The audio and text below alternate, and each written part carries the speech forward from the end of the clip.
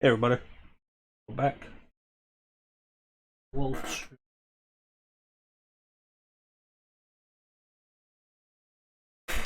That's probably fine.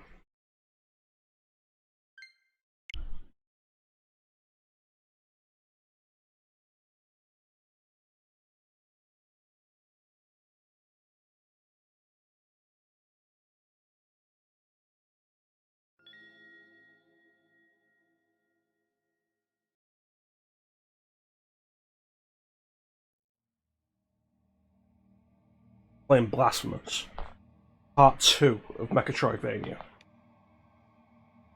Uh,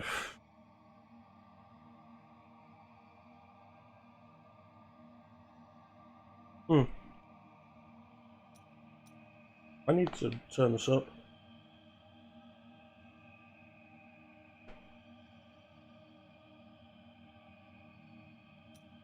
Alright, let's take a look at this.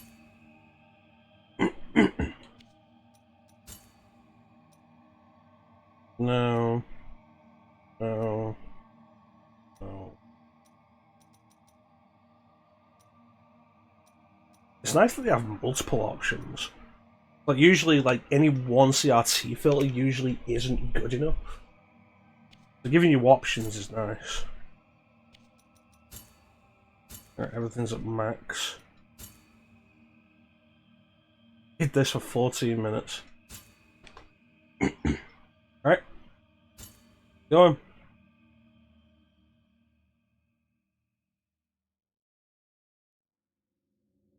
Sun rising, but our sins.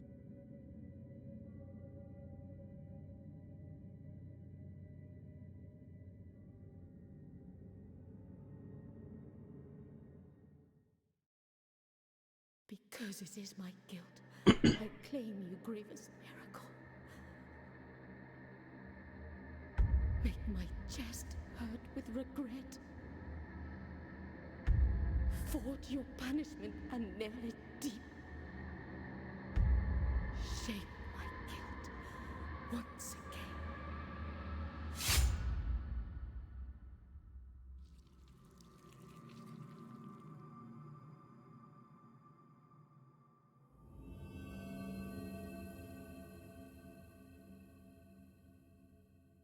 Hey Ninja. How you doing? From what I'm aware, it's very much a recurring theme of this game. Penitence. And thus, guilt, repentance, mourning, and every pain of the soul of all kind were visibly and tangibly How you doing? manifested everywhere and That's in good. all of us. Glad you're doing alright. Sometimes in the form of blessing and grace, sometime in the form of punishment and corruption. Hey, it's Chance. How you doing, Chance? That divine will, equally pious and cruel, which we could not and will never be able to unravel, was called the miracle.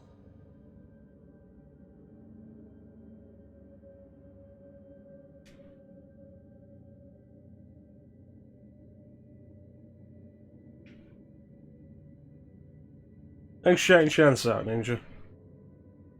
Now someone shout Ninja out. Doing my best, Chance. My best.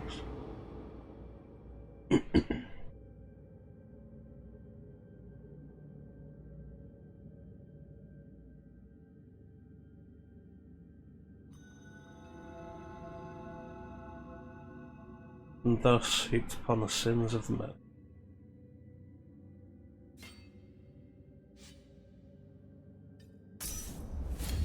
Thanks, Chance. Now to consume one of your glass. Alright.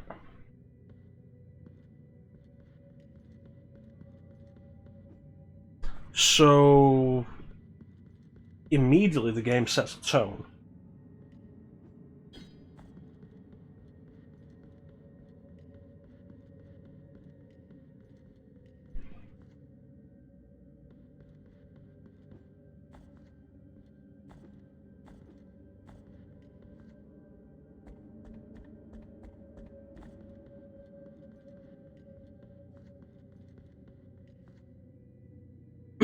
Oh, it's beautiful and grotesque at the same time.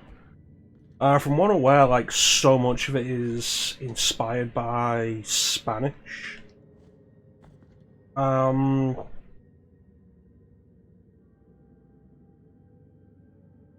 specific area of Spanish artwork. Like, it has a very specific style.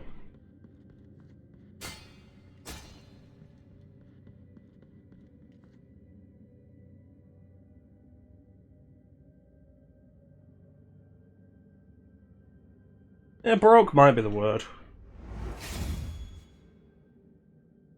Like, the artwork, I've seen, like, screenshots of some of the later areas and just various points of this game, and the artwork is equally beautiful and grotesque. Which is a fascinating combination.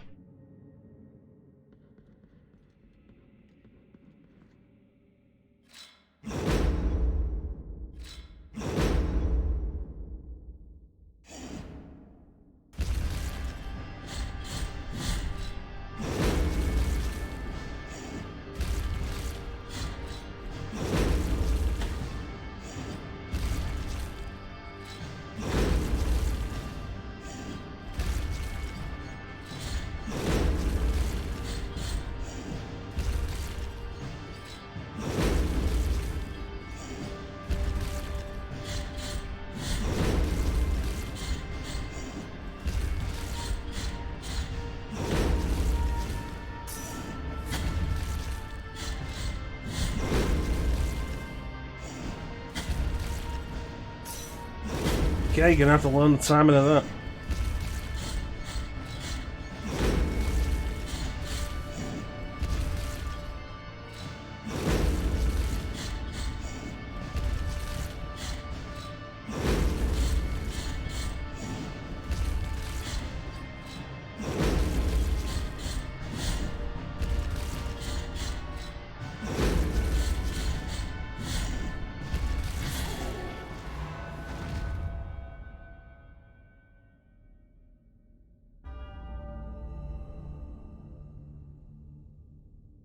Hey, it's Clem.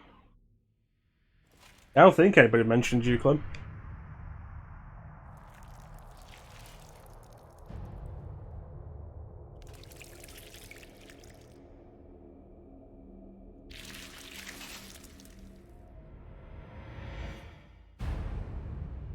For my sins I shall be punished.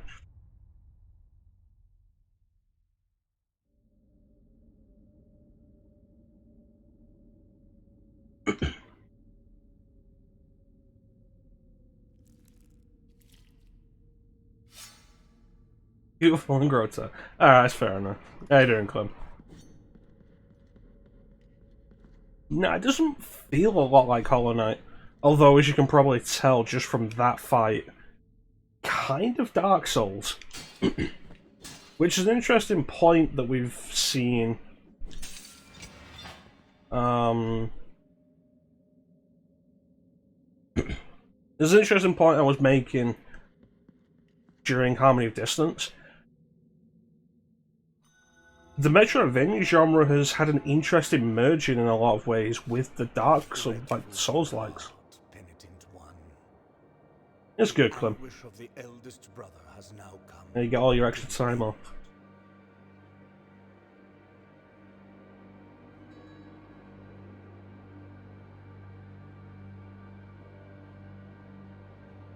I am Blasphemous, witness to and narrator of the acts of the grievous miracle. Such is my penance, as yours is silence. Hey, how you doing, Kara? The cradle of affliction is what you seek. This can be found in the mother of mothers of the churches. It is a remote place separated from the rest of these lands by a great sacred and forbidden. Got your boomer shoes. Even a wise penitent like me knows nothing of what lies beyond those high walls. However, What I do know is that, according to the rule, one must carry out the 3 humiliations to gain access to what they guard. One of them must be performed in the high mountains, covered in thick blankets of snow and ice. Another in the depths of a dark, entombed church where the sleeper lies. And the last one, at the end of the trail, carved by moans that claw their way out of an iron spiral, in the bowels of the bell named Hondo that grows into the earth. Take this thorn and place it on the handle of your sword. If, when the time comes, as you grip your weapon firmly, you notice that it wounds you and makes you bleed, having grown, with more thorns sprouting from it, writhing over the figure of the Father carved into the knob, that will mean that you are at the mercy of the grievous miracle, whether for its punishment or its forgiveness.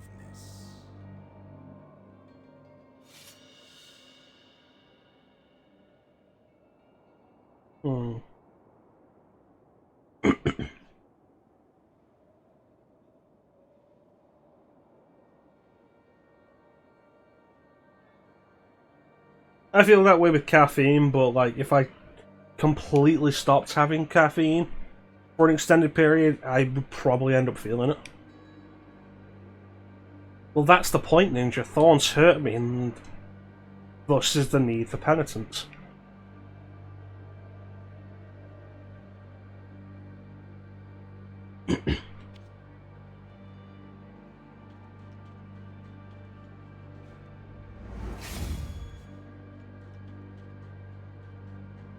That's some detailed animation on the running. There's more frames to that than needs be. Isn't there a parry in this game? There it is. Oh, there we go. Counter weak attacks, deflect.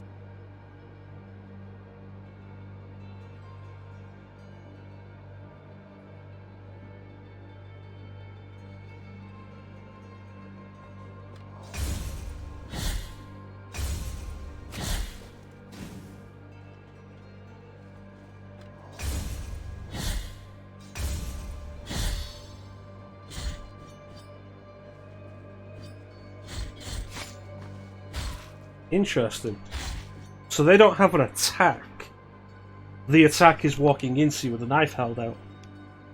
So I'm going to walk with my knife held out like this, and if any part of you gets onto the knife, it'll be your fault. I can see where you get that from, Clem. Goodness. Hello.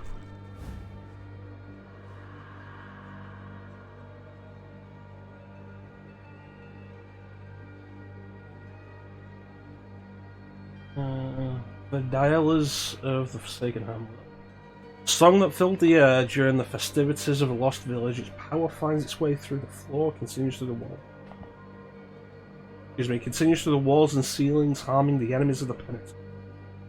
The ringing of a laced shell horn used to precede this chant, but now only silence remains. Alright, we should be here when you get back, Clem.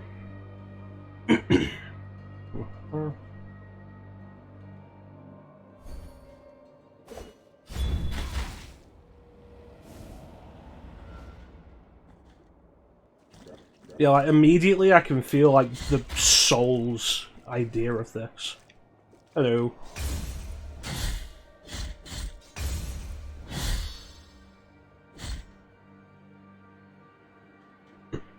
Like especially from that first box.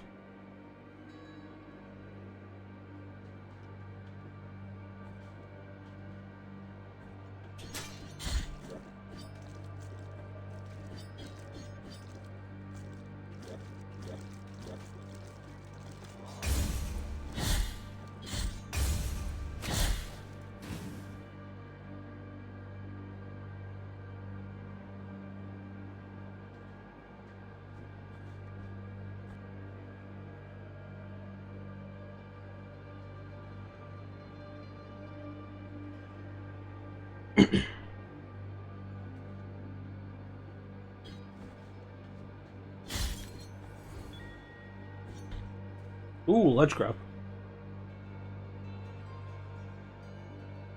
Hmm.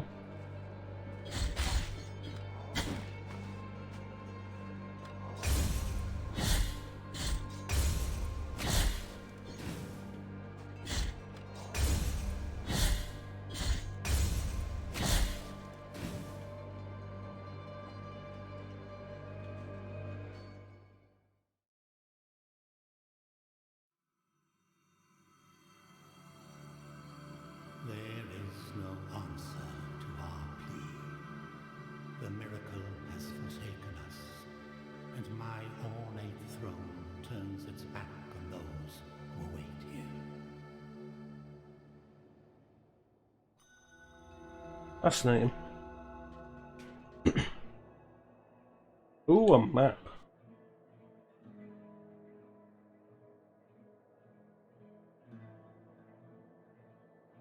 Alright.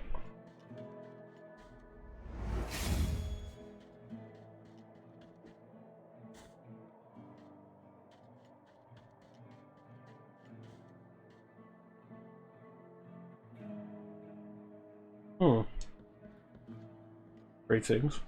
Greetings. Sorrowful be the heart, penitent one. Welcome to Albero, sanctuary to this humble brotherhood of the Kissers of Wounds.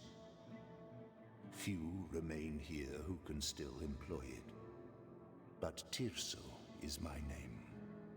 That's good, Chance. I appreciate being here. There are few of us who still care for the sick and ailing. With devout kisses, we bless the wounds of those who seek our protection.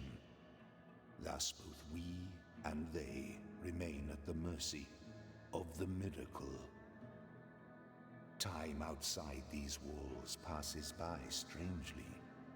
In sundowns we need not contemplate. But if your penance happens to carry you under set skies, be so kind as to bring us some ingredients for our ointments. The will in the miracle shall show you which ones they are. Hey, it's Mia. How you doing, Mia?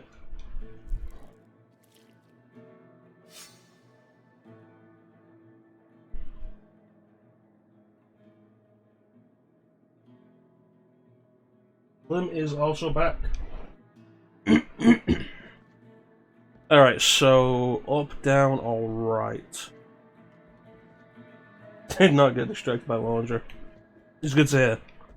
It's good to hear. We're probably gonna need like all the support we can get with this horror.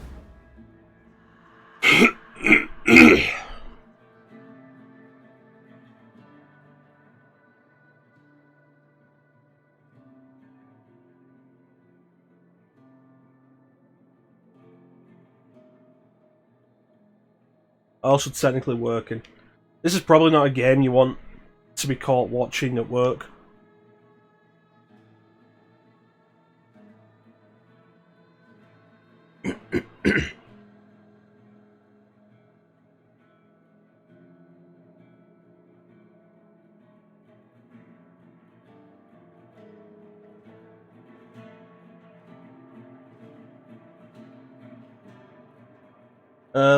That would be the 5th of April, Clib. Oh, they'll never know. That's perfect. Absolutely perfect. Wish I worked from home.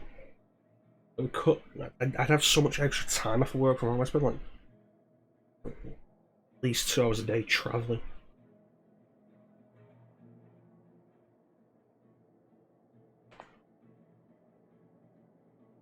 Alright. Increases defense. So what's behind this door?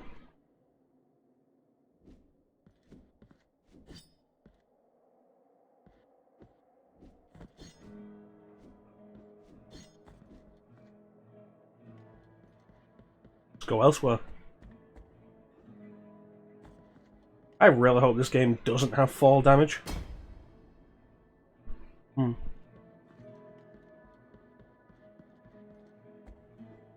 Now seems like a good time to test it, though. Hmm.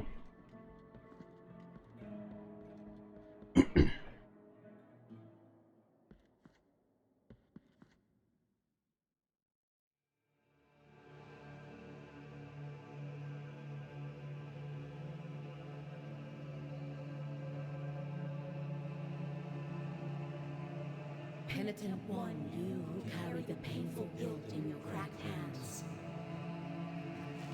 Lend it to us and alleviate our burden. Lend it to us and wipe away our tears. Because it is an act of penitence.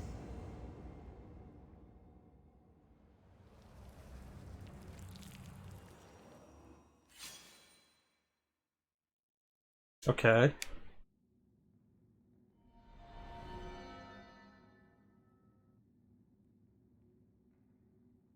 Oh, okay.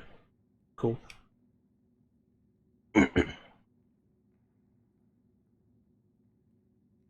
Well, hopefully.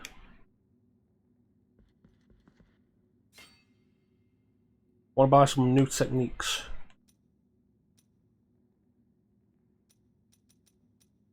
Yeah, don't have enough money. And doors locked. Alright. She's a sword that absorbs blood.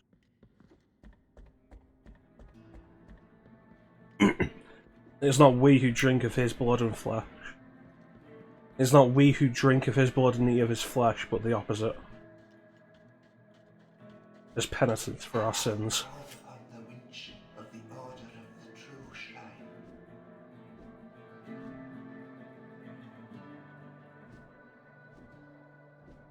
I mean, yeah, it has a more intriguing everything than Souls.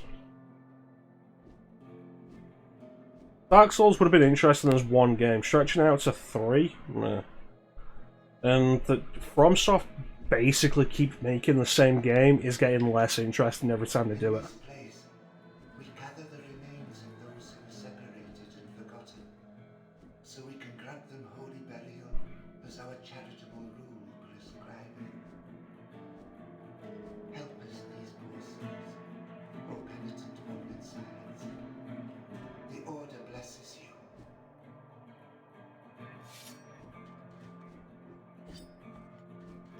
I'll have to come back for that.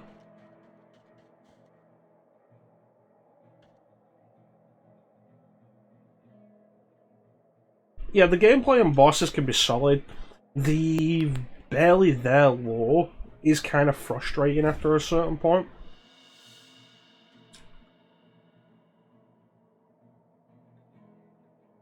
Phalanx of Brannon the Gravedigger. Brannon Joshua Mullins dug the graves of hundreds throughout his life, whether friend, family, or foe. When the chaos arose, there was no one left to return the favour. Hey, baby Mario crying.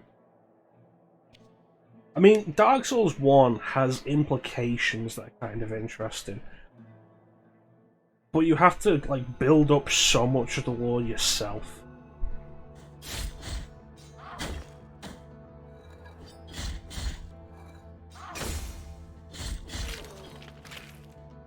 And, like, after 3 games of that, or, like, more if you count the other stuff,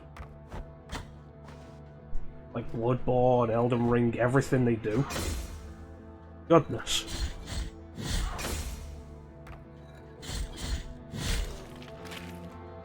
It just becomes really samey.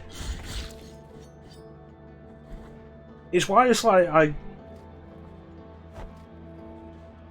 I'm not against Soul-likes, but like after Dark Souls 2 and seeing what lies ahead for doing Bloodborne and 3 and like eventually Elden Ring and stuff, with the exception of Sekiro, which I'm interested in for the Tenchu connections more than anything else, like, it just looks mostly the same.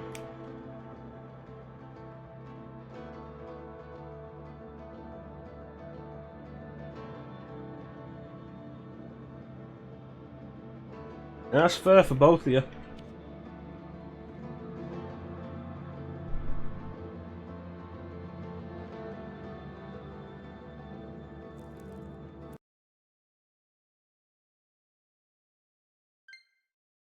Is the right analog stick going on this? Because it keeps moving the camera when I'm not touching it.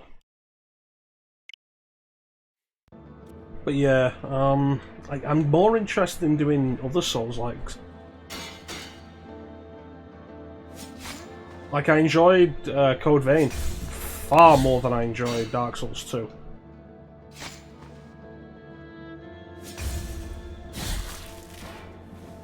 And like, in all honesty, I'm more interested in playing Nioh than I am Bloodborne.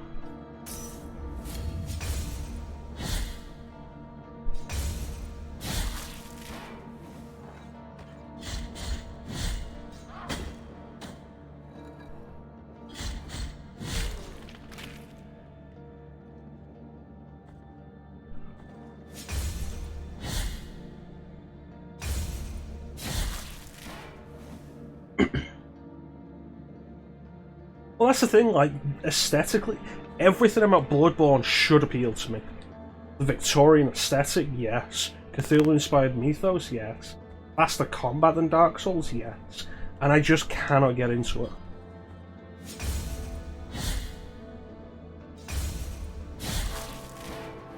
Like, sooner or later, I'm gonna push into it for the stream.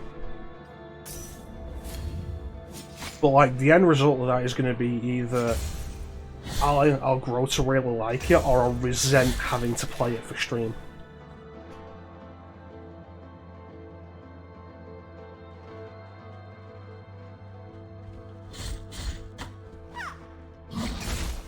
Kinda wish this had a backdash.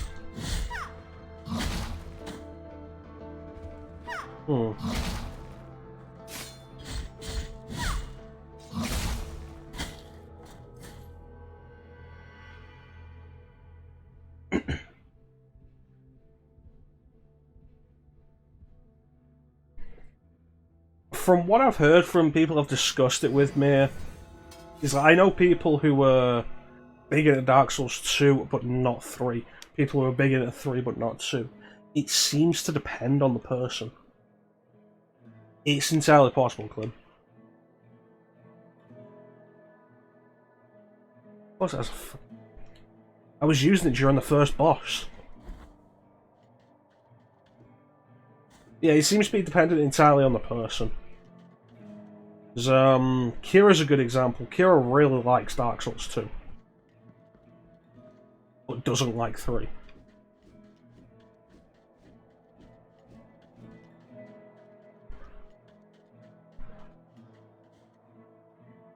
It's given me the recommendation that I didn't like 2, so I probably will enjoy 3 more. But I know people who absolutely despise 3.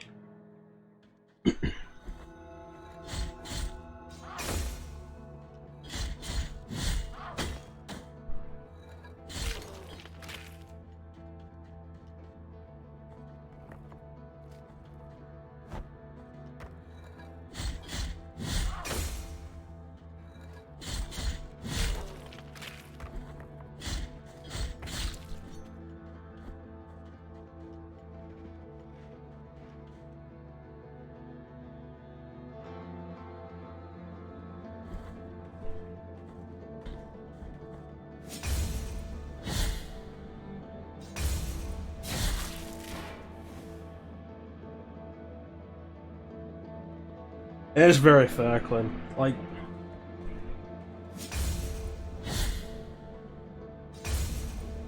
with Dark Souls 2, like,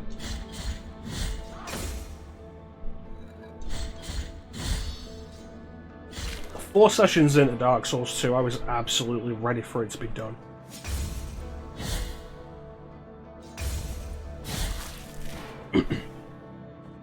Alternately, like, that didn't happen with Code Vein. Up until the end, I was enjoying Code Vein.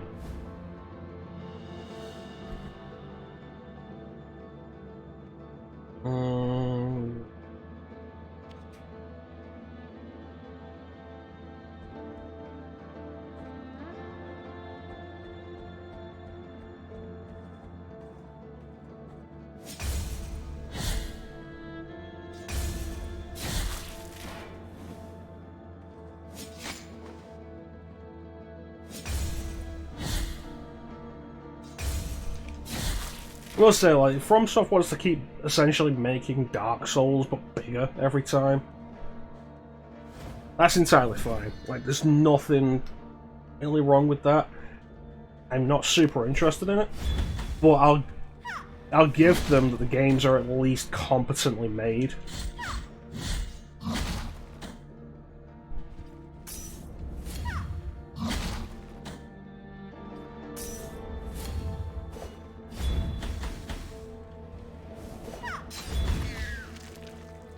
Oof.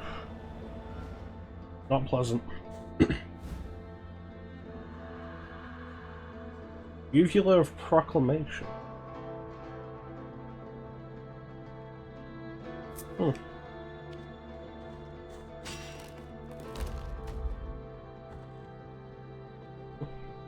Shortcut. Yeah, like, the games are competently made, which is nice, although I think a frustrating amount of the difficulty from Dark Souls and just FromSoft games in general comes from them not telling you stuff. Like, there's a reason why it's a common recommendation for Dark Souls 1 for people to say, look up a wiki. Because the game doesn't tell you how to play it. It tells you what the buttons do, it doesn't tell you how to play the game.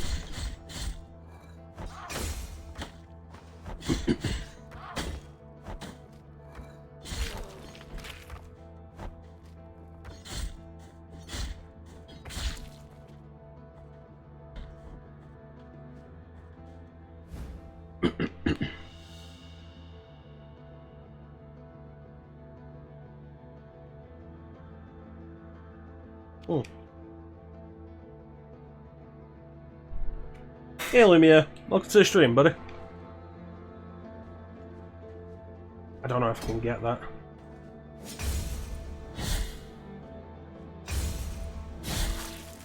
From here, maybe?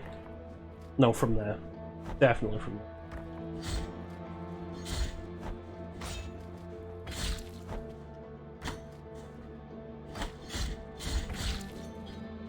Okay, I'm about to die.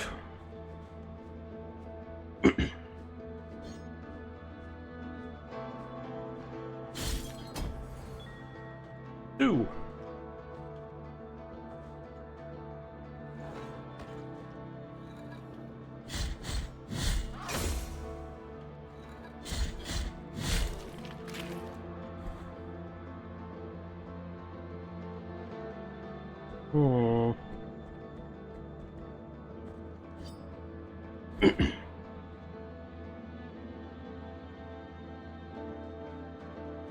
Yeah, I feel like being difficult and not telling people how to play the game are two different things. Like, Dark Souls at no point explains how the scaling system works, which is very important to know.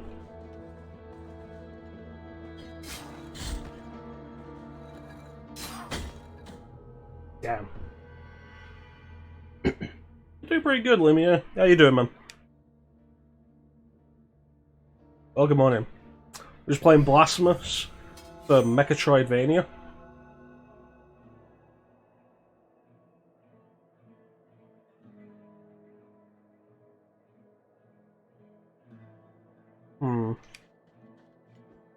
Which is our marathon of Metroidvania games.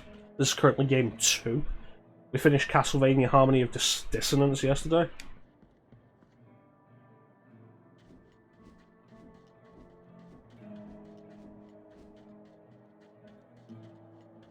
So that's some good animation on the running frames.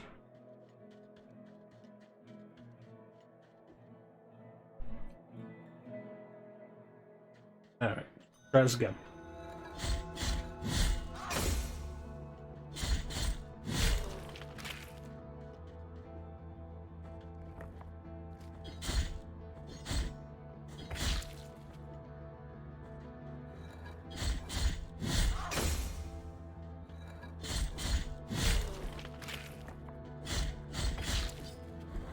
Yeah, I do want to pick up Sekiro for the, like I say, the Tenchu influences. Really it, because I do like Tenchu. But, like, Sekiro It's weird, Sekiro's not dropped in price at all.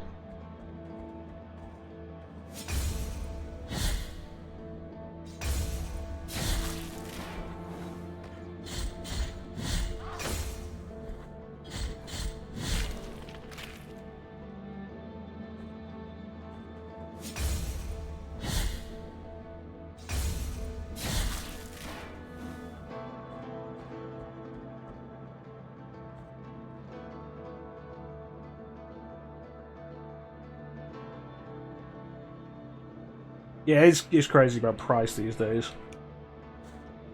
I've heard this game is hard. Very much in the Souls mindset, which is part of the reason why we're talking about it.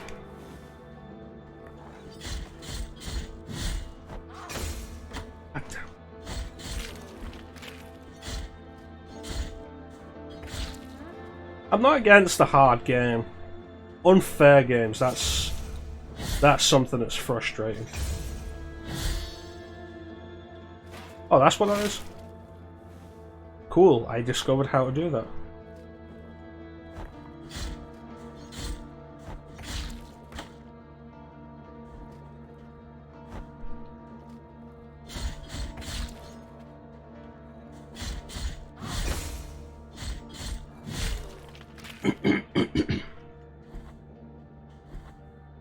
Yeah, I've been looking forward to doing this for a while. I went down, didn't I? I've been looking forward to doing this for a while.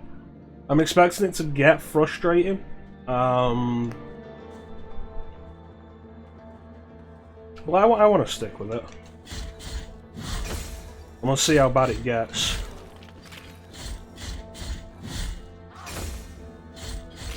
And see how much of it can be overcome with patience and perseverance.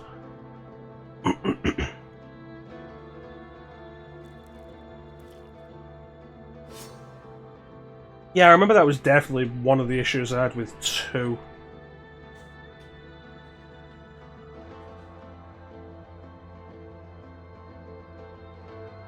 This problem made me disappointed and oh, that's a shame.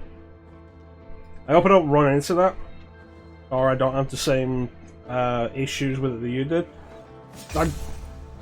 I do want to finish this. No, you ain't knocking me off.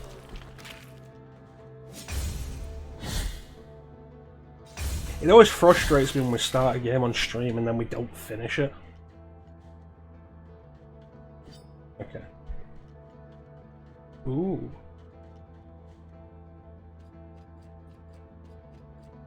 Sister of mine, as I foretold you, someone is heading towards the Forbidden Gate. Someone who seeks the purge and excommunication of all that is sacred and rests there. No, no, do not place your doubts on me. I am ready.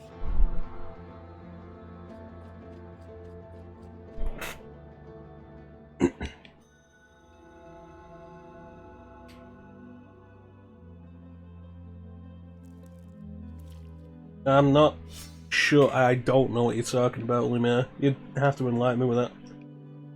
Yeah, sometimes you do just have to walk away from a game. I hate it when it happens on stream, but it does happen. Like Alien Isolation, like, just had to stop that. It wasn't fun. Interesting.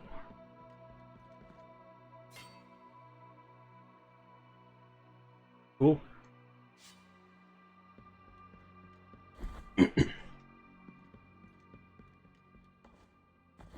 Project Zero as well. I'm probably more disappointed that I had to stop Project Zero than I am Alien Isolation. Because I was enjoying Project Zero. Yeah, this is my first time.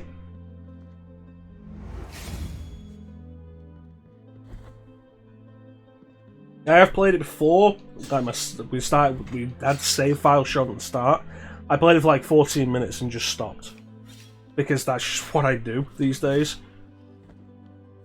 I buy games and then either never play them or play them for like 2 minutes.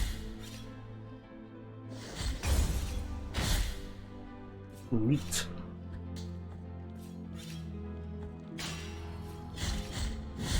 Back! Back, brigand!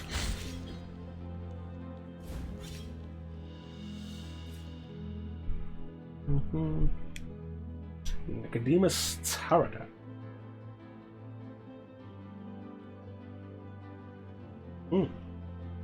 Curious. Gentlemen. That was a double whammy.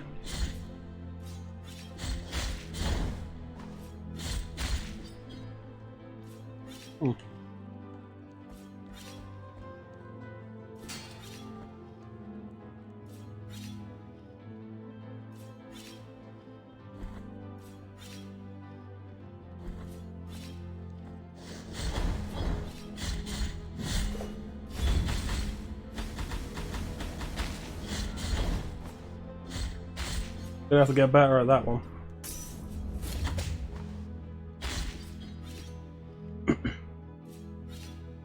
Thank you. I mean, I feel like I just lost. I feel like I just lost it all there. Like, it's the kind of gameplay that I'm into. Definitely grab that, thank you.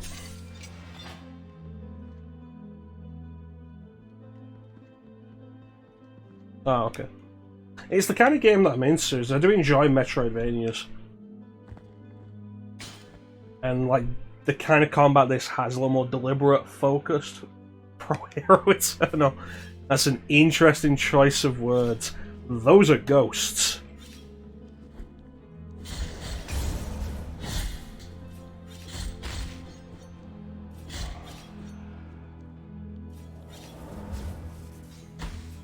Okay, let's not.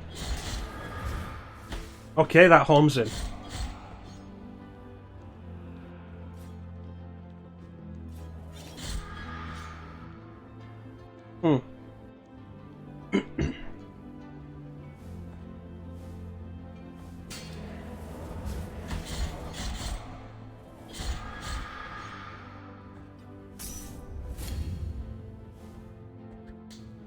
I always feel like I'm not very good at games, but I will definitely admit, like, one thing that I'm always proud of is coming up to a challenge and then overcoming that challenge. It's like, if you remember the Azure Striker Gunvolt playthrough that we did, and, like, some of those bosses felt impossible the first time, and, like, I just got better at the game, and, like, that was awesome. Oh, so you weren't actually complimenting, you were just choosing ridiculous words. I see how it is.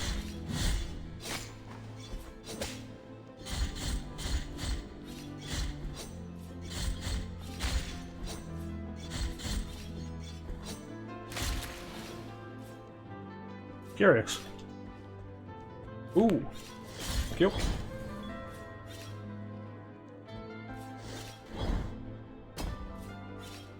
Close.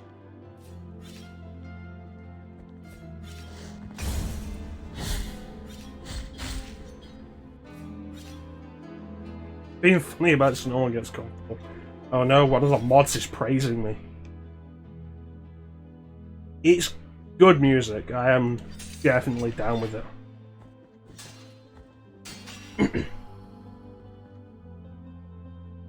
It feels...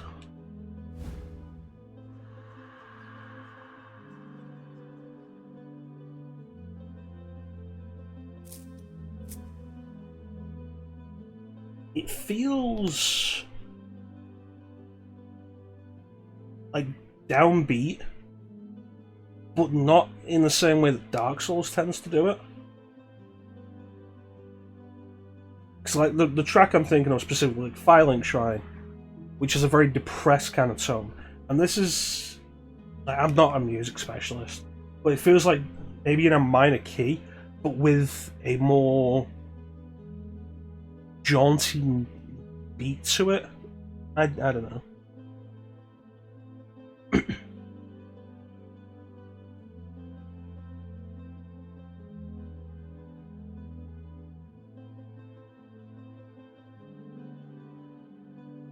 Oh, never worry about how much you type in, Lumiere.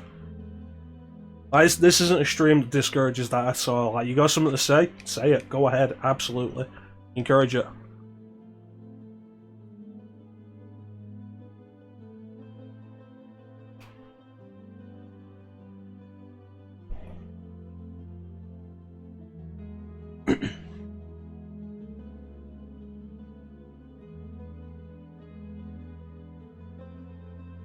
So, was that a glitch then, or is that like an actual mechanic in the game? Yeah, chat is very much the best part of the stream. Most important part of the stream to me. It feels like it should be something.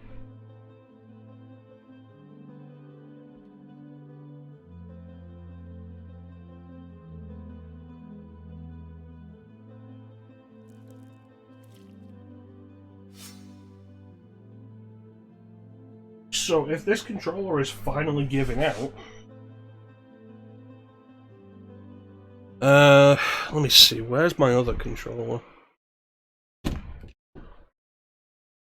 Here we go.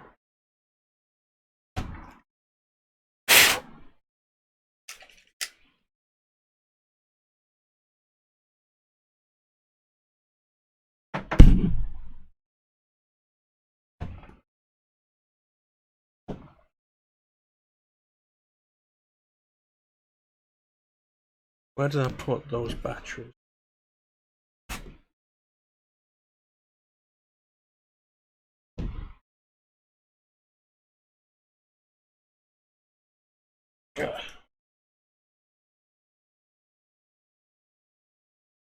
Seriously, where did I put those batteries?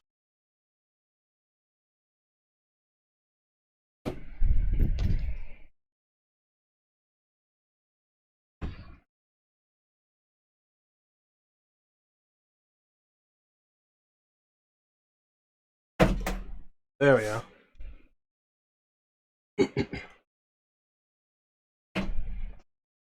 Sorry about this, guys. Bear with me a second.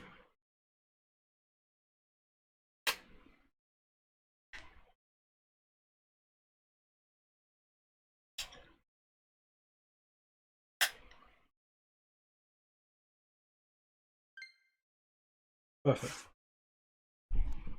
GameCube style controller.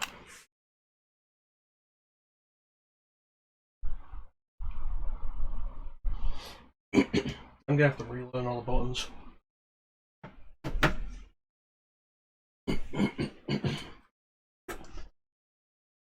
Alright, so... thank you, Clem. I appreciate what you enjoy about the stream, about me personally. Thank you. Yeah, at that point it would be a challenge run. Like, if it's a glitch, not great. If it's a deliberate mechanic of the game, that's arguably worse. Especially if there's no forewarning of it. Can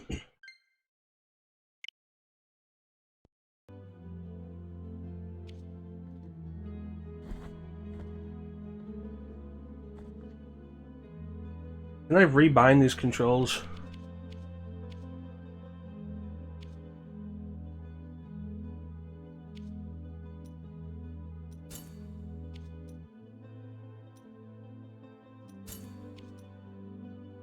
No?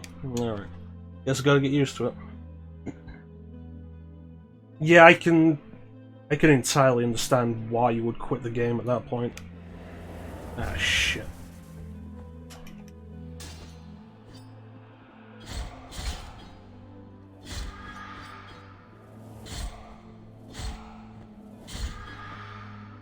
This isn't great, actually.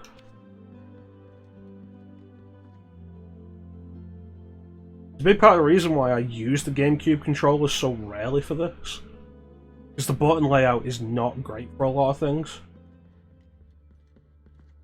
Let us be captives of the miracle, penitent one. Do not be surprised to find this merchant here.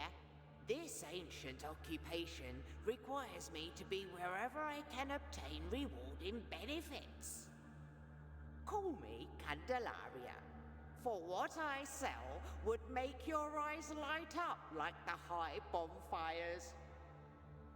Cool. I will not ask you for any money whatsoever.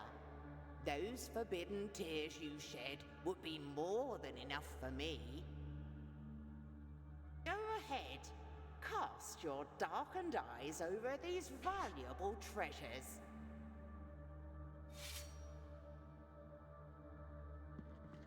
What I am offering you here is as lustrous as the first star of the night.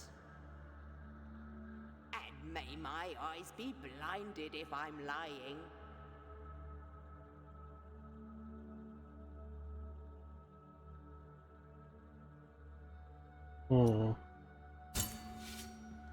What I am offering you, and may my...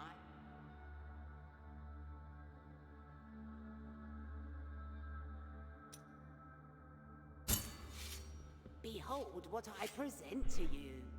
Though a small piece, its great power should not be underestimated.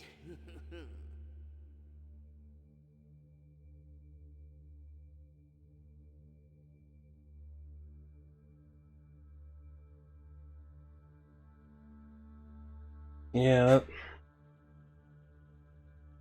Trust me.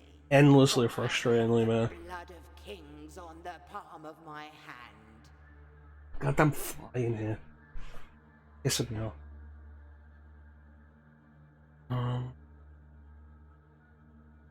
Yes. The rest of it I don't know, but like this, yes.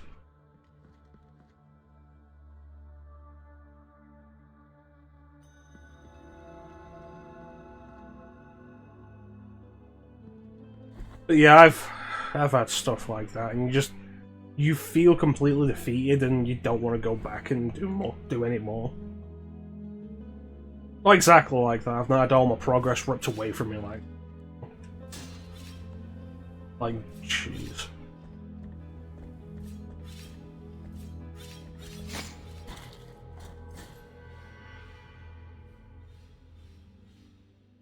All right.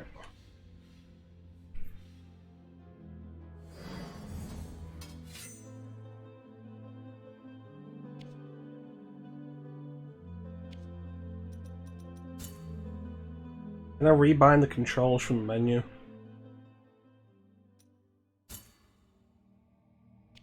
That's frustrating.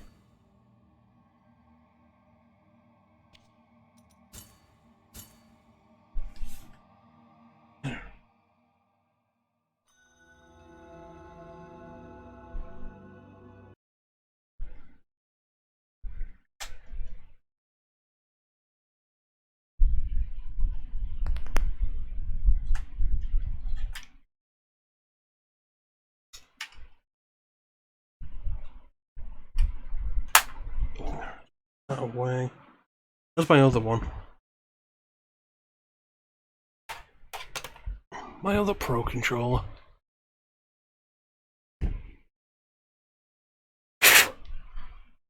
Fortunately, I have two. We got a Pro controller in at work a little while back, and someone put it out for £20. So I bought it. But yeah, second £20. I'm just supposed to go for 60. Absolutely.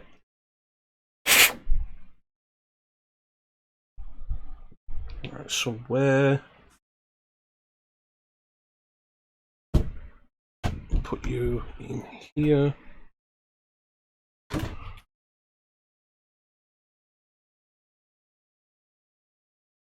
Where did I put that charging cable?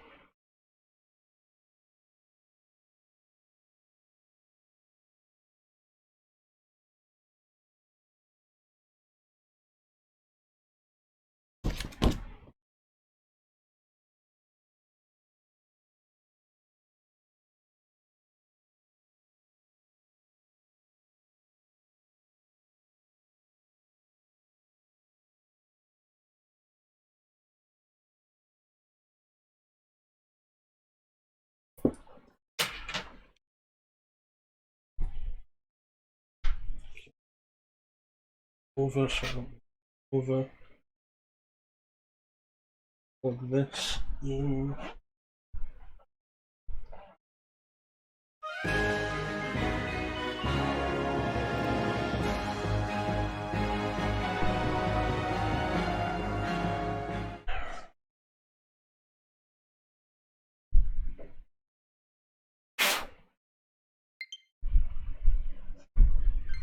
Awesome.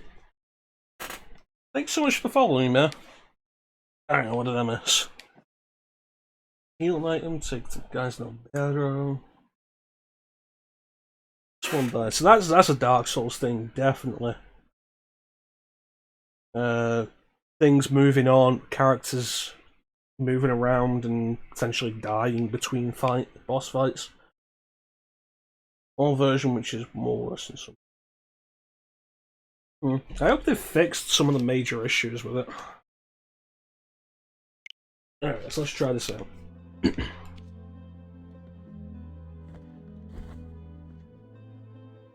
Yeah, like the GameCube style Switch controller is really nice, but it's not good for everything because of the different button placements.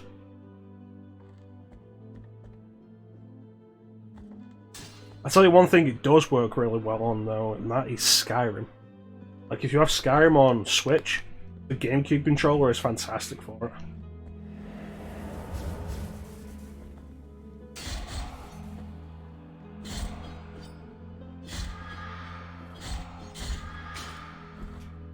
Yeah, thanks so much for the following me, I really appreciate it.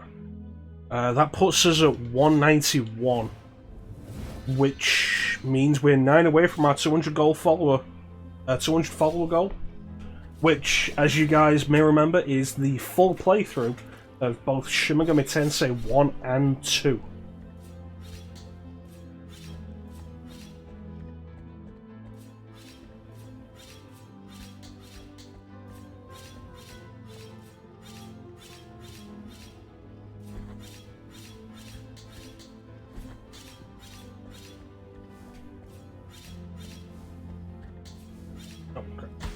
Okay.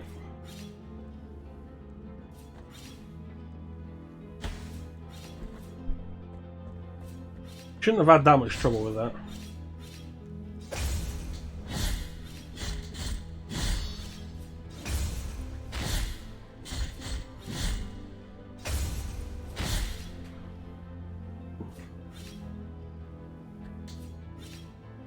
Alright, thanks for joining us, Chance. Hope you have yourself a good day. If we don't see you again, thanks so much for popping in. You take care of yourself.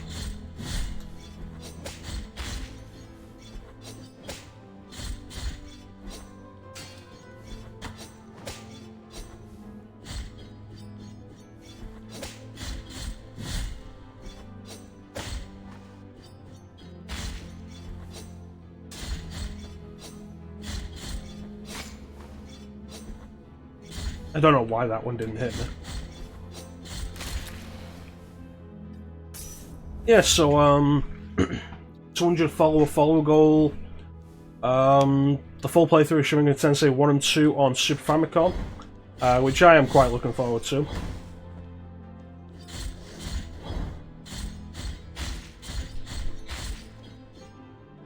No regret. Chance is down for that playthrough. We need to try and work out the timing for it, because Chance currently is on sabbatical from streaming.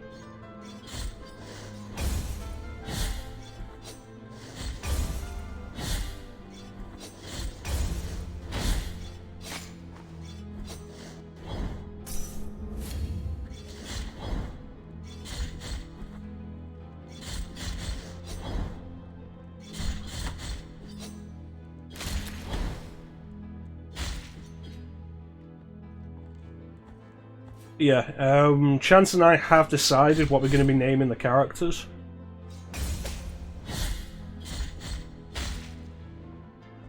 Or rather, like, we've decided, because at this point it's tradition. I'm one of the characters, Chance is one of the characters. There are, I think, 4 characters you can name in SMT1. Main character, War Hero, Chaos Hero, and Heroine.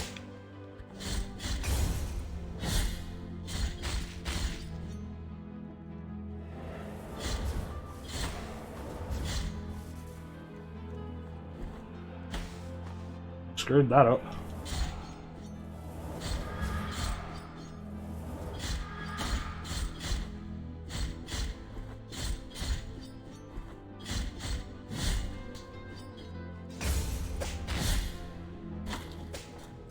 Damn it.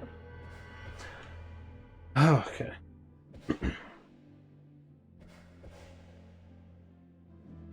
Simple enemies, but adding complications by putting them together. The Doom method. Or the Doom 2 method, I suppose. Like, you go back to Doom, and like, Doom's fun, but it lasts too long. Doom 2 definitely has more staying power because of the added variety. The added versatility the added monsters can bring to the game. Which is interesting, because Doom 2 doesn't even add that much. Like, there's one new weapon, the Super Shotgun.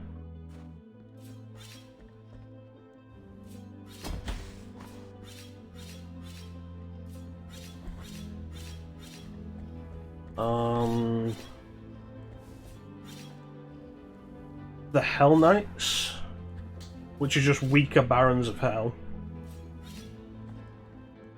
The Archvile, the Chain Gunners, the Mancubus. The Pain Elementals.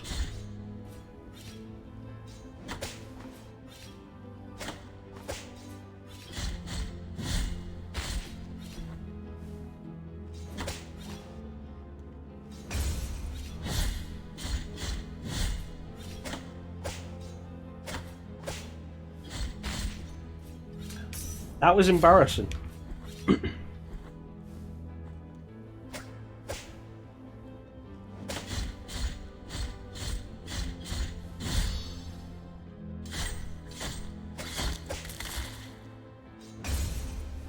Bye-bye.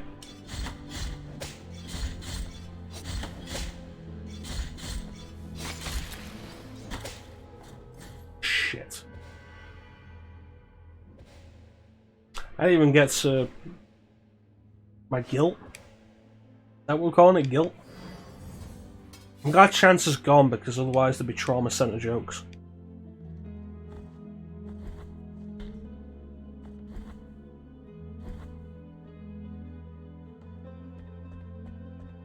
I need to decide if I'm ever going to do Trauma Team. Oh, you son of a bitch.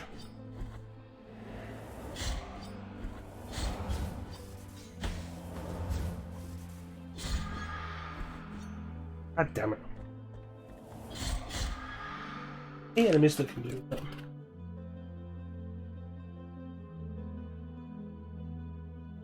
Always call it Souls. Yeah, I get that, and I was going to call it Souls, but I feel like we should call it what it actually is. Or like whatever the game calls it. Like, it's disrespectful otherwise.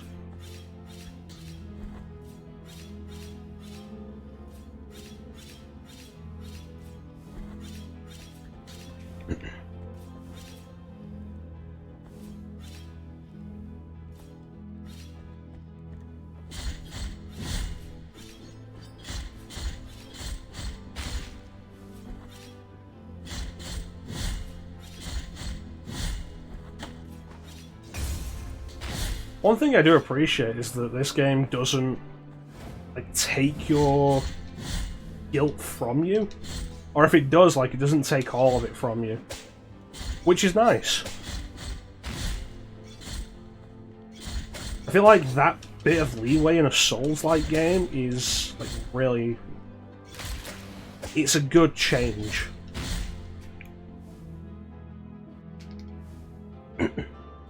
I mean, it's fair, Clem. I understand where you're coming from.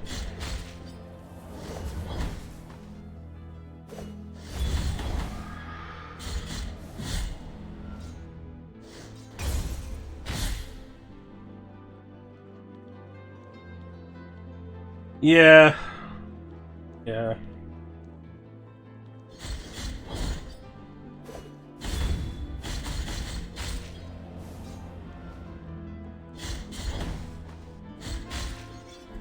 I think in Bloodborne they call it Blood Echoes, but it's like, this game is very clearly just Dark Souls.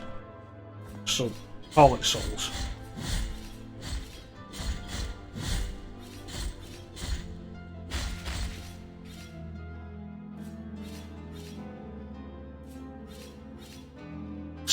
It's 2 souls. I mean, honestly, you're not wrong. Me choosing, like, me wanting to say guilt is my own thing. But you're absolutely right. I don't know where I'm going.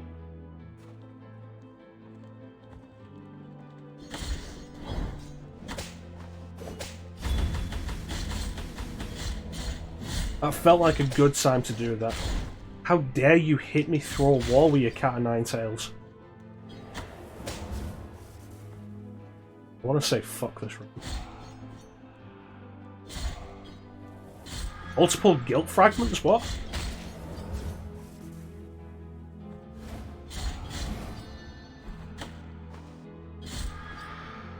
Okay, so that was interesting. There can be multiple of those in one time.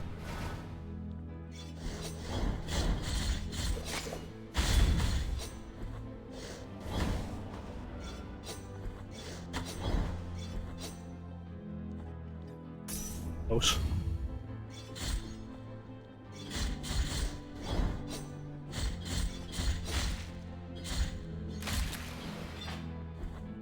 Was it worth it?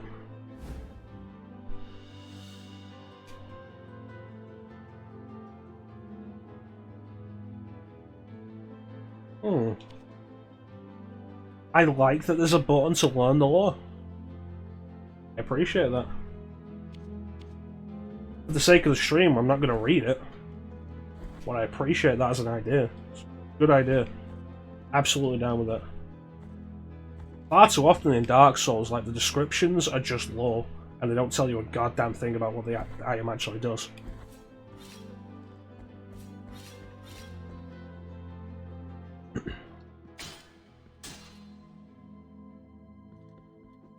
Music changed. Hello. From a place of blessings have I been entrusted with watching over you, penitent one. Thus it has been arranged. My name is Viridiana. I have been granted a gift with which I can assist you in carrying your burden if required. But only you can make that choice. Viridiana. Yeah. Can I call you Viri for short, or D, or Diana? No? Okay. Penitent one in silence. Will you require my assistance with your next task? Are you a summon?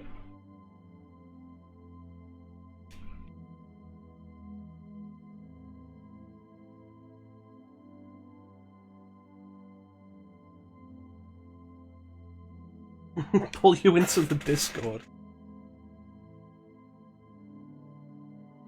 Unlashing your excludes you while you remove it. Alright, fine. I'll pull you into the Discord, Kira, on one condition. I'm gonna need you to watch the chat.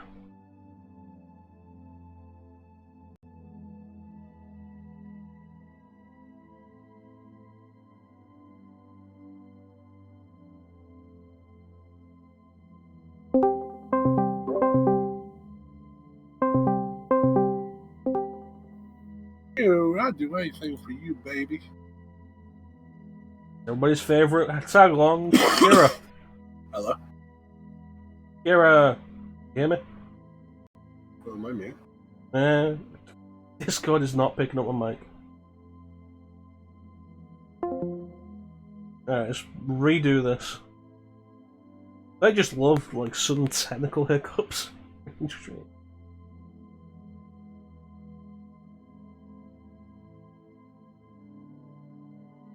Alright, let's try this again. No. What do you mean? Hello. Hello? Oh boy. Oh, that's the problem. Is that better?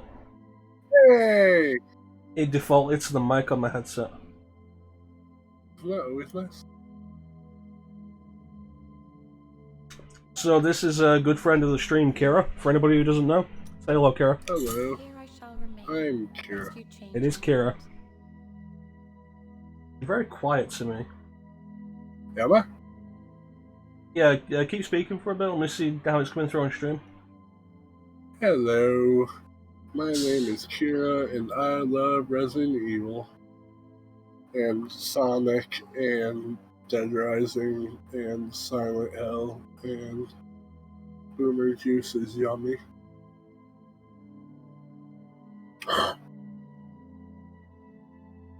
It could be my mic. My mic is on its way out, honestly. Yeah, a new one. Yeah, I will at some point. Oh, there we go. Speaking of Sonic, though, Kira will be joining us for the Sonic Marathon. So look forward to that. Hey, whenever that is. I don't know when it'll be.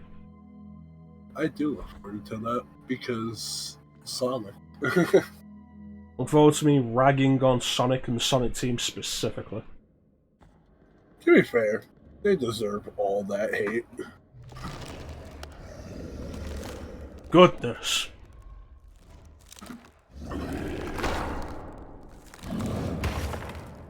That's blasphemy. No, what you're playing is Blasphemy. No, this is Blasphemous. Damn, you're right.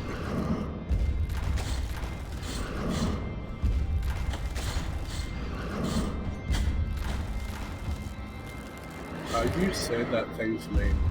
Hi, Dad?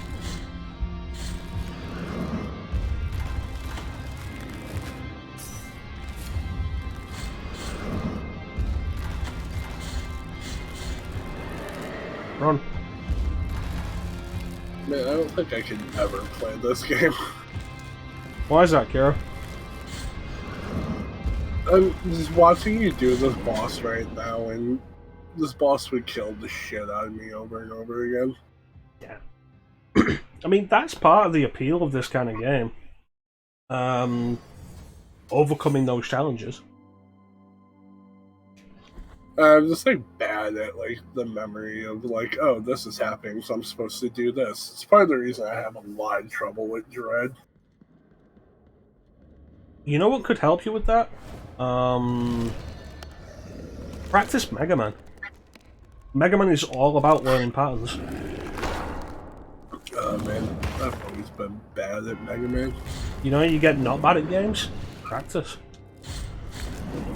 I was half expecting to get good in there. Well, that's how you get good. You practice. That's what all these. That's what the old games were about. It's not all they were hard for this. I mean, they were hard for the sake of being hard and bolstering how much time you get out of them. Like, you do them through practice. You would have the time and the patience, so you'd keep playing them.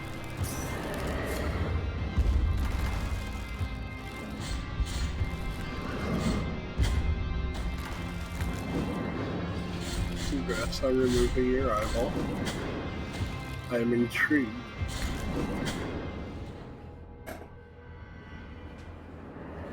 Alright, that's excellent, Clem.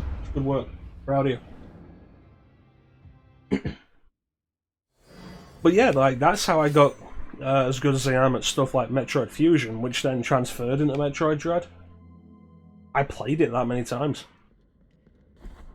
Over and over again, the practice.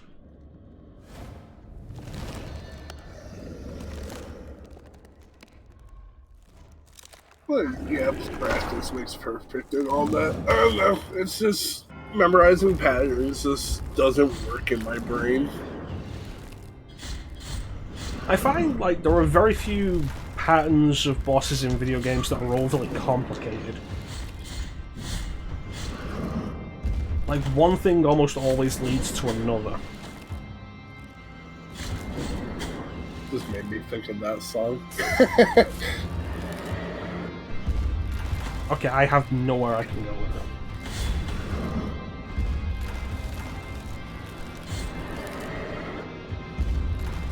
I hate that, like, part in games like these where, like, you literally corner yourself and you just have to lie in the bed you made. Okay, so he's got four kinds of attacks. The arm swipe, the stomp, which puts out 2 brambles. That's spit. Shit. And like the punch into the ground, which sends up 3 brambles on each side.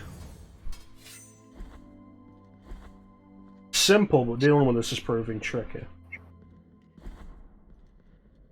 I really want to know, how do we say this boss's name? Because it just looks like Tenpai Dad to me.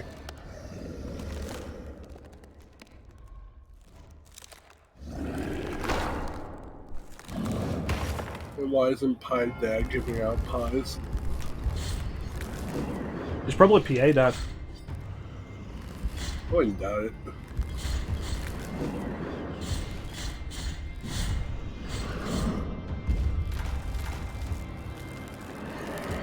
This game is like very much a Spanish idea. Oh, is it Spanish? I thought It's not. I don't think it's a Spanish game, but like the influences are Spanish. Oh, alright. To me, it's different theme than most things.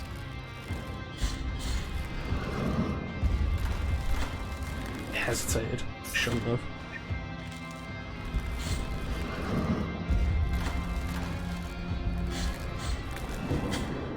Shit. You were talking about like Souls games and whatnot before, like this. Have you ever tried Salt and Sanctuary? I've never actually gotten around to buying it. I think I've only ever killed the first boss in that game, and I can't progress any further. I'm so bad at it. Yeah, I bought the game like 3 times.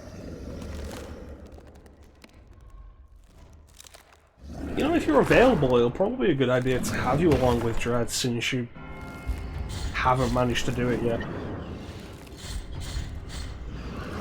Yeah, relatively farther than I thought I ever would, so I am proud of myself. But like, I got to that point where you have to fight like 2 of the mini bosses at once, and then yeah, my ass hurts after that.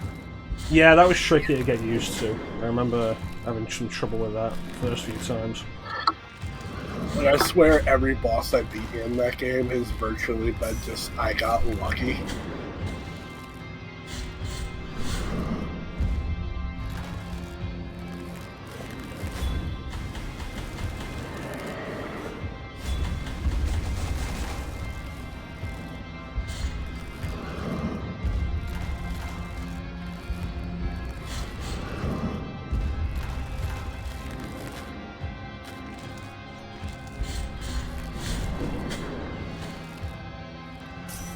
So the first thing I did in the Final Fantasy VII Remake was mod Cloud's sword to look like his Kingdom Hearts 1. I did see a picture of that. It was hard to tell because the lighting wasn't great in that picture, but I did make out that it was bandaged. I was like, you know, that's cool. I like it.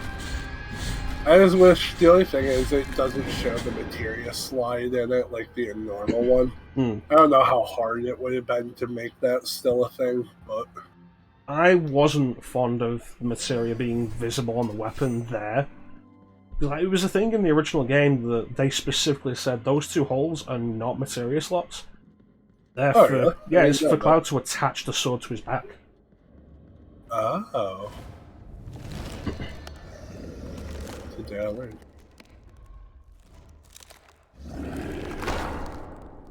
On the other spectrum, I was like, oh, that's neat. It shows the materia. But I guess, like, it contradicts the point it had, so...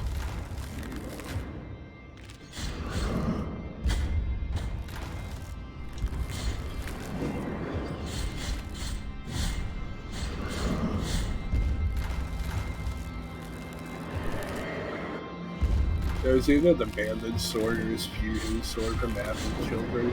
I love that fusion sword. I only like the fusion sword when it's the complete sword.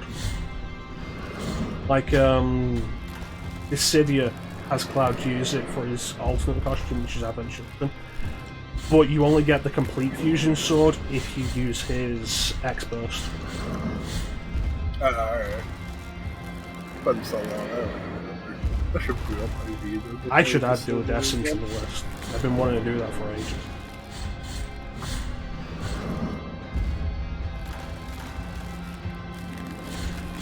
I like just going into like a normal game, just doing Jack versus Tidus, and whooping Tidus' ass because Jack is so much cooler.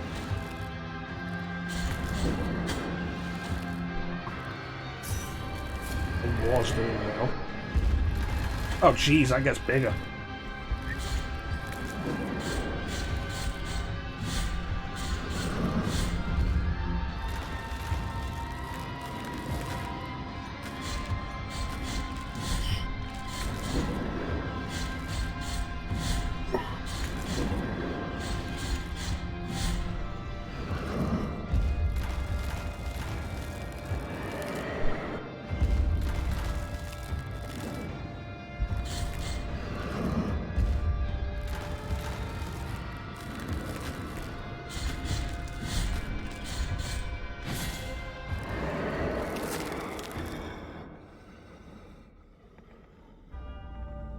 Requiem Aeternam.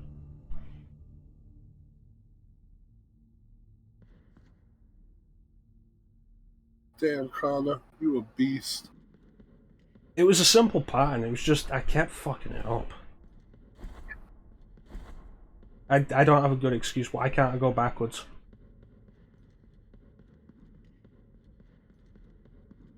On the stream, it has this thing here that says give Mecha-chrono feedback.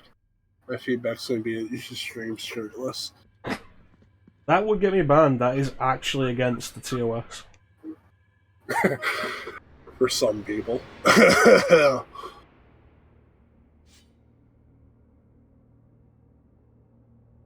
Interesting background. I love the parallax Yeah, scrolling there. The man was just taking a nap. Why you gotta bother him? Hello? In the name of the great ordeal and the sons of the miracle, when you humbled yourself, I really like the art in this game. It is absolutely fantastic and evocative. to the presence of my golden visage, custodian of one of the three sorrows of the soul in penance. Our miracle has chosen me amongst all the peers, just as it chose you, to walk on the sacred sea.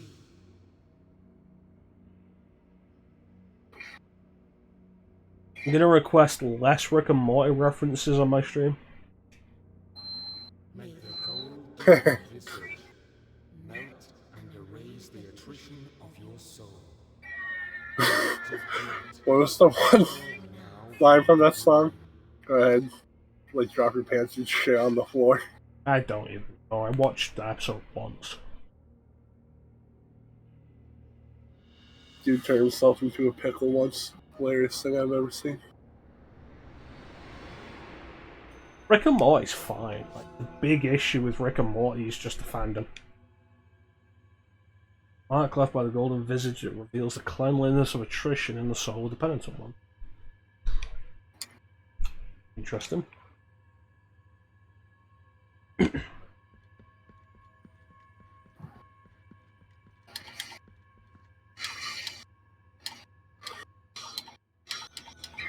You're getting some echo off your game on stream. What's up? I'm getting echo off your game on stream. Oh, are you really? My bad. Played out the first humiliation of penance. Is it Final Fantasy? I mean, don't get me wrong, I like Rick and Morty. I think it's a funny show that is also very depressing. Visage of attrition. But, like, the fans are just You have yet absolutely the worst thing. before two last holy visages. I was really into it for the first two seasons, and then something about it, and I just fell out of the third. I watched the third and finished it. It was like, yeah, this was also pretty good. I don't care about watching the fourth, though. And part of that might be that I've just kind of fallen out of watching the series.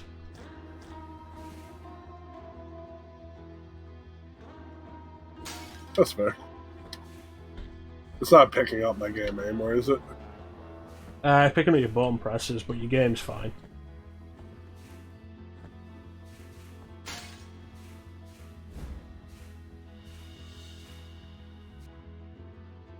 Scaphoid of Faced Left.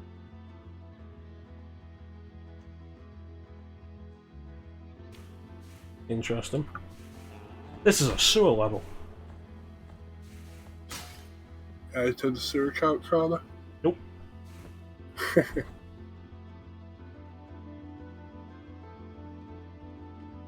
Yeah, all the marathons I keep thinking of doing, like... I think I thought about doing, like, all the Mega Man games once, and then, like, didn't think about it again.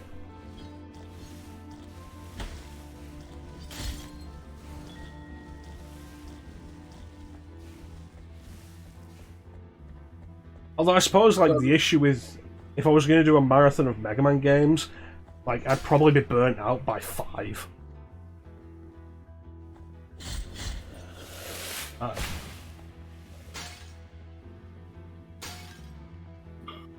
Hello. You... No, you're not. Okay. Where the Medusa heads at? In hell, where they belong. The real blasphemous thing here is the Medusa heads. It's interesting how, like, they made the controls smoother and everything, and the Medusa heads are still such an issue.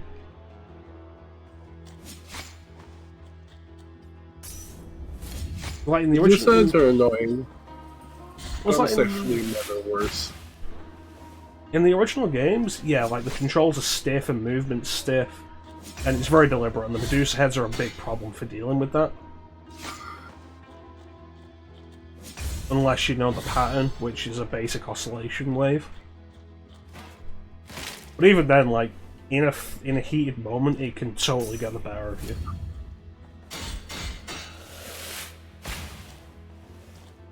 There's like situations where it's like Medusa heads, and then you have like other things in the area flying around trying to hit you. Yeah, that's exactly what I'm talking about.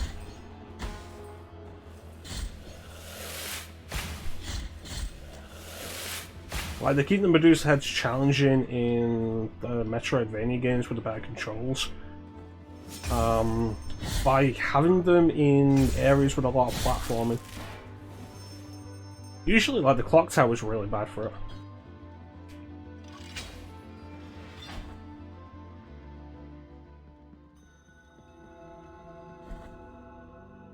Okay, I saw a fountain up there.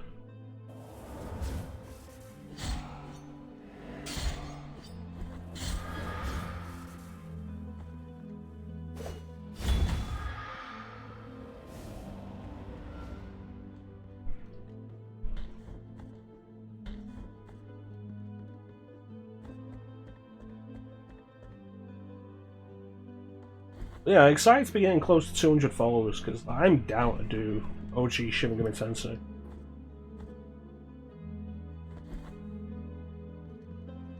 Oh, this isn't what I was after.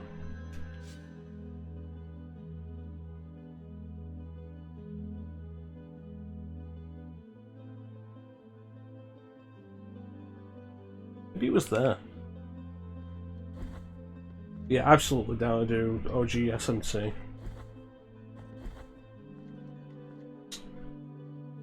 I think I mentioned it before, but I do want to do some more of those Japan-only Super Famicom RPGs. Yeah, there it is. Now, can I use the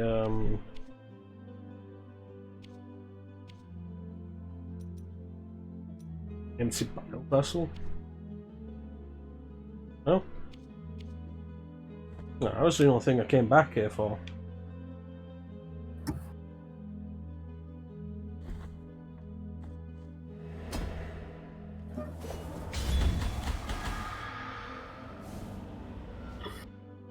Is that a candle? I need a lighter.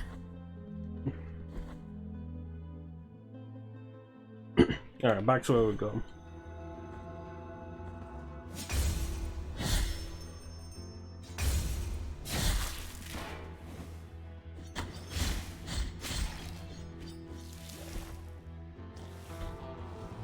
Excellent.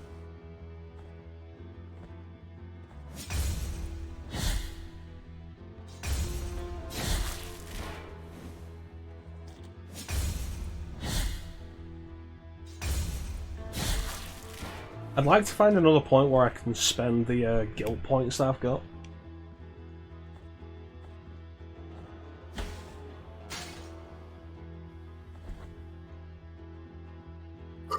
Just because I have so many. That is like your trading hits there. It's entertaining.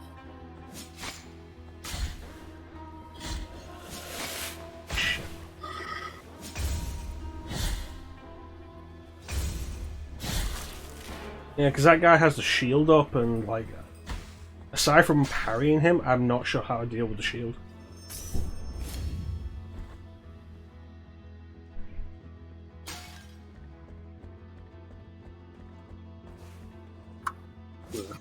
Hey, it's the easier way to kill him, or the preferred way. Doesn't matter.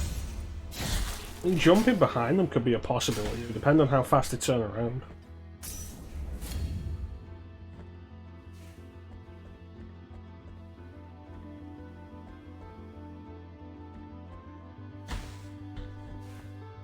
This is your first run of the game, Chrono. Yep.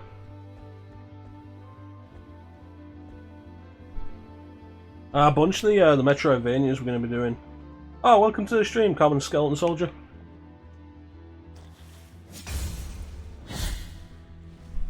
A bunch of the Metroidvanias we're running for Mecha-troidvania are going to be my first runs. After this, we have Gato Roboto coming up. I've not done that before. Wait, what's that game? You play as a cat and a robot. It's amazing.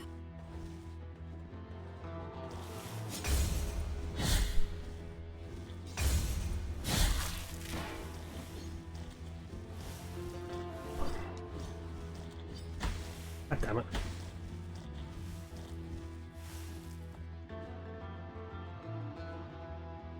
That's true. I don't have any of the attack upgrades. We've only been there once and I didn't have enough points to get anything. I'm almost dead.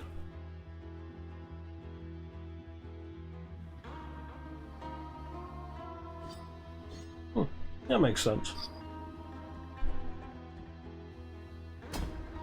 Yep, there it is. Yeah, Gato Roboto. Toho Lunar Nights, that'll be my first run. Record of Lodos War, D-Lit and Wonder Labyrinth, that'll be my first run. Guacamelee will be my first run.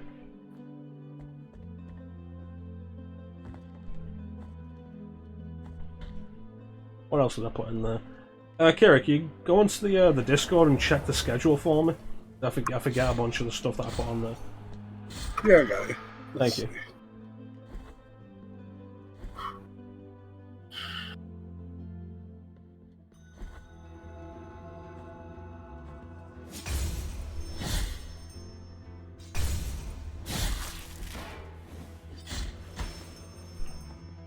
Alright.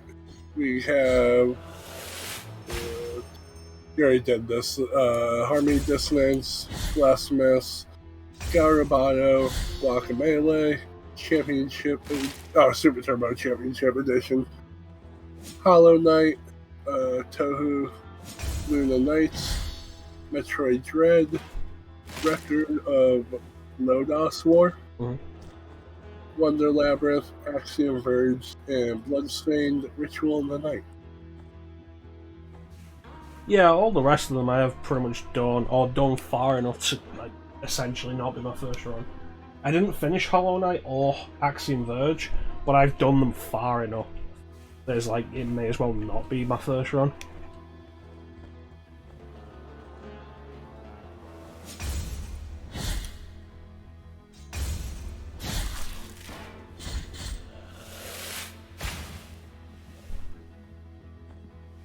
Quite liked Axiom Verge. I should have finished it, but I'll be glad to finish it. I don't know much about it. It's very Metroid. Like, a lot of the Metroidvania games do their own thing. Bloodstained Ritual of the Night caught attention because it was very Vania. Axiom Verge is very Metroid. Specifically, like, very Metroid 1 in quite a few ways.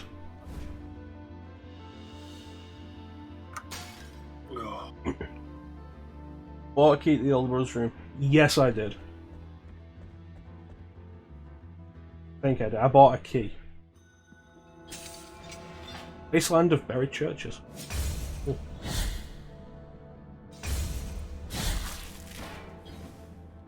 Yeah, I recommend Axiom Verge if you're after something like that. The artwork is kind of Giga-esque, actually. Like, kind of reminiscent of HR Giga. Haven't I been here? Yes, I have. Which means we're near the thing. I don't think I do.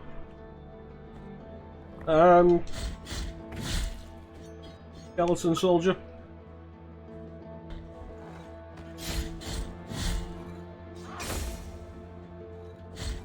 Take care of this one. There we go.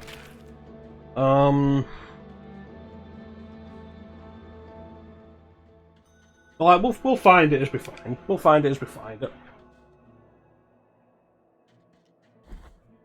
So is one of the most important things about a game like this. This is open now. Always one of the most important parts of a game like this, the exploration and discovery. It's why I love doing Metroidvanias for the first time.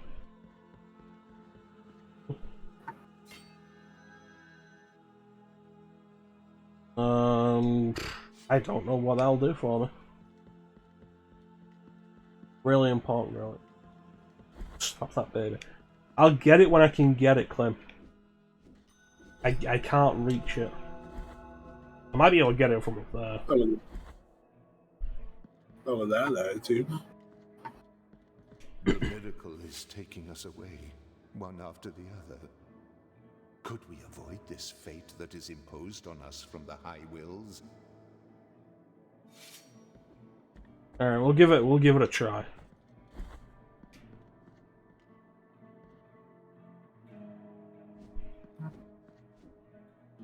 I don't think it's gonna happen. That looks too far.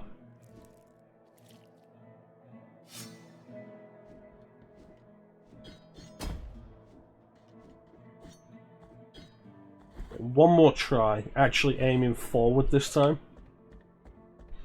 I can't flip that switch, Clem. It doesn't give me an option.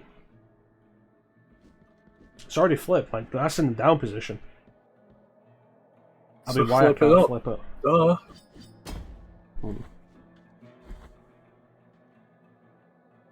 Can't flip the switch yet.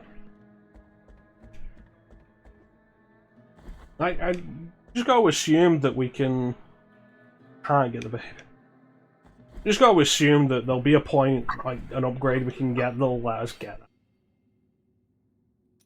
Alright.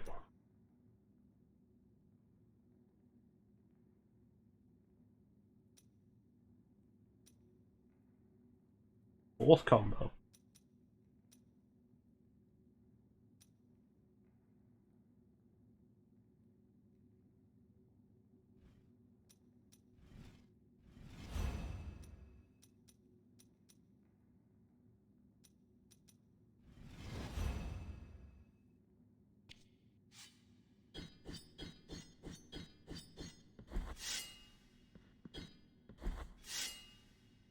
Nice.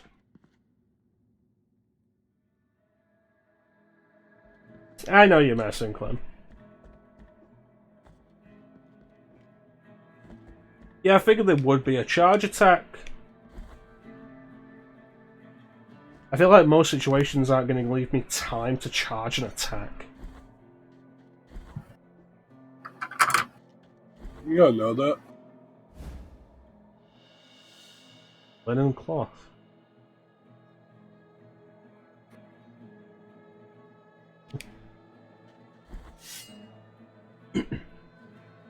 Generally, with how it's gone so far, Kira, I feel like it will be the case. And like, you always have issues with charge attacks and stuff like that. Of you hold a charge ready for an attack, and then let it loose. Play off when there's downtime, duh. Alright, thanks for joining us, Clem. You take care, buddy. Bye, Clem.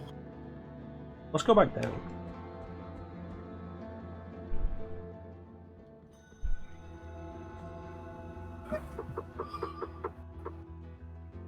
Yeah, charge attacks, like, very often don't feel super worth it. Exception to that is Metroid. Like, Metroid Fusion, one thing that playing it so much has shown me is, like, how to get the most out of the charge attack. Because if you know how to use the charge attack in that is broken. And also when not to use it.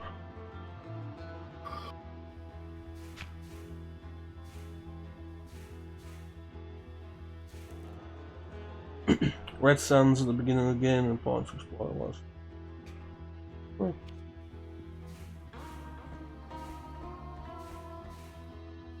It's a ladder to nowhere. We'll have to hope we just stumble across them.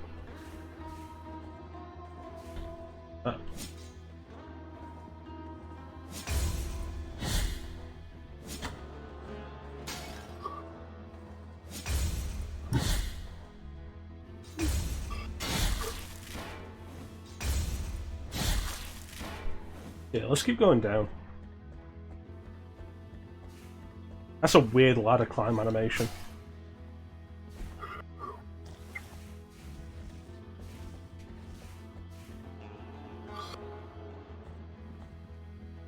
I'd like to be out of this area so I don't have to deal with the dropping slime anymore.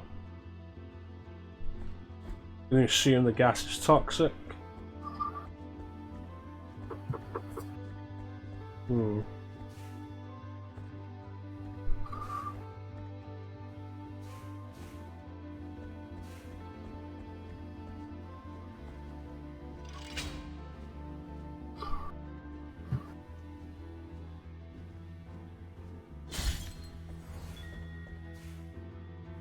Probably worth it.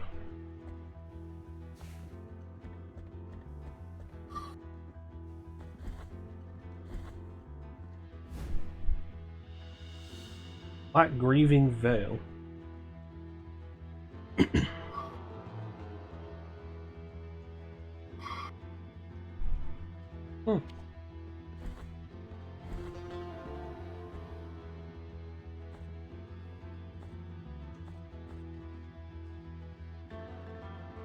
Alright. Keep going down.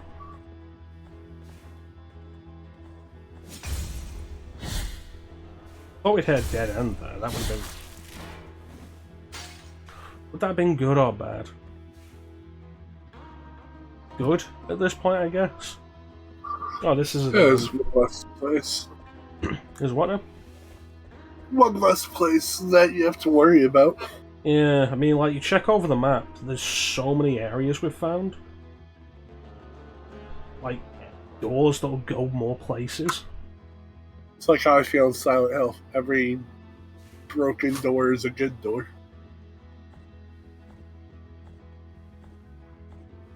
You're not wrong. Except for when you're in the hospital and there's like 50 in a row. That's just annoying. You say that, but like, it's still like rooms that you're not going to explore. Yeah, we just have to check them. Like, I'm okay with a hallway with a few doors, but like, you know that like specific hallway? It's like they're all lined up and you have to check each one. It doesn't bother me so much because like, I take a very methodical approach to that kind of thing anyway. Run down one side while spamming the open button. No, I do like both sides. Once like I'll just sweep the entire thing. Ah.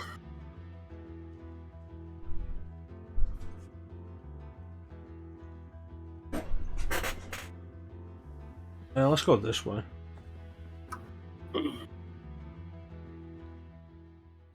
Ooh, Mountains of the Endless Dusk. You're on fire.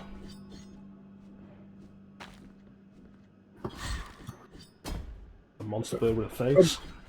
That's a I'm back in Mecha-chrono. Alright.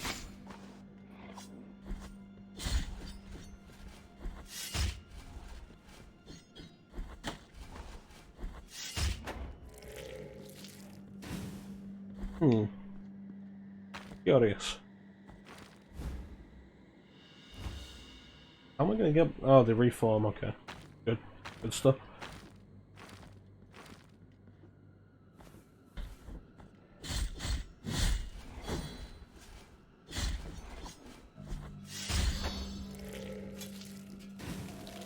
Oof. That was violent.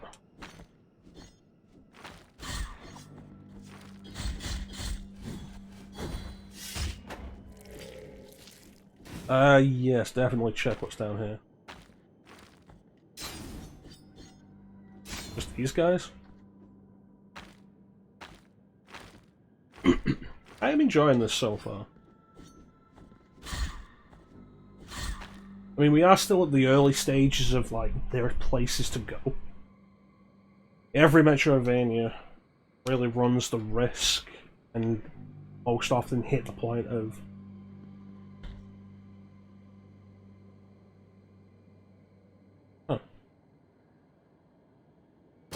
most often hit the point of, like, where do I go next? And you have to go through the entire map again. It'll probably happen.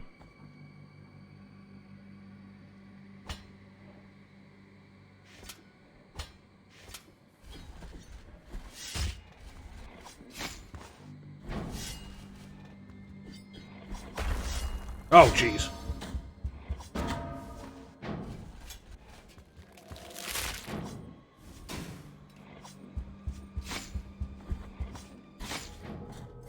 Damn it. That was a surprise. Yeah, I'm liking this. Good stuff.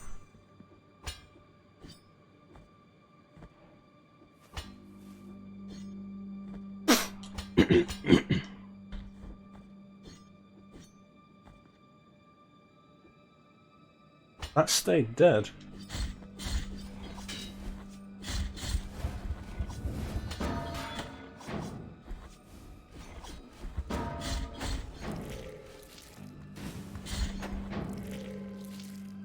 Come on. Yeah, it didn't work.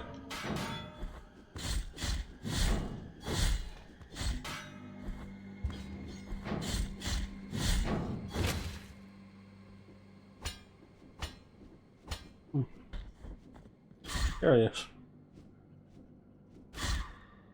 Yeah, if those guys stay dead after you kill them, even if you die or go back to whatever they call the bonfires, it's kind of interesting.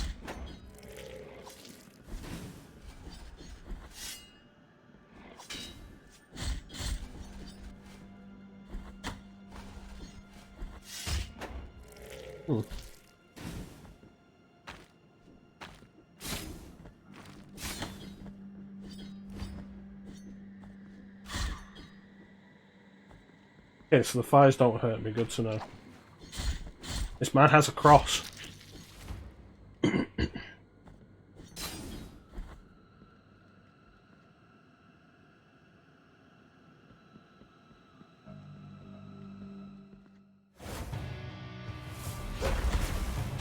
You look like an interesting enemy.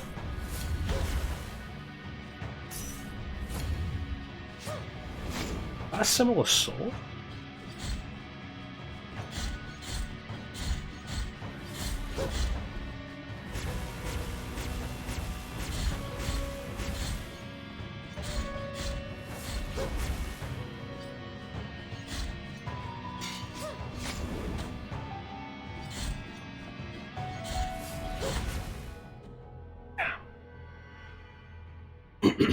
That lightning hits fast.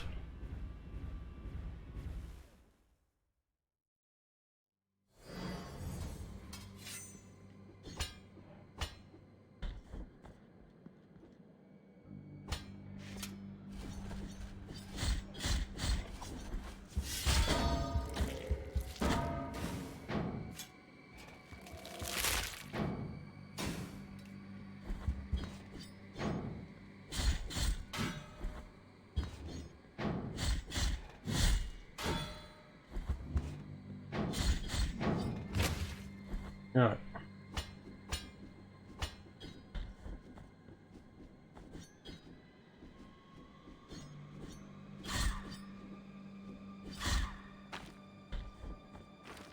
Yeah, those guys stay dead. Oh.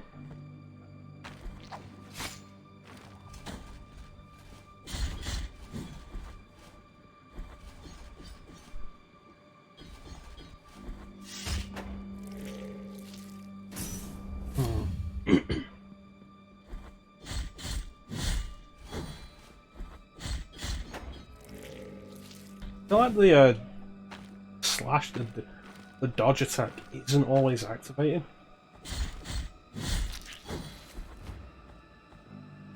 Alright, let's see.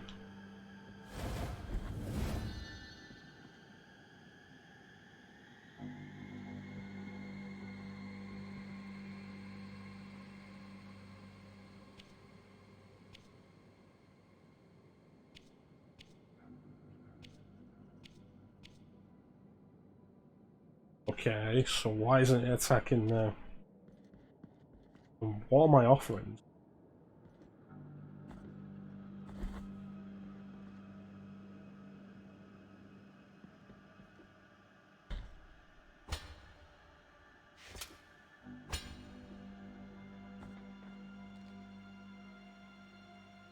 Hello? O penitent one, we traverse strange roads under the same firmament, with nigh other trade, nigh other name. My name is Redento, barefoot pilgrim of the Order of the Genuflectors.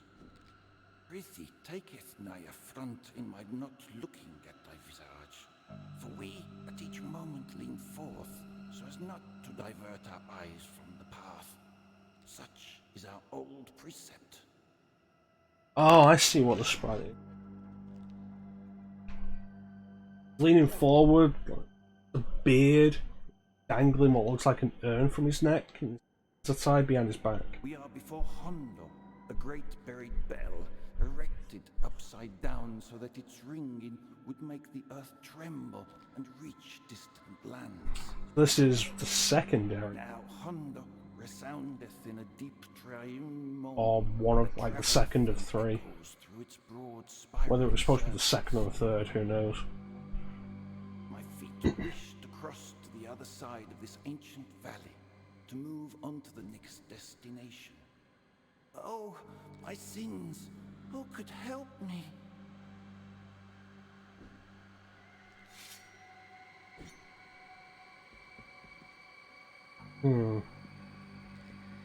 Alright. So I think what we're going to do is we're going to take a quick break. Stretch your legs, grab something to eat, drink, whatever. It is warm today, bear that in mind. Keep yourself hydrated. And we will be right back. Anywhere.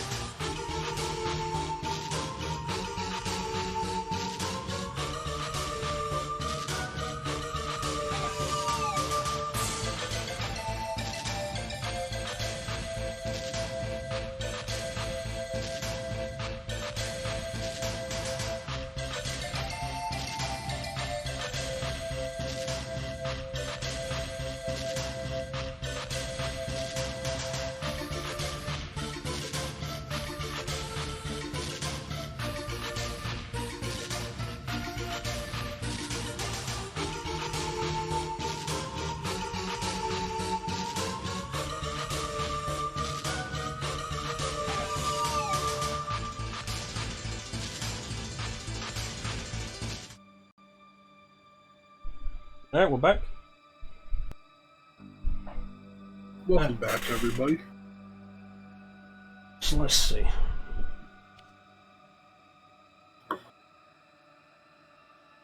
Alright, let's go down. See what's down.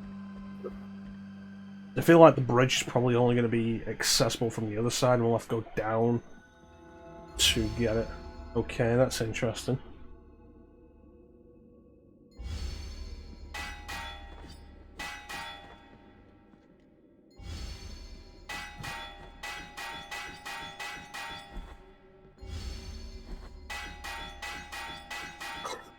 I don't think those can be broken.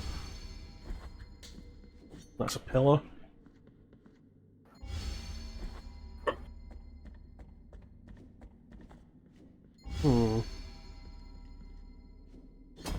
Why is that lantern thing flashing? I think it's an attack. I think it's a bell.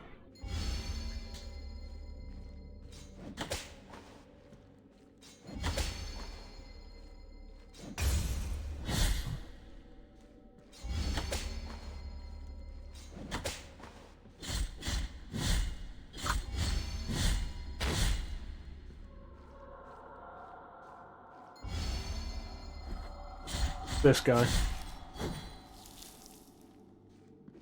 He rang his bell and those all rang.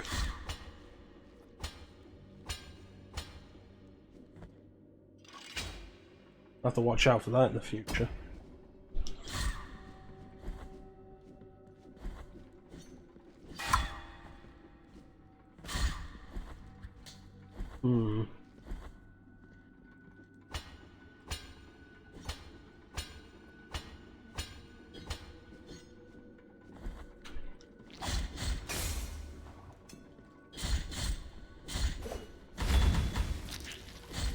So you're playing Final Fantasy VII Remake at the moment, Kira? Yeah. How are you finding it? I really like it. It's really fun so far. I thought it was a pretty strong game. I had my issues with it, but overall it was a positive experience. I'm at the part right now where you're invading the, or not invading, raiding the warehouse with Jesse and doing the destruction out front. See, FF7 Remake is definitely overly padded. Like, some of the stuff it adds is actually pretty fun. Fun, good character building. I think it doesn't have enough of that. So much of it's just like, run around and do side quests for another 3-4 hours. I mean, I definitely like side quests.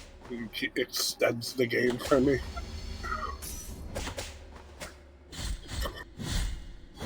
The only issue I've had so far is, like,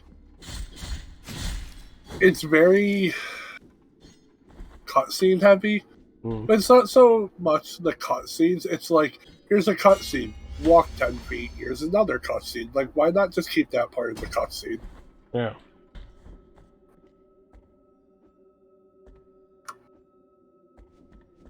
Other than that, I'm enjoying it. Although Carbuncle looks ugly as sin in this game. I don't remember what Carbuncle looked like in FF7. This Carbuncle wasn't in FF7, so it's something they added for Remake. And I don't remember what it looked like. Carbuncle got that Mega Mind forehead.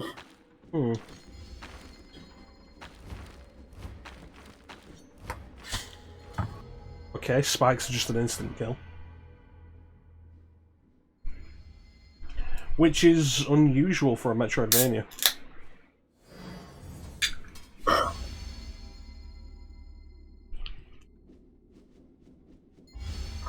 It didn't even look like you got impaled on the spikes. It was like you just died and then laid down on them.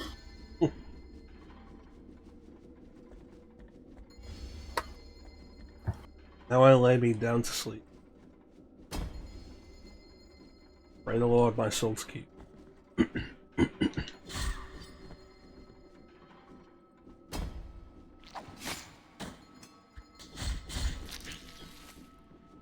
Now I lay me down to sleep.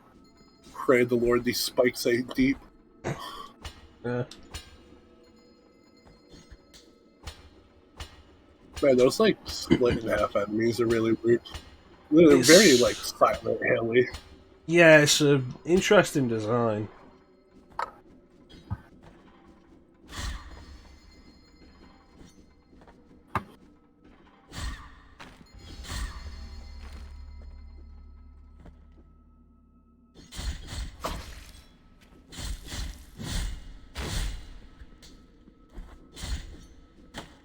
So like Medusa heads, but they know their place. Castlevania's had enemies like that before. But I definitely can't make that. That's another marathon I've been kind of on and off debating. Doing like Castlevania games in like release order.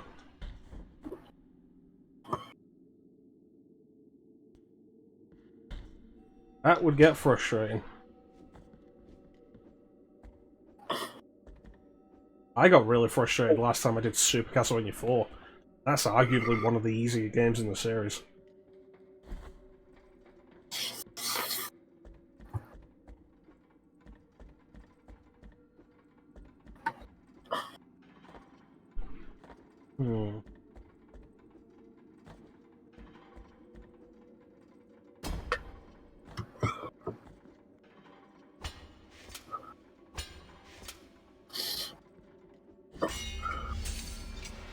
Oh, it was a puzzle.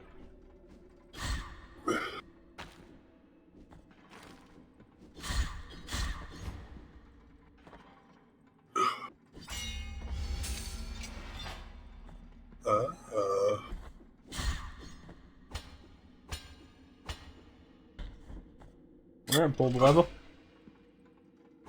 Yep.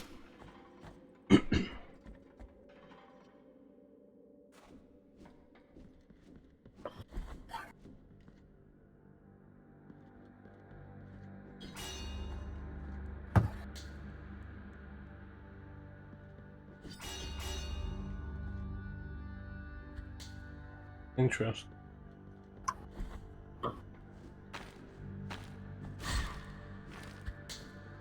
These people are infinitely bigger than you. They're also terrified of the bell. Are they? It looks like one was terrified of the other ones that are about to pray with. I think they're cowering from the bell.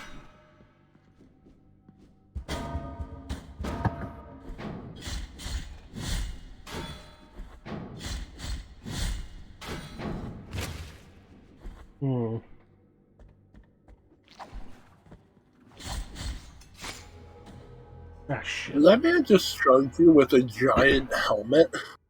Yes. I want to know where he got the helmet from. From Logsby, who's in the helmet. He was just under there.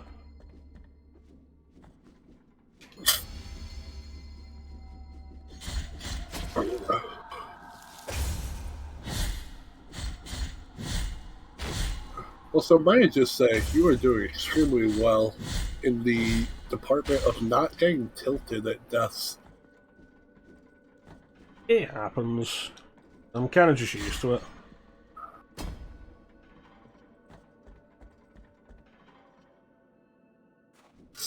Like, that was my own fault. I had healing items, I didn't notice my health flow. That's how I feel every time I play the Evil Dead game these days. I'll just die. I'm like, oh, I ain't paying attention to my health. It's one of the issues you get of games, as everything gets a higher resolution. All the interface elements become smaller and everything. Fair enough.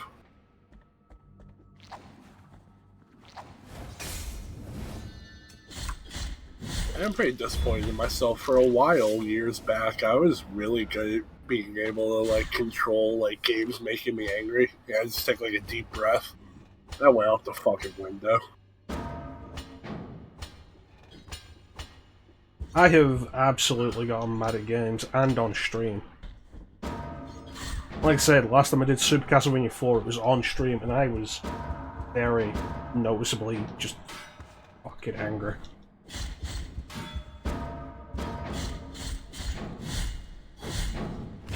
It doesn't help. I feel like my stream. No, go on. What? No, go on. Well, I was gonna say, like, if I stream, it'd be so hard to like fight the urge to be angry. I've definitely gotten angry on stream before. Like, different things will make me like differently angry. Repeatedly dying in the same place can be frustrating.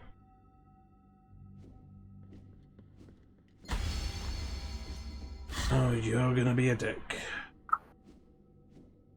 I've only ever had that instance happen to me where I've died to the same thing that previously killed me, and it just be comical. Like in one game ever, that was the Saw game. I should do that, because I do have the first Saw game. Bouquet of Rosebury. The first Saw game, I feel like, is one of those underrated games where I feel like review-wise it didn't do well, but it actually was a pretty good game. Yeah, it's very playable. The sequel isn't. Yeah, the sequel definitely looked like shit. Like, I've died to, like, shotgun tripwire traps. Like, you know, respawn, go back, and I died to the same one that just killed me because I immediately forgot about it. It was just funny at that point.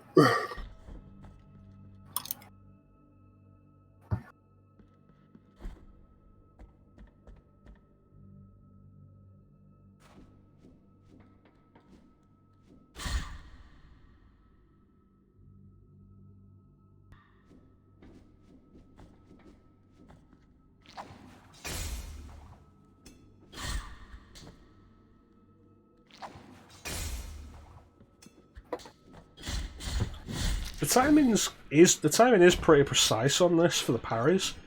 But I feel like it's the wrong button.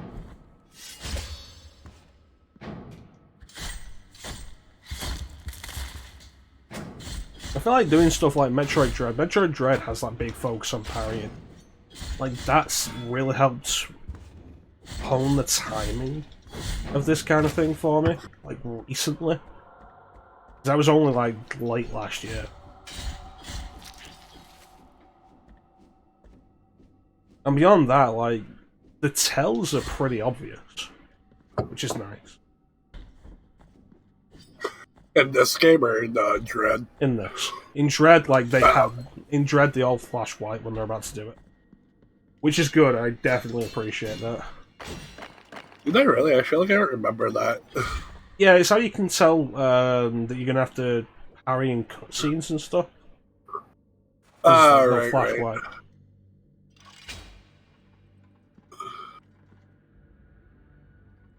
white. Metal Gear Rising has a similar thing where they'll have enemies will have the red flash. Because they're about to do an attack, you have to parry. Alternatively, just spam the parry combo. It'll always work. Yeah, like, Metal Gear Rising's a game where you don't have to be stylish, and you're not going to get any kind of punishment for not being stylish, even though it is very much in the vein of the games that would punish you for it. Like, it's still a game you want to be stylish in. Metal Gear Rising just wants me to be the biggest badass I could be. And to be fair, it is. And one thing I am very much looking forward to, after we finish Mecha-troidvania, is we have Subsistence coming up. Finally going to get around to doing MGS3.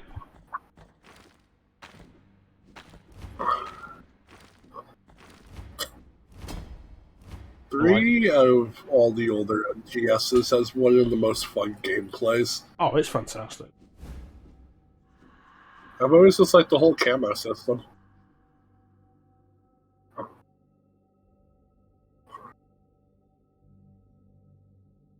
Oh.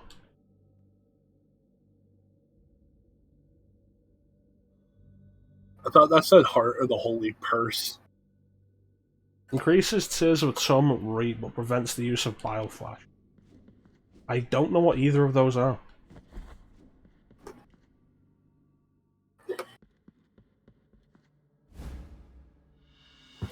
Quicksilver.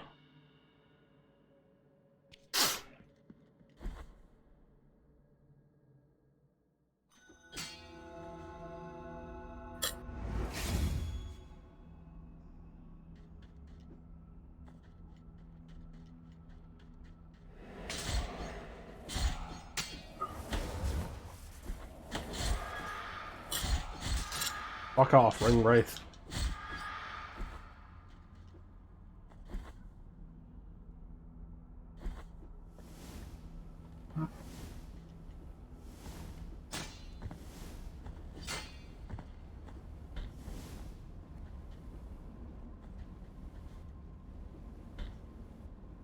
Yeah, I absolutely want to get to Rising, but I've got to do like 3 and 4 first.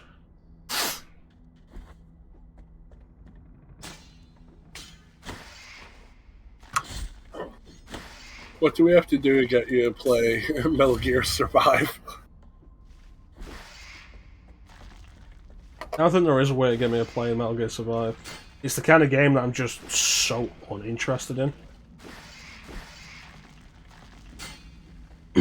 Like, survival games in general. You can fuck off.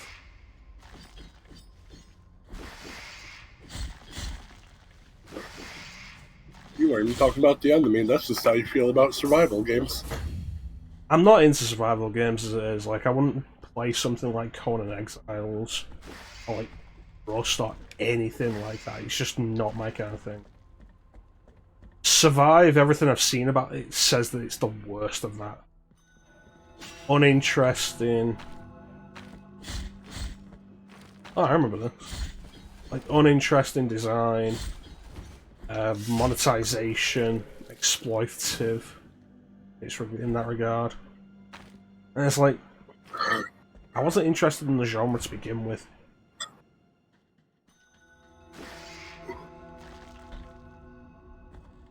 That's fair. I did have a lot of fun with Conan Exiles, though, honestly.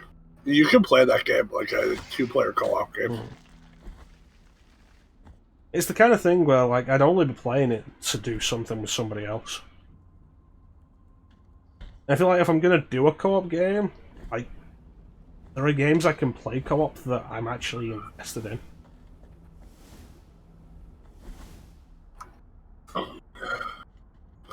Yeah, like that Evil Dead game you're totally going to get when you get that PC, right? Yeah, we'll see.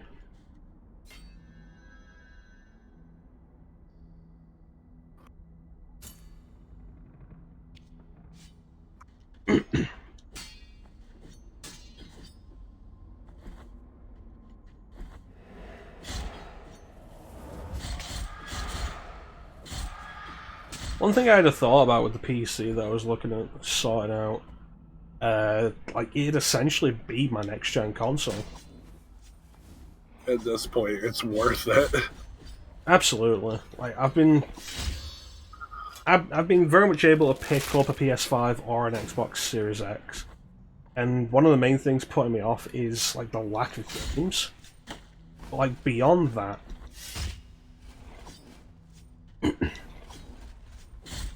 Jesus Christ, that was brutal.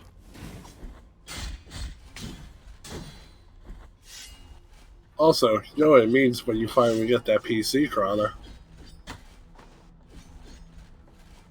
We going back to EDF. that's fair.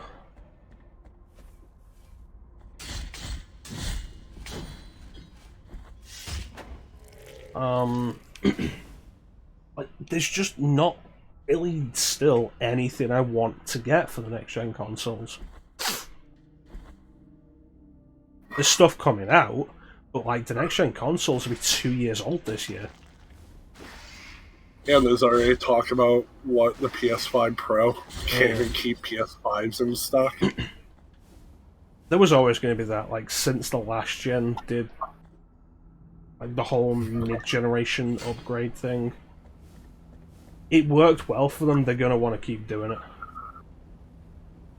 It was 5-6 years ago after watching an E3 that I finally said I'm done with consoles and built my PC. Hey, man. Absolutely, like, now is the best time to go for it because the way cryptocurrency has crashed, meaning that graphics cards are finally affordable again. Like, okay, so there's the lack of games on next gen. There's also the lack of storage space. Like, the demand for the next gen consoles to have solid state drives, which is a nice idea, but it's also expensive, and the storage medium isn't keeping up with just how big games are getting.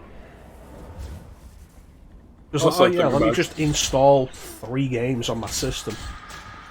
That's it. Only. Yeah.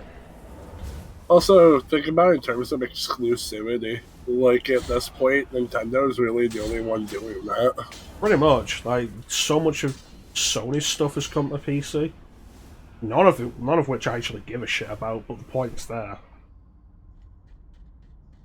Except for Demon Souls remake, but I'm gonna keep holding out for that one. I don't care. You will, because if it does, you're playing it with me. I'm just sat here like, you know, I will just play Demon Souls on PS3. Yeah, SSD and PS5's already full, yeah. And they're there with, like, yeah, digital-only versions. Like, no. No.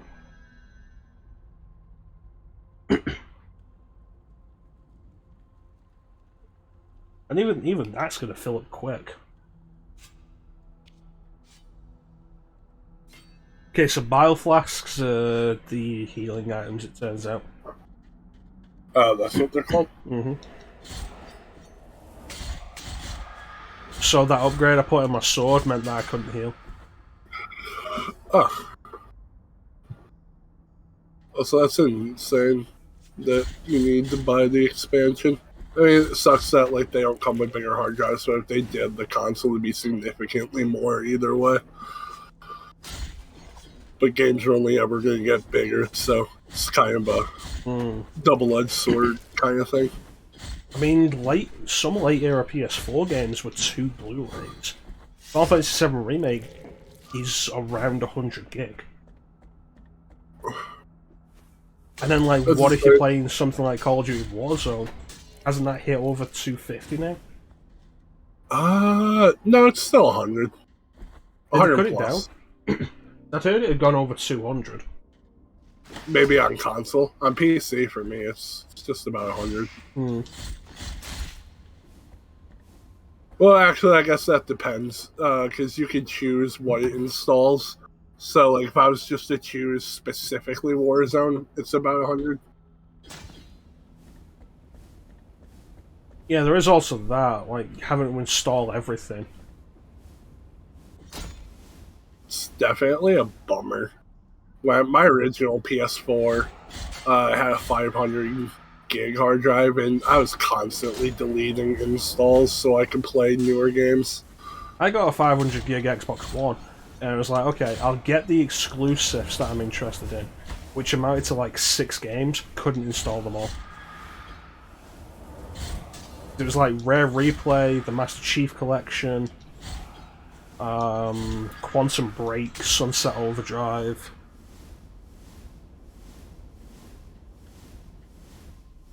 I don't even know what else. Like, couldn't install them all. It's definitely insane in the case of like Rare Replay. Like, yeah, there's tons of games, but then you figure like the size they were when they came out isn't nothing right now. But it all adds up. It's close enough.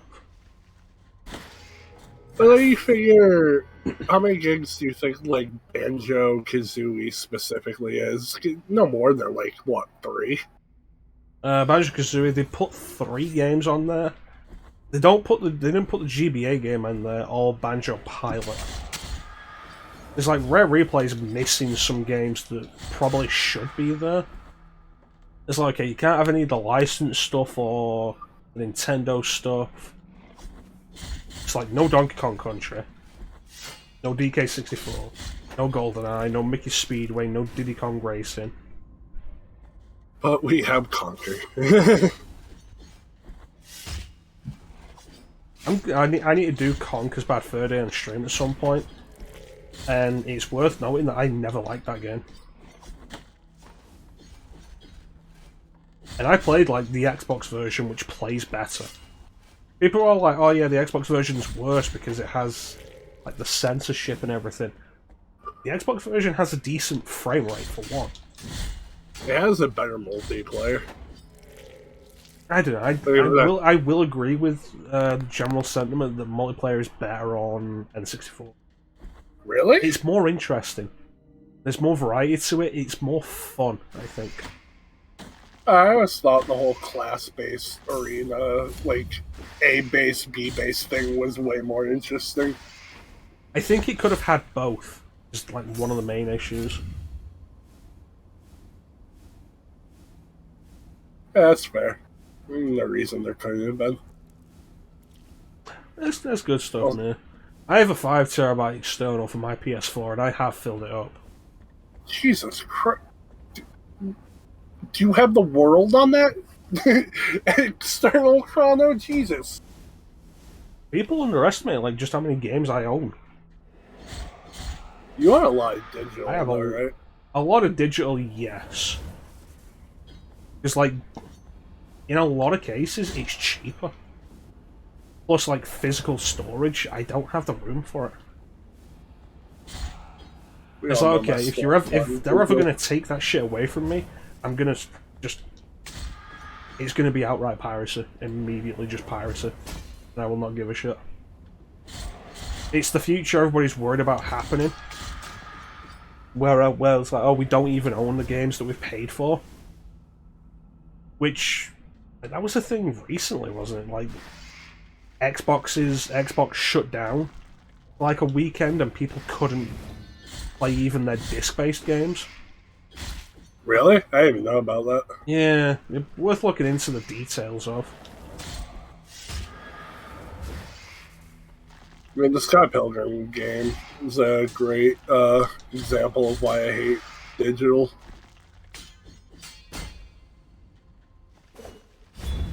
Or those re-releases of Marvel Ultimate Alliance. Didn't they like pull those down?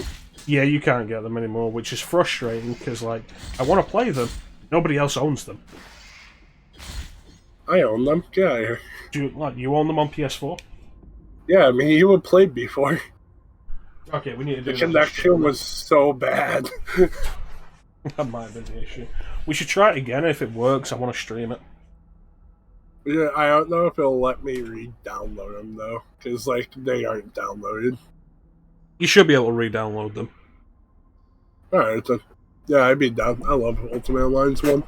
Ultimate Alliance, I think, only really works on multiplayer. Part of the reason I have like a 5TB, I have like almost everything I have installed on it, because there was a very long period where I just had absolutely garbage internet.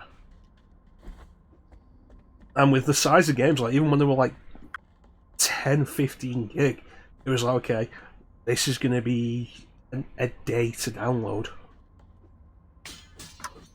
That's how I feel right now. Well, not like, I guess my internet isn't that bad, but like, if I need to install something, I gotta do it overnight.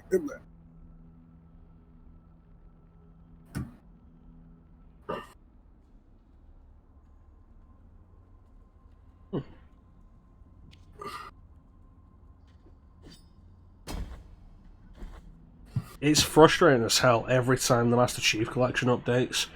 And it's like, oh great, it's like another 100 gig update. What is that? I think that has crossplay now. We should surely play. Oh yeah, absolutely be down for that. Hopefully they fix the issue with 2, yeah, because Clem and I were gonna do like the series up until Reach on stream. We did 1, and we had a lot of fun with 1, and we started to, and it just kept disconnecting. Like we did the level where you take on the Scarab. We did that like 7 times, and it was fun. We had fun doing it,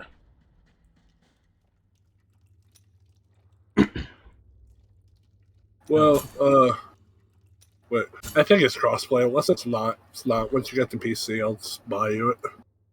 I'll buy it myself. Let me spoil you, you bastard.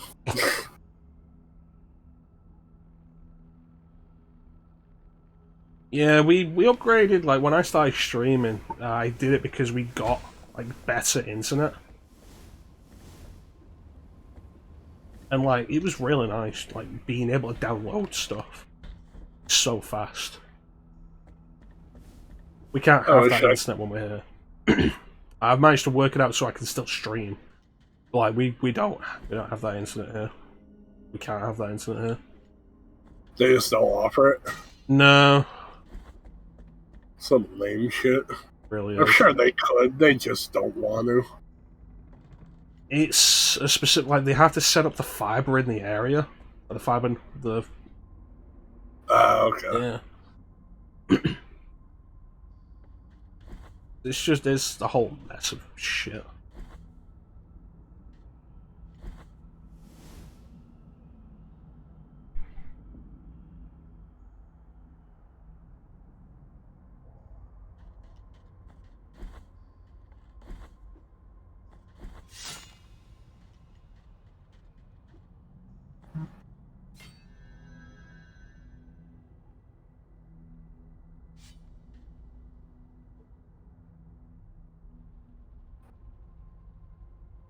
Hmm. Did I activate the bridge? Let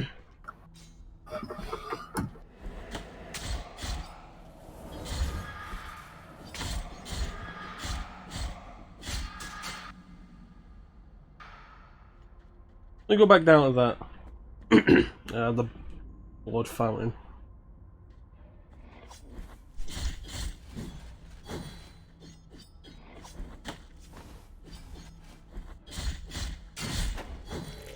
Thanks for the lurk, man.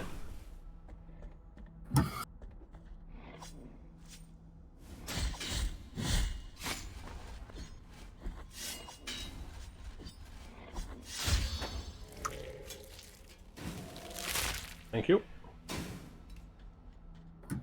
Yeah, like, just... next gen. There is the concern of, like, poor PC ports of next gen. It's like, I'd be down to at least look at something like Suicide Squad Kill the Justice League. Because I like the Rocksteady stuff.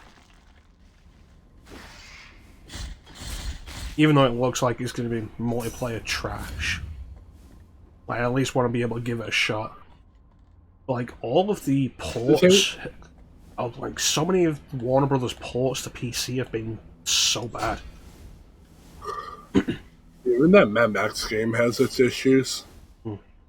Arkham Knight was infamous for it. Arkham Origins has got stories. Arkham Knight's PC port is just such a beautiful mess with how bad it went. Yeah. And then they never actually fixed it. Yeah, it was so bad they pulled it. Then they put it back up, and, like, nothing happened. And, like, I think Mortal Kombat 10 was infamous for issues. Yeah, sounds about right.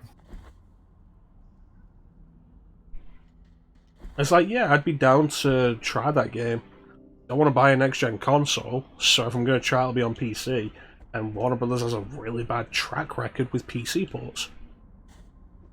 And the one upside is, as much as community fixes game could be a meme, it is true. Sure, there'll be patches no matter what where fucking the community fixes what they should. The issue with that comes into the multiplayer, though. Ah, true. Because it is a 4-player game.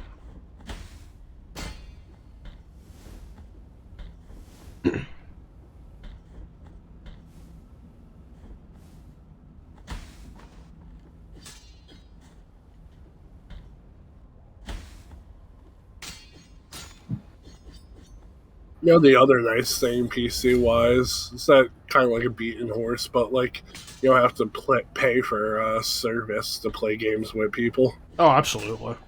Like, once my PS Plus runs out again, I'm not going to renew it. Once my Game Pass Ultimate runs out, I'm not renewing it. This sucks. Like, oh, I want to play a game. Like, you don't play online games that much. You're like, oh, I'm going to play, you know, for a few days with a friend. Like, alright, pay out a month. Yeah. Sony's announced that they're getting rid of the prepaid digital cards for PS Plus. Wait. Are they really?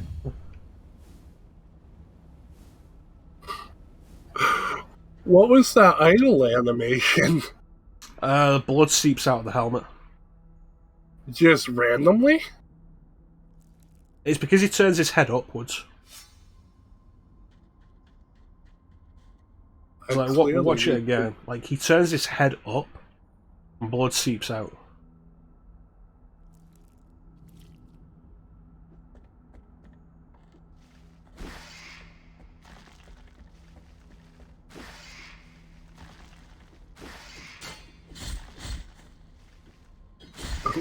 Why does that cause blood to pour out?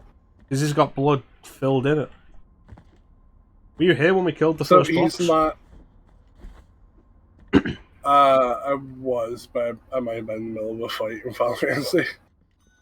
We killed the first boss, and from a cut that was open in it, poured its blood into the helmet. Oh. Okay, then. And then put the helmet on.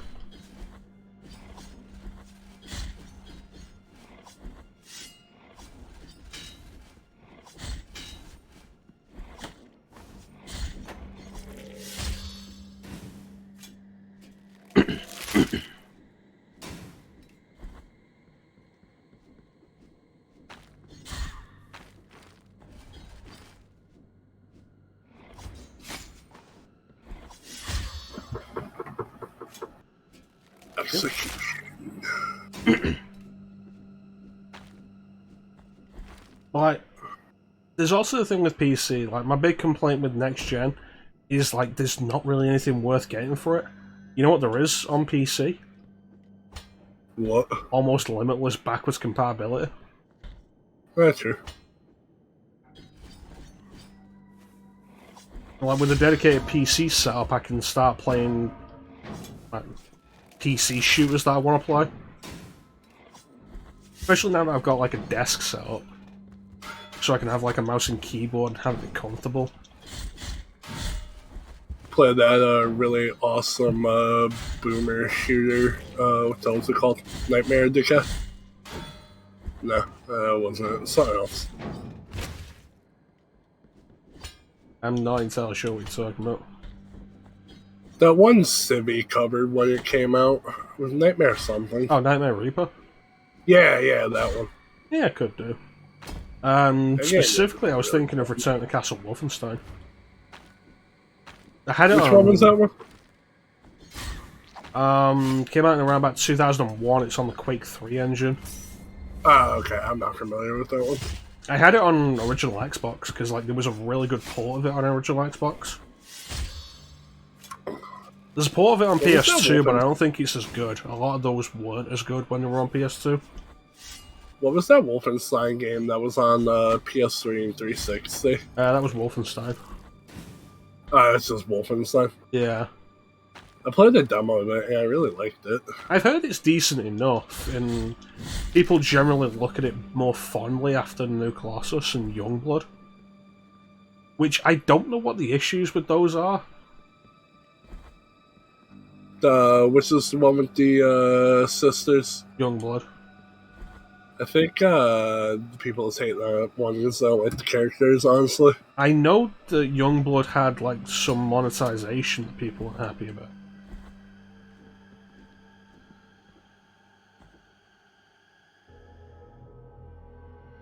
Okay, that just counts as a death.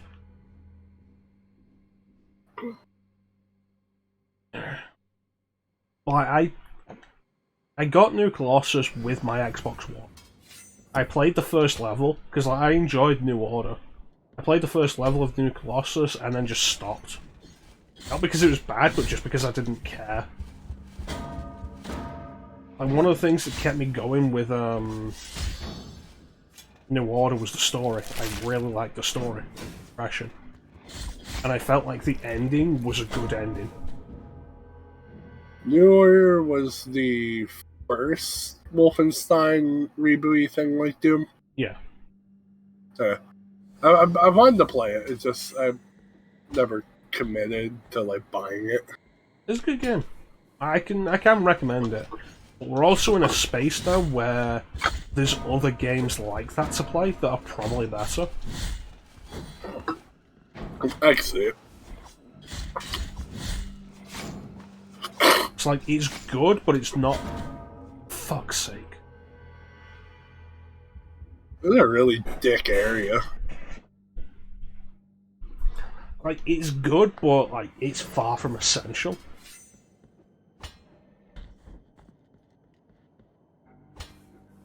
Again, like, story might be one of the big points of it. The iframes on the dodge are really weird and finicky. Also, I wish the game was a little clearer about where touch damage counts.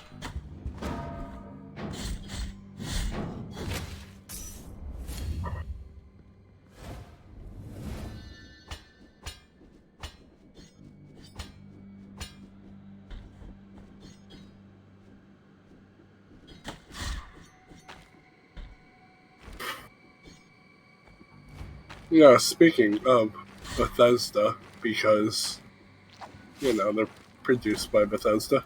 Mm-hmm. That Starfield game, though. Not seeing anything about it. Don't feel like I'm gonna care. They, like, released that, like, gameplay trailer thing for it, and it immediately got compared to, like, things that are done in No Man's Sky. Then the better comparison would probably be Outer Worlds. Oh, maybe I could. There was also the thing where, like, I guess there's some, like, bug already in that gameplay thing where someone's head was, like, turned all the way around. That someone caught. It's, you know, typical Bethesda things.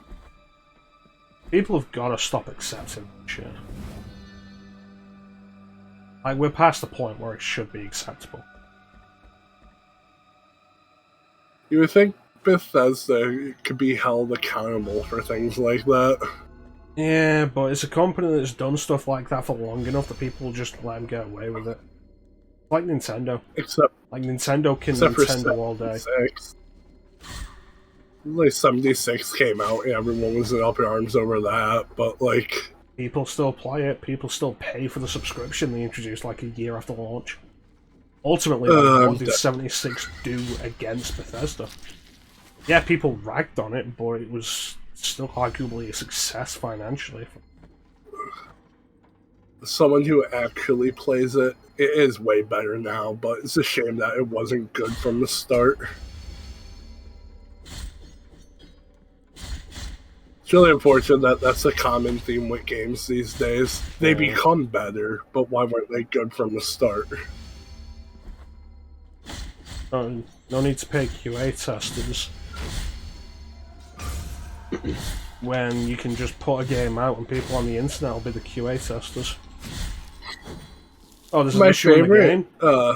People have been complaining about it. Cool. Didn't have to pay anybody to do it. My favorite example of that is GTA Online's been around since, what, 2013? Right about, yeah. I think it came out, was it 6 months after GTA 5? No, it's definitely shorter. I remember it was like in October and the game came out just before that. But yeah, like, that game's always had notoriously, like, long loading screens. And then one day, like, a bunch of people fixed it, and Rockstar was like, oh, cool, we'll implement that in an update. And they fixed it, like, roughly last year.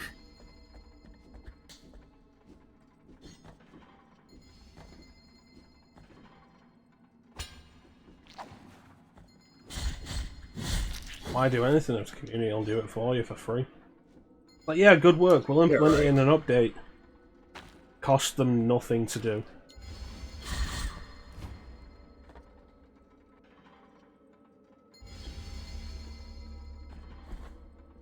I don't The like shame how one of those things where Rockstar was something like a developer you could get excited for one point.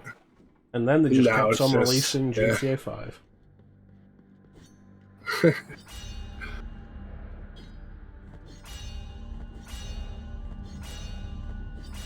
The microtransaction was really obnoxious in GTA 5, and then they just made it infinitely worse in Red Dead.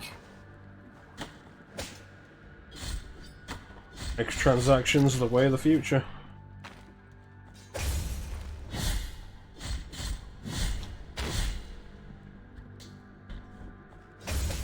Like, seriously, one of the main things I'm definitely interested in doing with PC is playing old games. Partly because of that, like, there's a whole man. section of old games that I've just never played.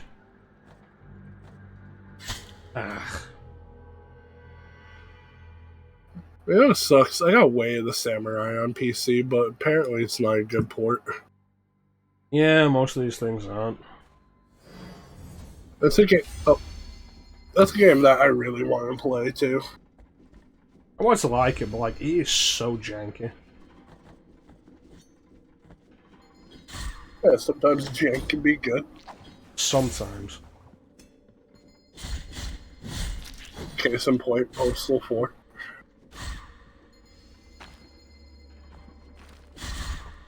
Like, Way of the Samurai 4 has good ideas. The Way of the Samurai series has always really had good ideas. Like, by the point of Way of the Samurai 4, the game should be playing better than it does. That's fair.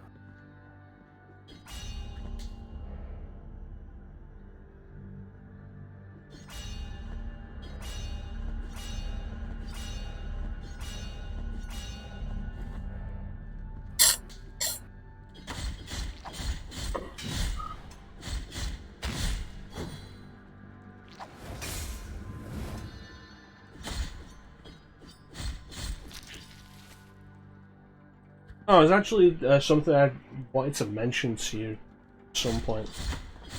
So, you've got a GOG account, don't you? Yeah. Have the emails been looking more and more like spam over the last few months for you? I never check my email. It's probably really bad, but Yeah, it didn't go down here.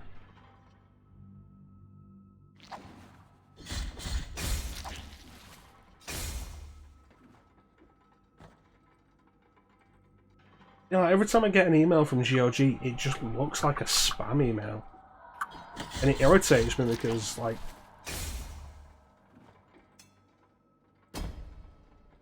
almost essentially just spam.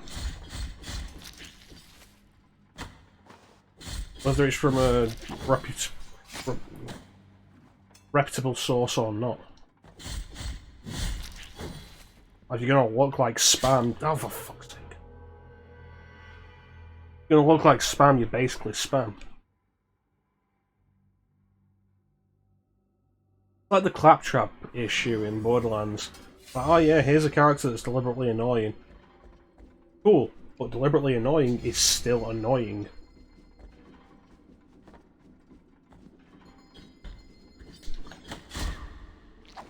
yeah, let's I absolutely despise claptrap.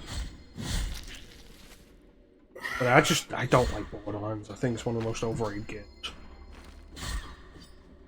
It is, but I don't know, it has its charm.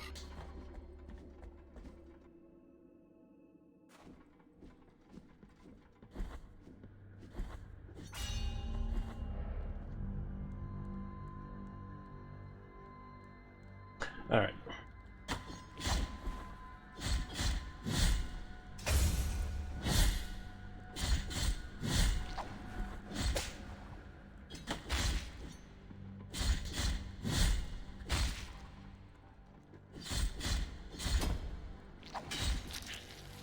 Hey, Carl, what happens if you hit that bell by the cowering people again? The silhouette of the giant bell in the background moves. That's all I've been able Yeah. to tell. Okay. I just noticed that one of the last times you hit it, and I was like, oh, I wonder what that does. Yeah, I tried hitting it a few times and it doesn't like it's doing anything yet.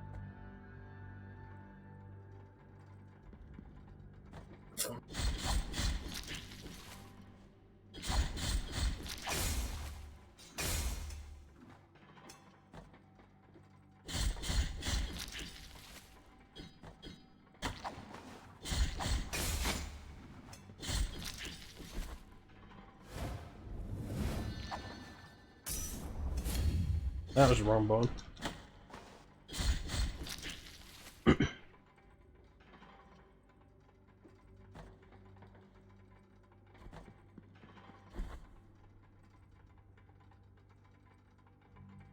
Yeah, I don't know. I'm absolutely down to do Vampire the Masquerade Bloodlines on stream. It's just a good, wonky game. It's absolutely got issues, and I will unashamedly cheat to buff my stats up just to make combat less of a chore. Like, the role-playing of it is just so good. It creates such an atmosphere. Yeah, I really love the setting of all the cities. Mm-hmm.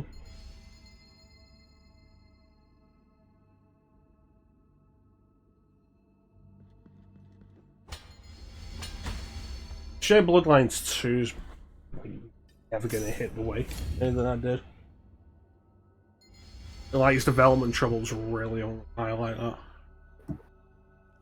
I haven't been paying attention to that, unfortunately.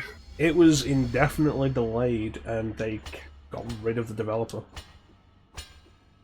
I know there's some Masquerade thing on the Epic Game Store right now called Swan Song or something. Yeah, that is a different game. I've heard it's not great, which doesn't surprise me, but it is disappointing.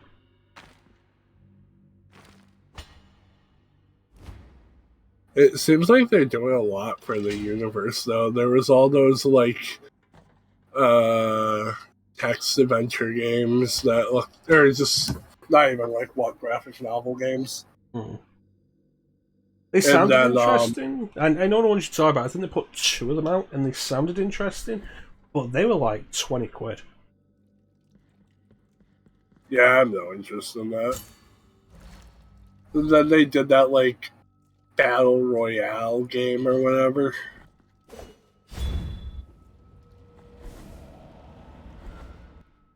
I do have, because like it's based on the World of Darkness role-playing metaverse.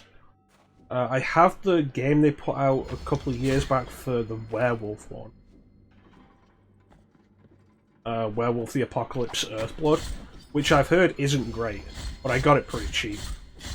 And I'm interested in like go through stream of it.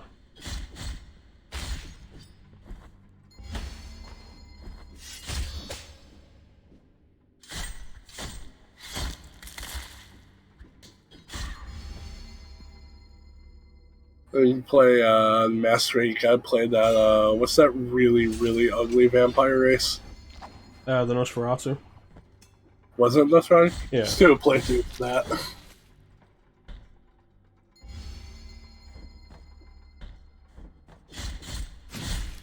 I don't know, if I was going to do it more than once, maybe. Oh, you see KOTOR 2 is on Switch? Yeah. Saw a thing today that it is literally impossible to complete because of a bug. Really? It hard crashes an unskippable cutscene. Oh, that's like great. a cutscene that cannot be avoided. So, this on top of Aspire, the company that ported it, saying that, yeah, we're going to put out DLC for it, it's going to be free, it's going to be the restored content, but it's going to be later this year, no release date for it yet, it's just tentative, and it's going to be incompatible with your old saves.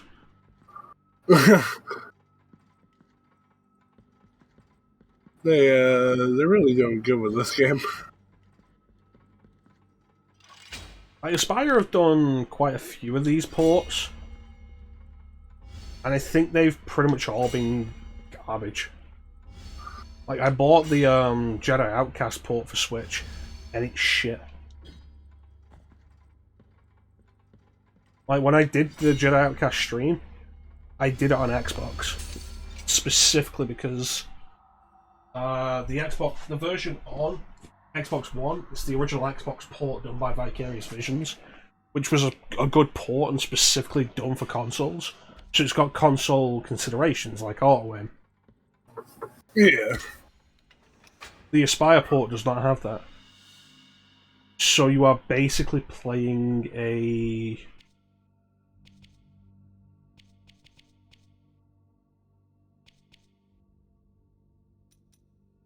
You're playing a PC game, a PC shooter, with a controller. Like, that's it. It makes aiming almost impossible. This sounds like one of those, like, third-party controller programs for, like, games that don't support controller. Yeah, like Steam Big Picture. Yeah. That's not too bad for some games. If you don't require, like, specific accuracy in the camera movement. Because, like, I did Blood Omen 2 on PC. I have, like, all the Legacy King games on PC. There's, like, I set Blood Omen 2 up with it, and it works really well. And Blood Omen 2 on PC looks fantastic. Like, just the upscaled resolution, full widescreen, it looks phenomenal. And I've always loved the way that game looked anyway. Like, just make it cleaner.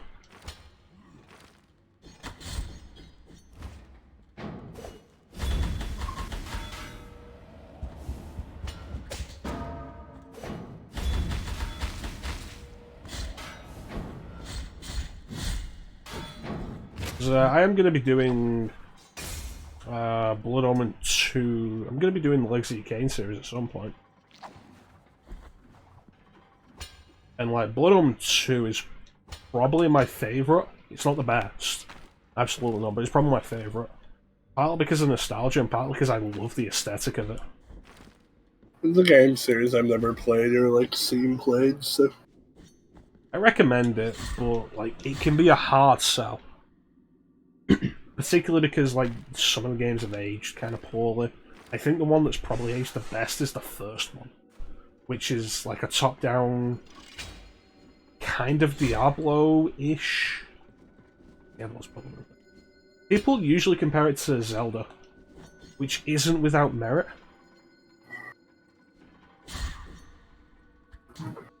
But, like... that's probably the one that's aged the best. Soul Reaver was a technical marvel at the time, but now that does not matter.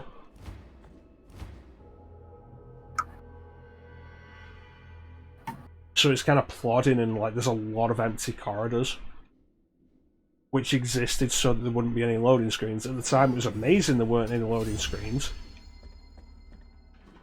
Like, the give of that was there were just long, empty corridors.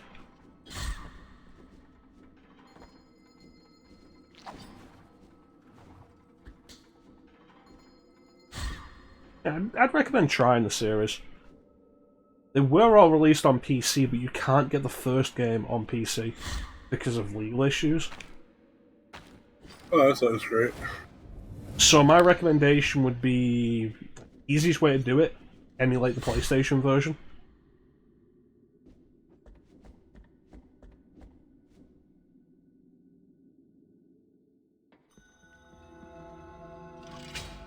Alright, I made it. We're on the other side of the bridge. Awesome.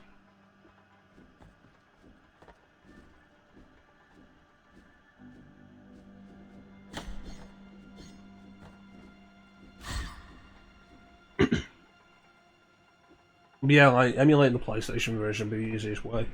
I assume the PC version would load faster, but, like,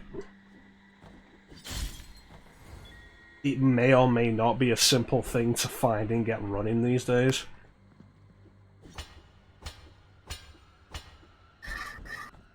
Yeah, I believe that. the issue with a lot these days.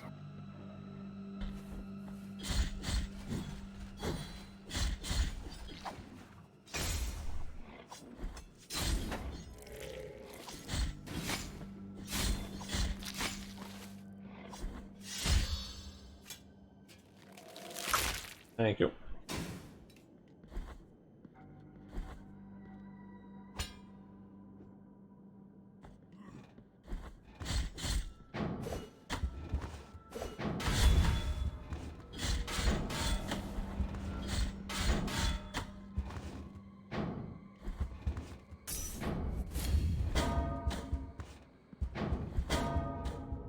Seriously, like, fucking.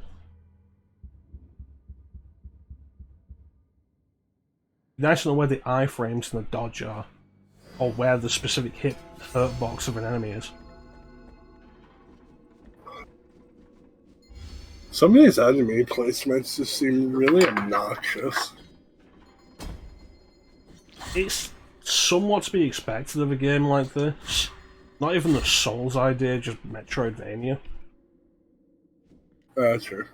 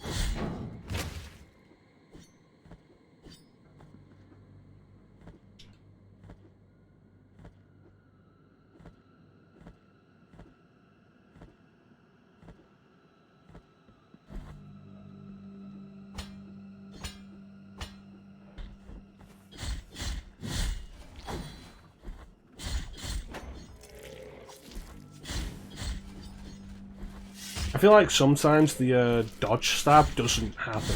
It should. Which is frustrating. This is one of those situations where, like, the button presses, like, exact timing are weird like that. I don't think so. Because, like, the timing there between those four was two different sets of timing.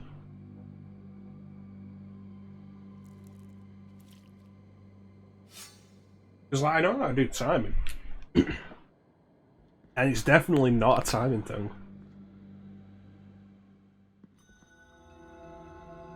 Well, this is the first area again.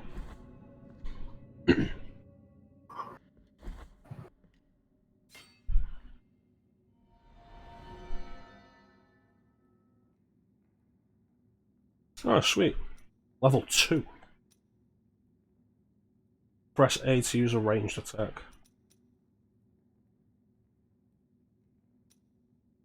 It just says hold Y while dodging.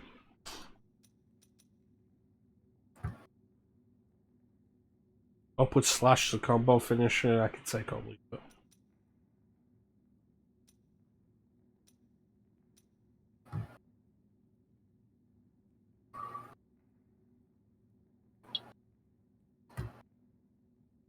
Consumes health to have a throwing weapon.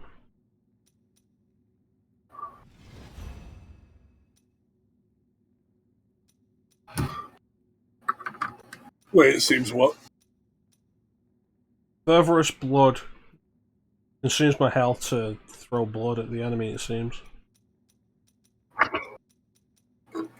Seems like it might be useful. Maybe you can use that to get those hard to reach babies. Yeah, possibly.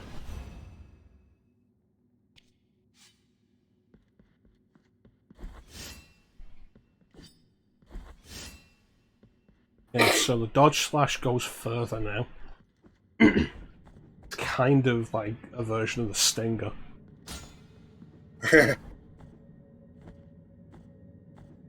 Such a good move. Really is.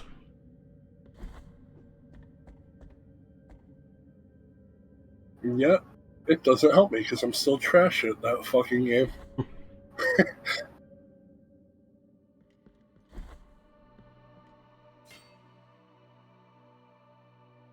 Everything's practice. You and your practice, Chrono, if you tell me one more gosh dang darn time.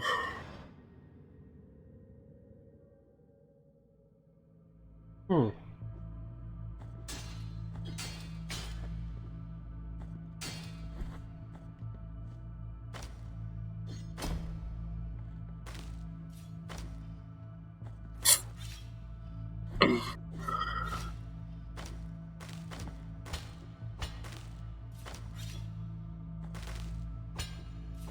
Whew.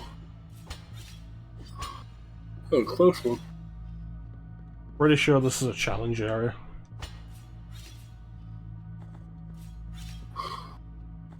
How dare you at platforming? I like to think I'm competent. I say that was a case of hitbox porn right there.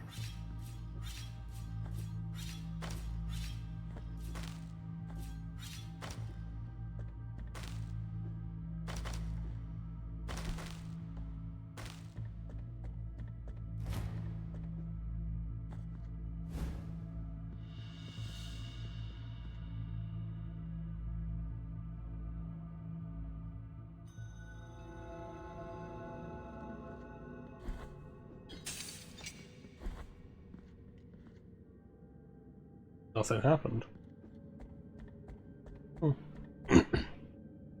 Weird.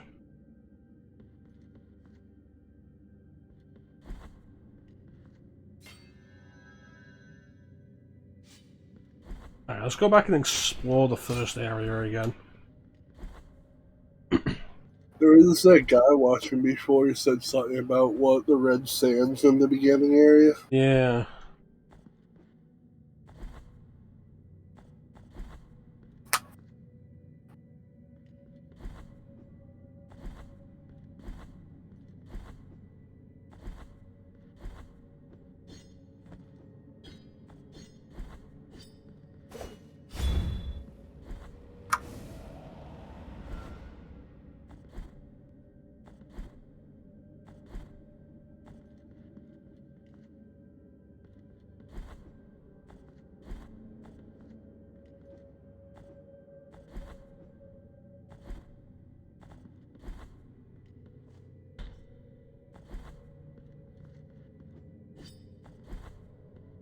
Not seeing anything that I can do.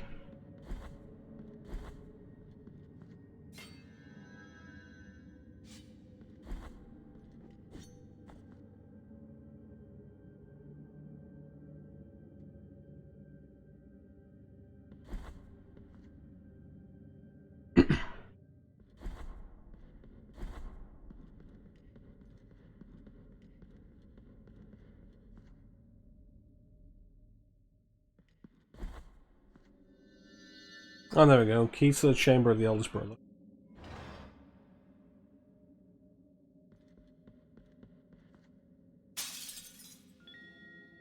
Blood perpetuated in sand.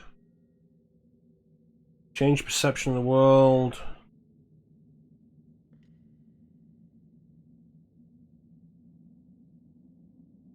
New ledges are revealed, formerly invisible to the beholder's eyes.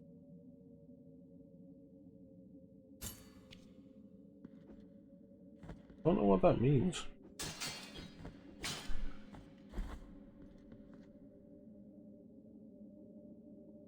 But we can check. I have a hunch. Check something.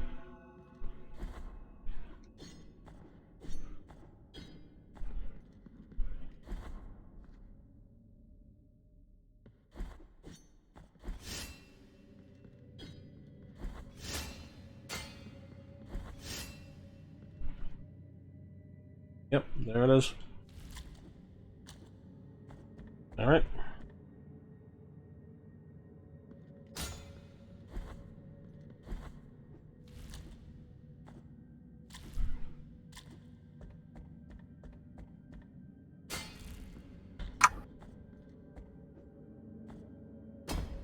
Ooh, blood platform. Timed blood platform. Yay.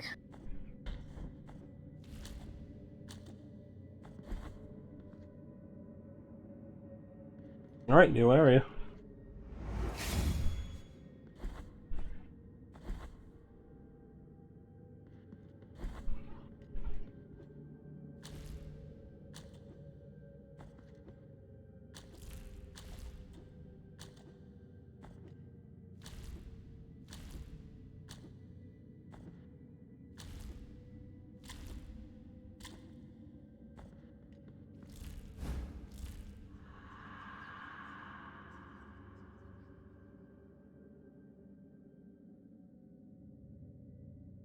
Barrier of divine lightning that damage enemies trying to cross it. That could be useful. And that's all that's here. Yeah.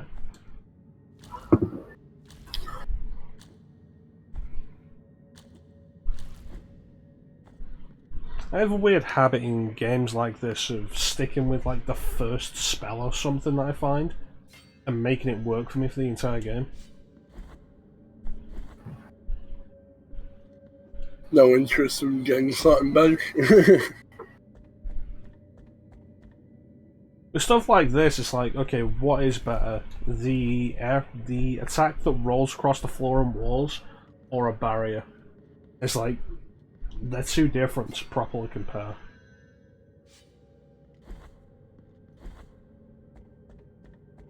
That's fair.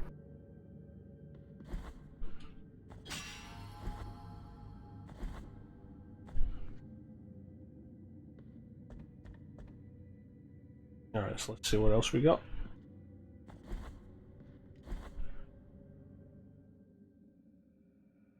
Do not fear my body, through which so much lightness and darkness pass, nor my visage, which appears disfigured from behind these golden bars.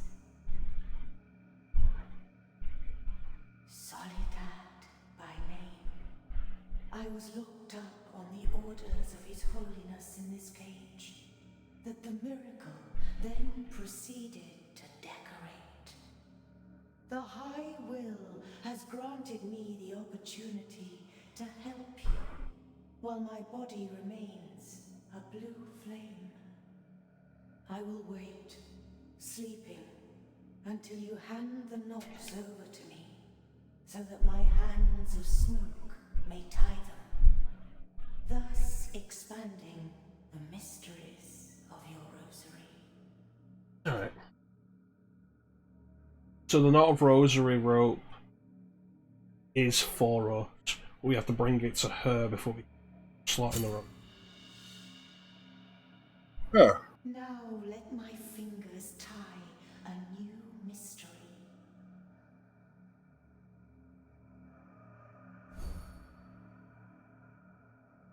Return once you possess new rosary knots to thread. May your heart be free of sin.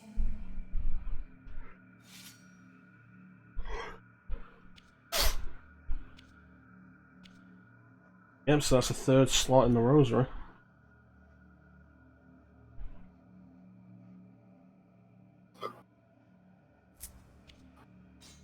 Allows me to block attacks from behind.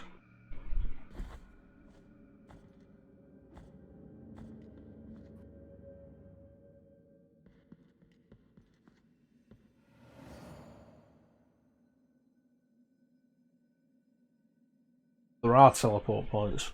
Awesome.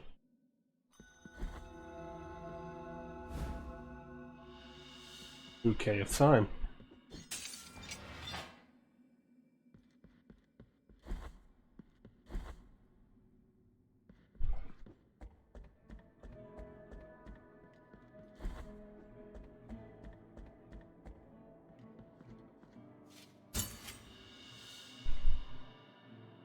Merciful be, penitent one.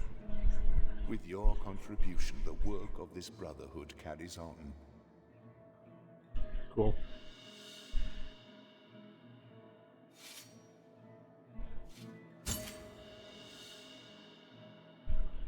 Merciful be. Okay, so Tears of Atonement are the souls, basically.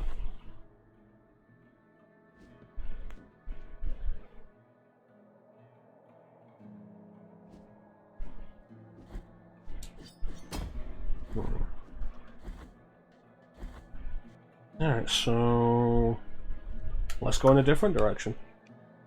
I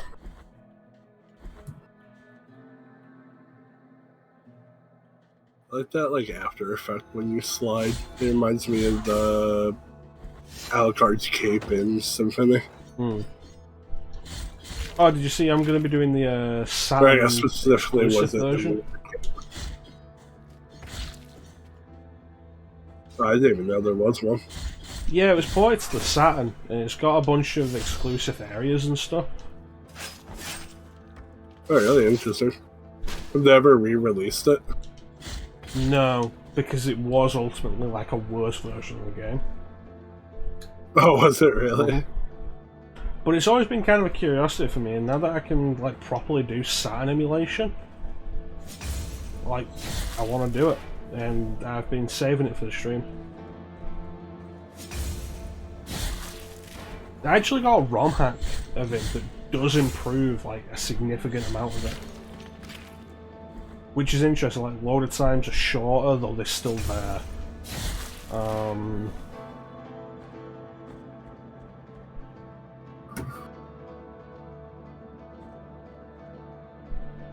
Actual transparency, which they didn't have in the original game. Which was difficult to pull off on the Saturn, but very possible. And like a lot of games that use transparency on the PlayStation didn't on the Saturn, if they were on both. You just use kind of a dithering effect. Like every other pixel would be just not there. How much weaker was the Saturn compared to, say, the PS1? It's hard to say. The Saturn was definitely better at 2D stuff. Like, inarguably. 2D games on the Saturn were generally better. Mega Man 8 is probably better on the Saturn. Stuff like Silhouette Mirage, Capcom fighting games are better on the Saturn. Alright. But like the PlayStation just did 3D better. Which is kind of funny in hindsight, because the PlayStation didn't do 3D very well.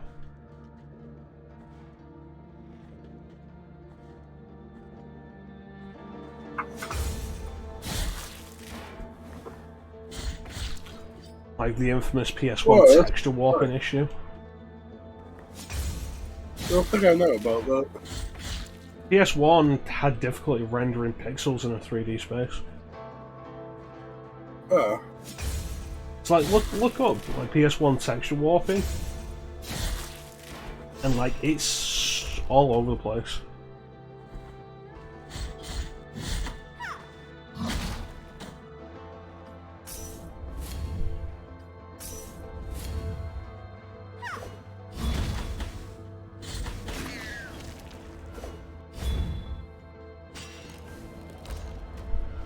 It's kind of fascinating just how much they did with that system.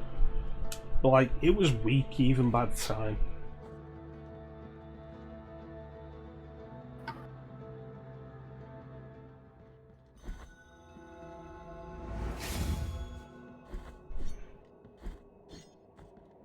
But, you know, it's always been the case of development like that. Developers getting creative with what they had. And they put out some fantastic stuff. Here lies the door. Yeah, Under they did. its bronze, the ordeals of those chosen by the miracle are perpetuated. That man has a pointy hat like you. Art of these images to be Well, mine's a helmet. and revered. Ornamentation must Who's to say a helmet can't be a hat? They both go on your head. Yeah, but one will protect you if someone hits you in it. his sculpted holiness. If a hat is armored, rigid it would protect you. on Then high. it'd be a helmet. But it is the relief Not if it's a of the baseball bronze cap that that's armored. dictates who is Baseball cap couldn't fit enough armor in it to protect you. adorned arch. Not while What if still you being a made it baseball solely- cap. Find the holy What if you made it solely out of metal? and the bronze will Then it would be heavy, and it would any kind of blow to the helmet, to the hat would ring through and probably just cause more damage. Okay, so this is the end goal, I guess.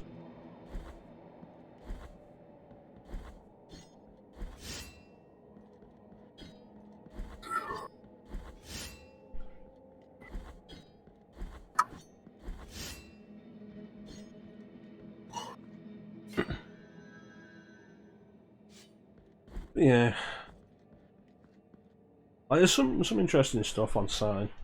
And there are some games I do want to do on Saturn, like for streaming purposes. Saturn Symphony of the Night. I'd love to do Saturn Resident Evil. I wish I owned a copy of that. It's a fascinating piece. With a couple of interesting little changes to it. Like, people know about the battle game with, like, Zombie Wesker, which I consider to be, like, the earliest incarnation of what would eventually become Mercenaries. Because I think it's that, and then Extreme Battle Game in the DualShock version of 2, and then Mad Jackal in 3. Which was the first one to be called Mercenaries. Oh, right. And, like, Mad Jackal is very much in that same style. And then 4 was just Mercenaries. And then 5 was Mercenaries, and then 6 was Mercenaries, and then 8 was Mercenaries. Art of the Virtuous Pen. Boosts the blocking stance, increasing its duration, but exposes the penitent one longer to enemy attack. No.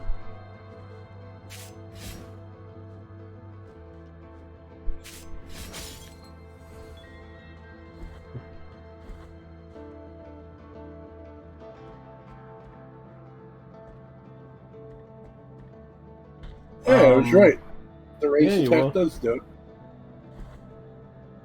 It also costs health though, so I'm probably not going to use that in actual combat. Oh, well, yeah.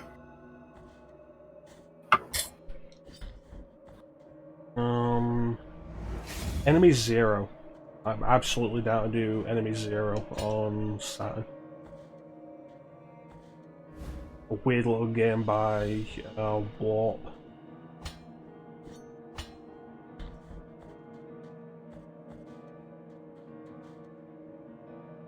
Well, that's cute. Contrite and humiliated be the heart, penitent one in silence. You stand before what remains of Gemino. There's a person in that corpse.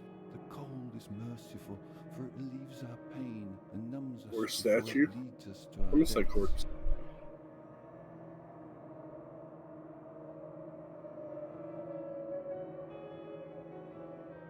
Perhaps the miracle I think it is a Lotus statue. spoke of has come to Statue built around whoever's been hung up there or something. It's a weird idea. stress more and more. Iron Tomb, yeah. To a promised land you direct your march, to the place where the frozen and the burning embrace in communion. Let me ask of you the favor of bringing me a few drops of the oils that once came out of these icy olive trees, the ones that ended up scorching the faces of every pious person who ever reached the summit. As my last wish, before it is too late for me, let me feel that pain. Take this. Don't you yawn? Now, let my numbed arm become another branch of this withered olive tree. Hurry up. I can still hear the call. Oh, thanks. Yeah, overall, I debated picking up a Saturn a while back, and like, there isn't enough that I'd be interested in to justify it.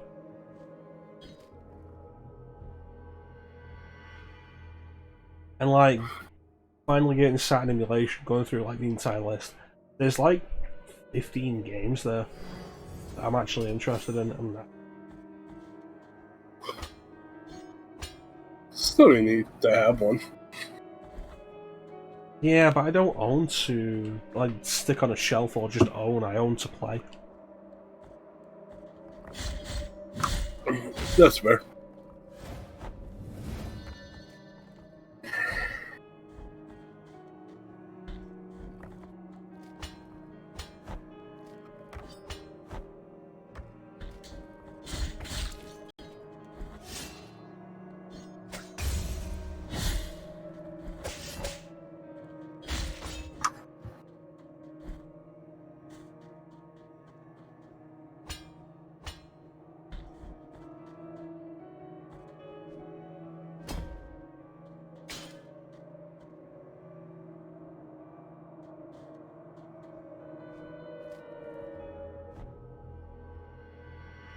God damn it.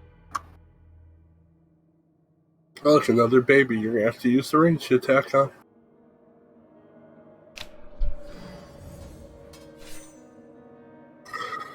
What else was there?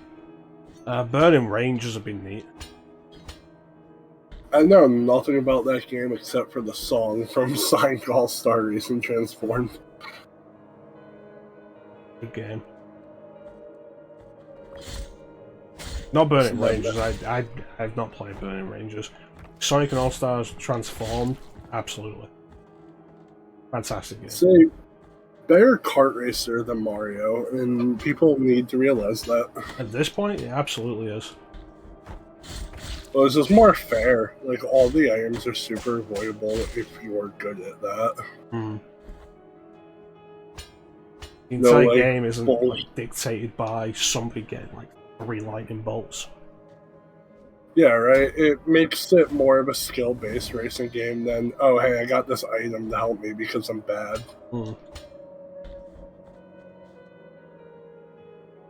Though it does have one major flaw, and that's the boating parts suck.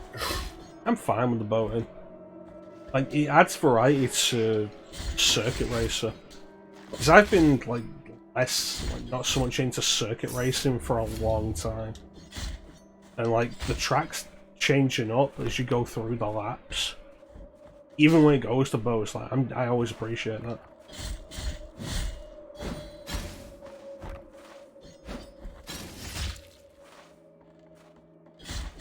Plus, you know, any kind of Skies of Arcadia love is a good thing for me. Yeah, that's fair. I really like I wish they had more of it.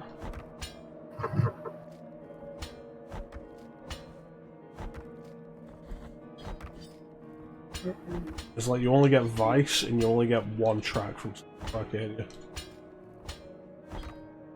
And it's like, hey, how about like 2 characters and 2 tracks per game? Yeah, I get behind that. And it's like, oh, where could we possibly get the space for that from? How about we just do less Sonic?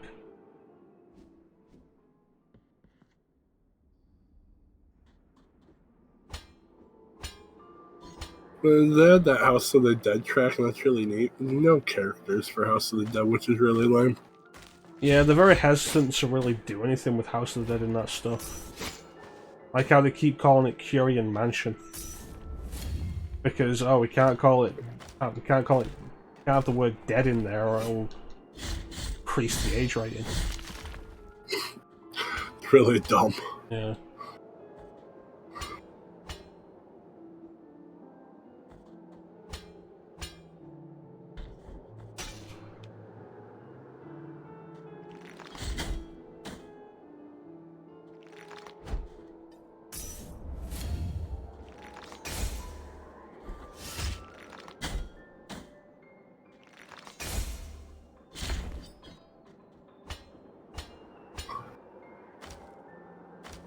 There's like, all the Sonic characters are completely unnecessary. And like, there's so much other stuff they could have done. Like, they took out Ryo from Shenmue. And then added him as a DLC character. Is he DLC? I thought he just wasn't in the game entirely. Yep, he's DLC. I thought the only DLC was Metal Sonic and the Outrun track. That is me. I have them on it. Maybe it's a PC only thing, because I know the PC got some extra stuff. Oh, maybe then.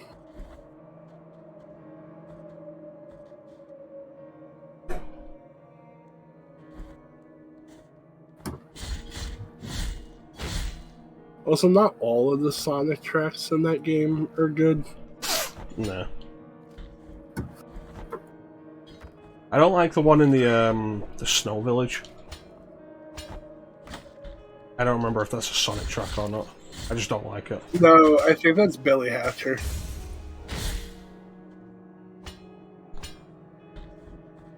Billy Hatcher in the game? I'm drawing a blank. I can't remember now.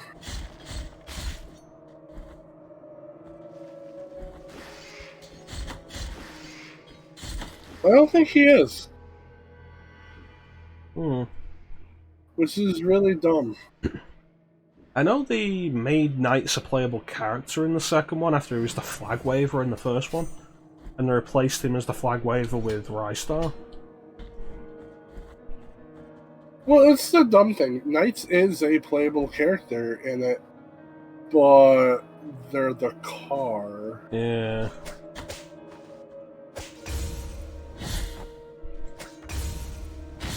Which I thought was really stupid.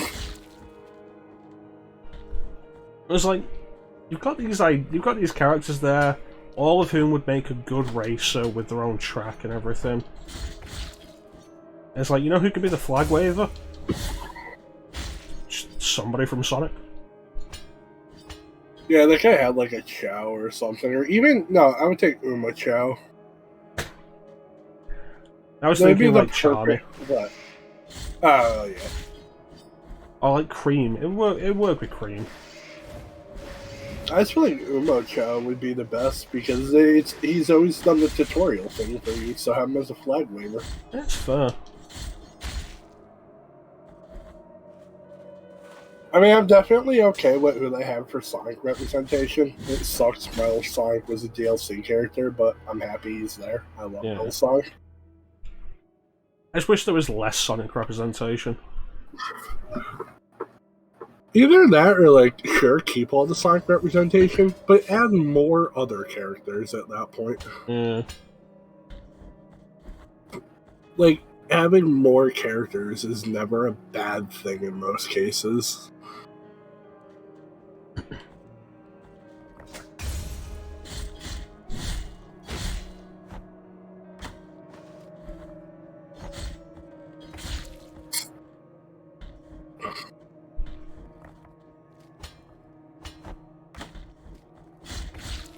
Thinking back to it, I think the only Sonic level I actually like in that one is the Seaside Hills one.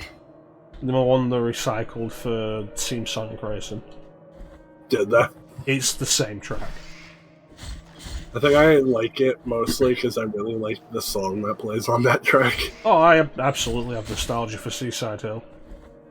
Like, Heroes was my first 3D Sonic game. Alright, fair. I feel like there's not enough love for Heroes. I like Heroes. I understand all the problems, and like when we get to it, I'm gonna point them out because they're unavoidable. Like, I do like Heroes. There's an interesting take on a Sonic game that did good though. It began the problem that like just expanded with Shadow though. Of like, okay, do the game 4 times. Okay, people didn't object to that too much, so we'll make them do the game 10 times now.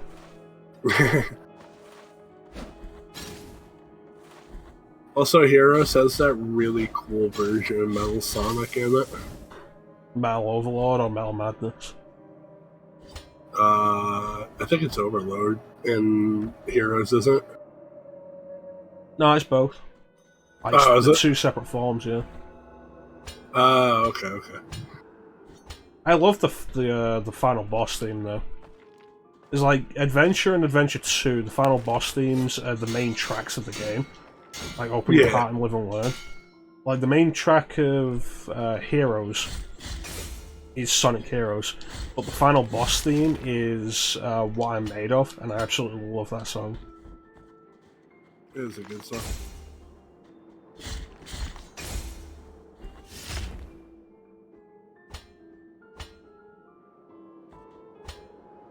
I want you inside of me. I'll take my energy. Let me show you just what I'm made of. Yeah, you know what Sonic game you have to play on stream, Chrono?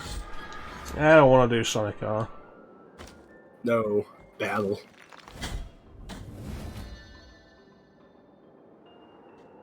That game is a mess. Yeah, let's not and say we did.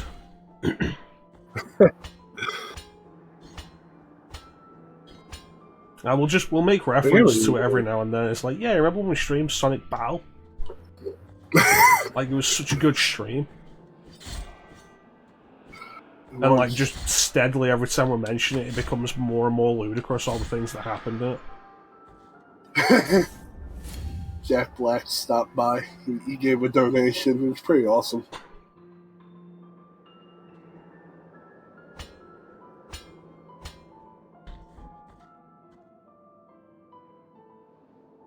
It turns out Sonic Battle is his favorite game.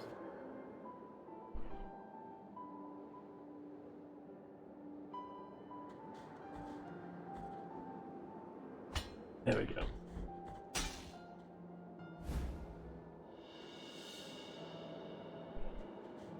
Is the wind pushing you? Yep. That is so frustrating. Yep.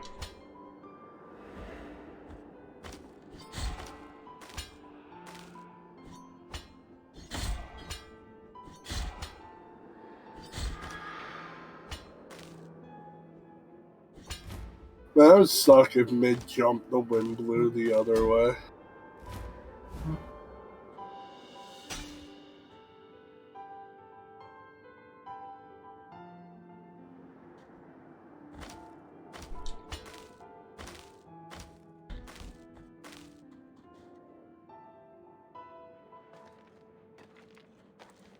I don't want to go that way.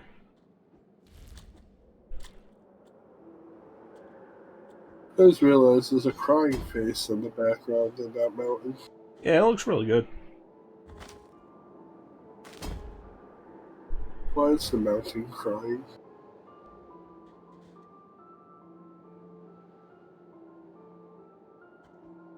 Everybody cries sometimes.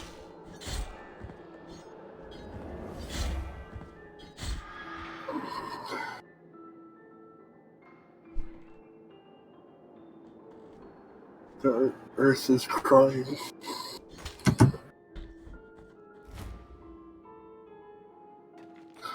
It's that part in the beginning of the Final Fantasy VII Remake where Barrett's like, we're doing this because the planet's crying. I can hear her crying. Cloud's like, you can hear her crying? It's like, yeah. He's like, get help. I do like that they kept Cloud's personality. Because, like, Barrett? Square got very into the personality they gave for Cloud in Advent Children. Like, that became his prominent personality. Like, everything he appeared in after that. Like, that's not the kind of character he was in the original game.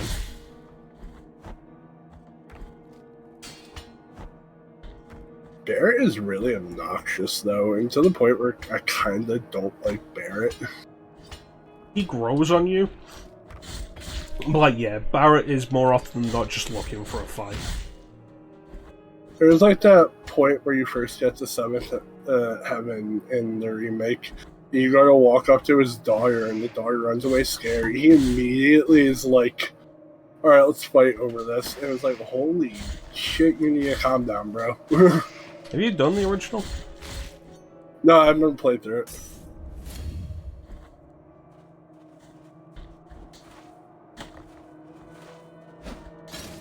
In the original, you can kind of endear yourself to Barrett a little bit, because the flower you buy from Aerith, if you buy a flower from Aerith, you can give it to Marlene or Tifa.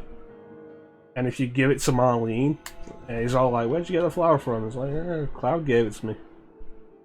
He looks at you and turns back to her and is like, "Did you thank him for it?" It's one of the pieces that is integral to getting a date with him at the Gold Saucer. Yeah.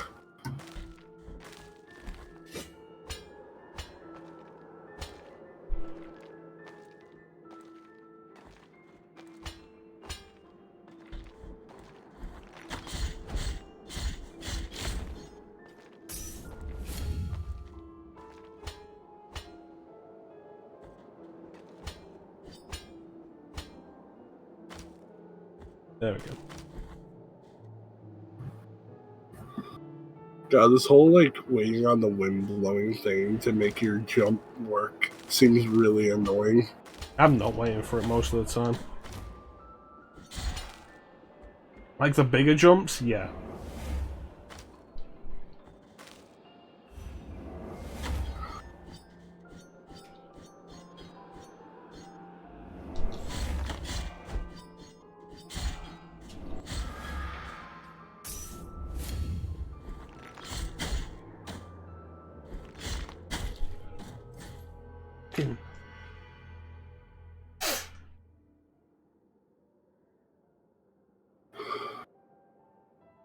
It's so annoying in these games where they have like an enemy who like constantly does that. The like flying bell thing. The ones that chase you.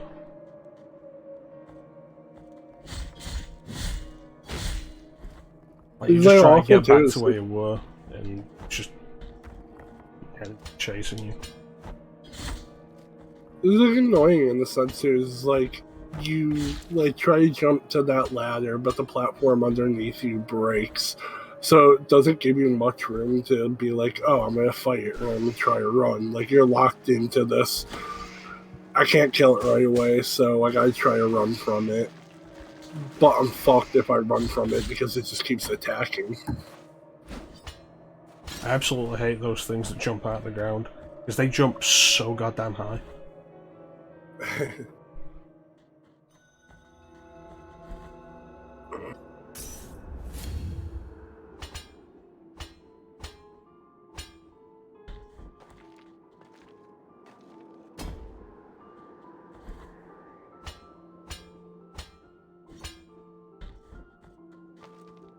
Graveyard of the peeps. Where are my freaks at?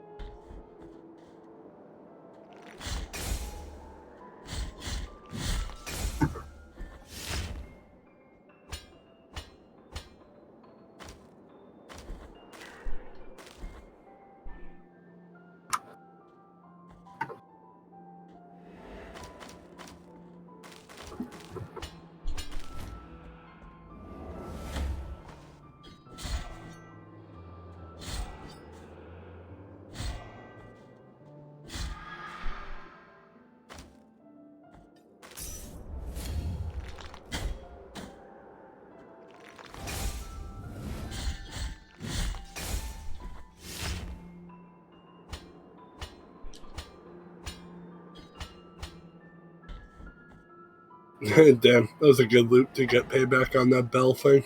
Oh,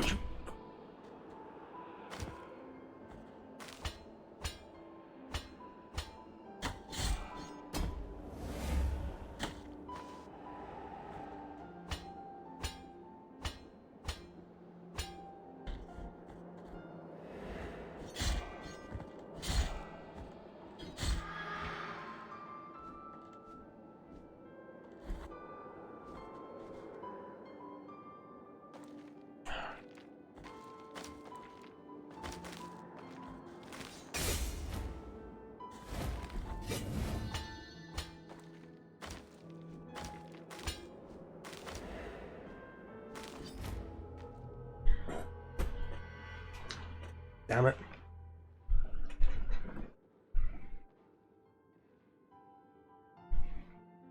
Now they've announced that FF7 Remake is going to be a trilogy, which, like, given how little of the original game Part 1 goes through, makes me wonder what they're doing with 2 and 3. It irritates me that it's going to be released in parts, honestly. Like, it irritated me from the beginning. Yeah. I only ended up picking up Remake myself because I got it so cheap. Like, it was on PlayStation Plus, and then like I was able to get it for a $5. I was like, okay.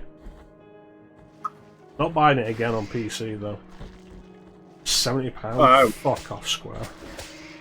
Yeah, I bought mine super cheap off the Epic Games stores. They had that sale. It was down to like, I don't remember, like 40 something, and then they gave a 15% off coupon, so I got mine for like 30, on the closest side to 40. Like at that point, like if that was as cheap, I was gonna get it, so I couldn't pass that up.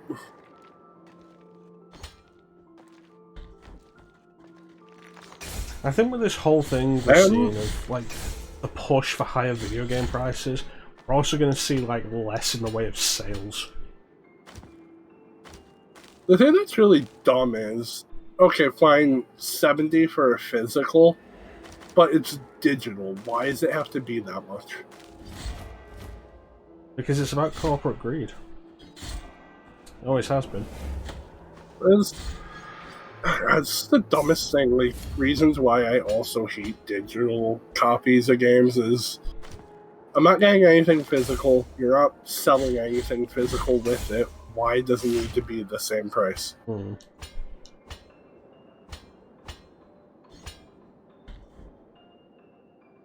Also, I am glad they're doing something with Crisis Core now. Yeah. However, I do find it interesting that it's not going to play like the remake, and it's going to play more akin to traditional. Well, they want to keep it as Crisis Core.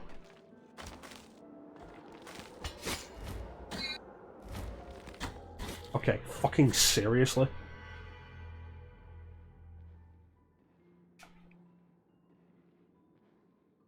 I've heard they're redubbing it all though with the newer voice actors. No, that's good.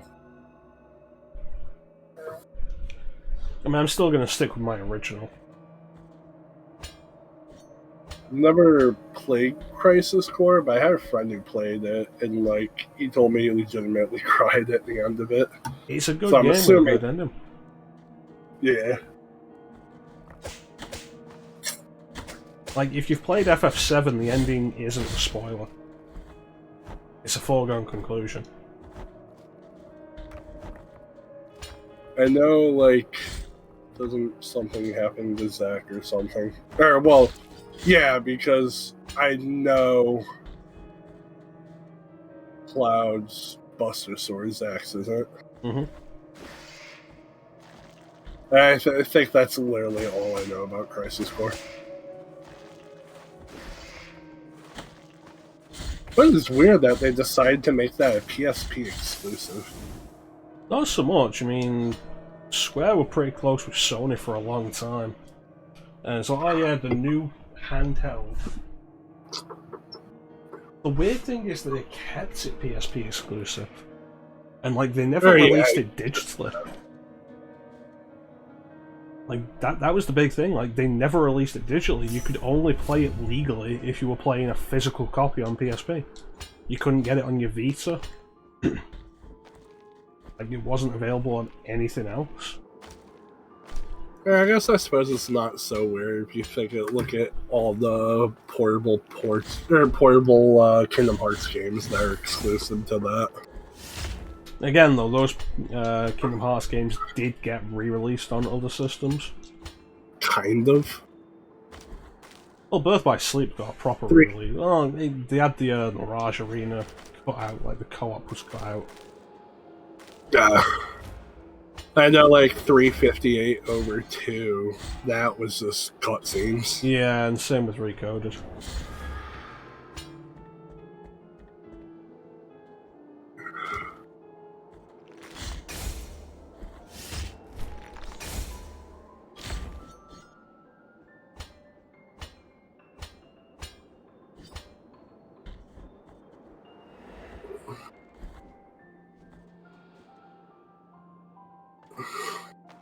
I gotta say, Chrono, you got some determination. I think I would have taken a break from this game by now. It is getting late. I do need to probably. This is one pause area.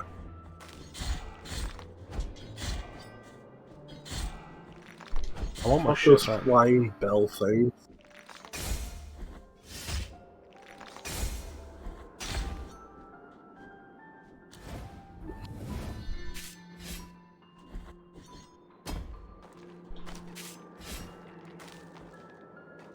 This wind is irritating.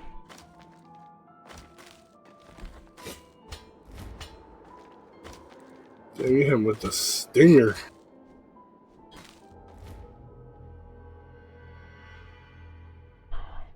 Oh, okay. I think I get it.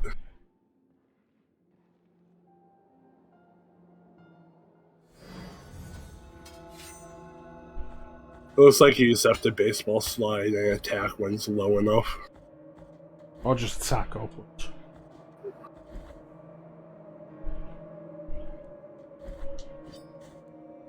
Okay, I don't know how the movement works. Like, there is an up attack. Alright.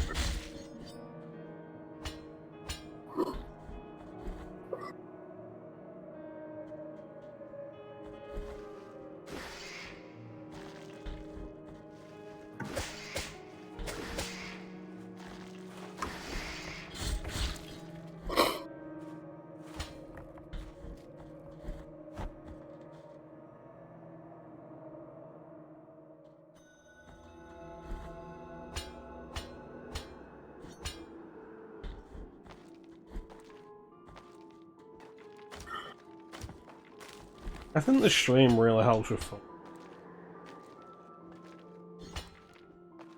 I mean, it helps me like focus on playing games to begin with. Well, I would have quit this before now if I wasn't streaming it.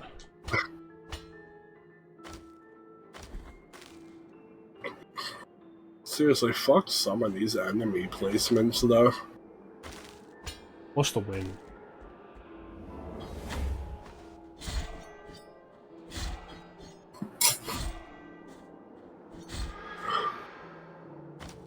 Yeah, that too.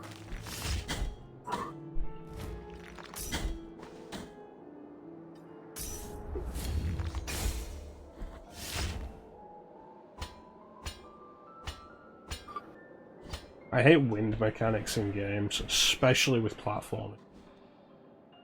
That shit goes all the way back to Lost Levels.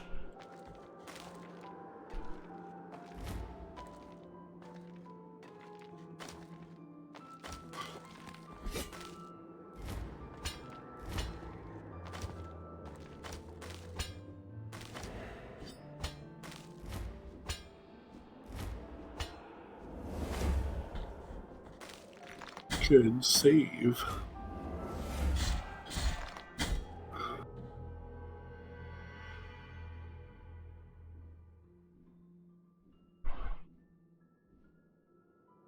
Ooh, good save.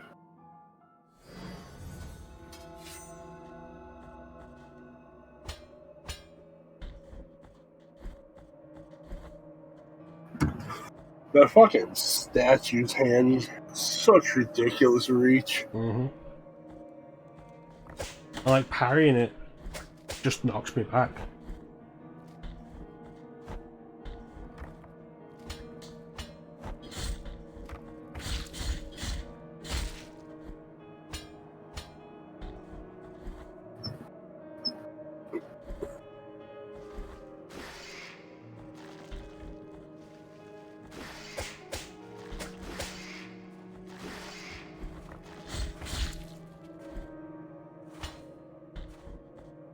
Do you lose health if you parry?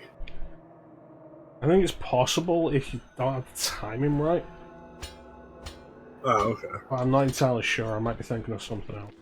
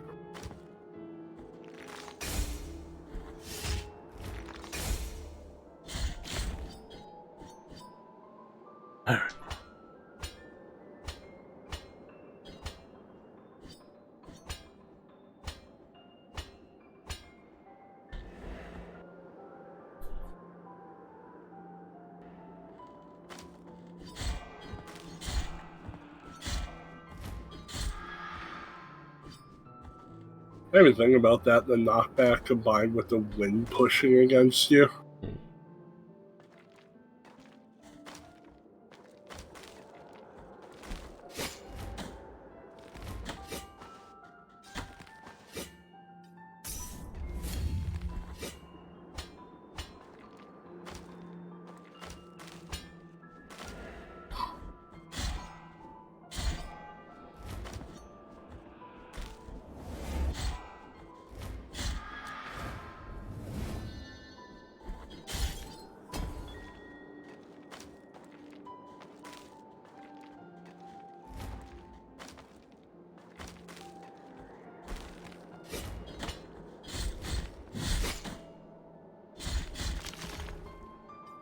Damn, that was clutch.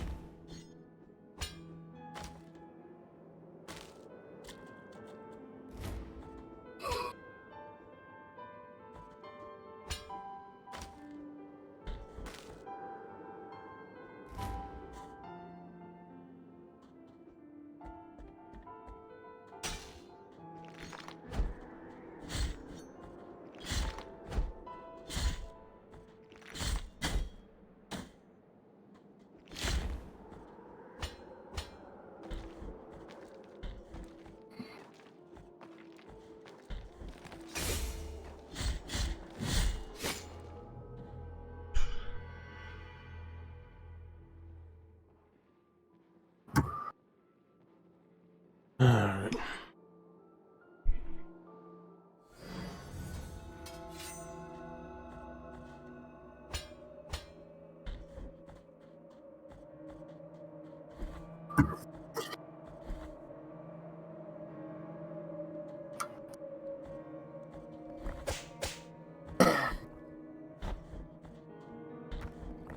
Damn, that was close too.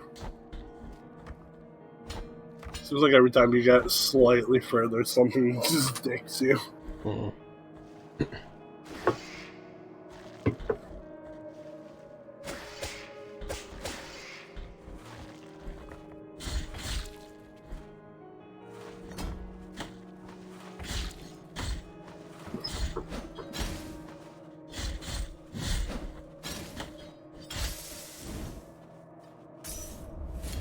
Doing so well. What's up? Doing so well then. Got this far without taking any damage, avoiding everything, and missed the grab. Oh, yeah. Jesus Christ, the girl would not die.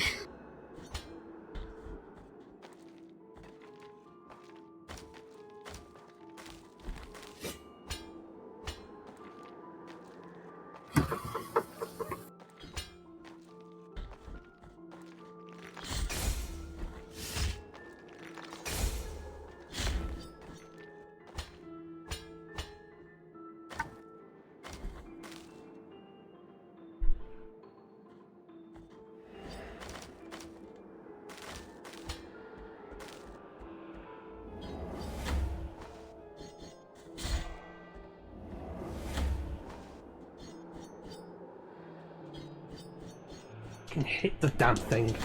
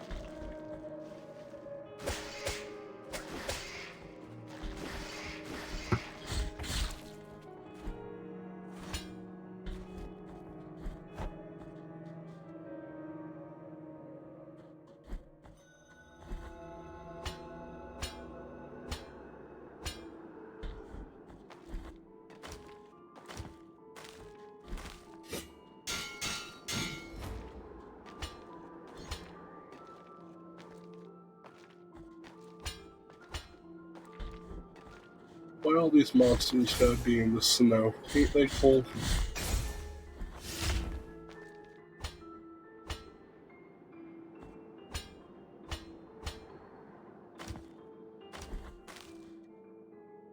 Multiple guilt fragments is frustrating. How does that work? I don't understand yet.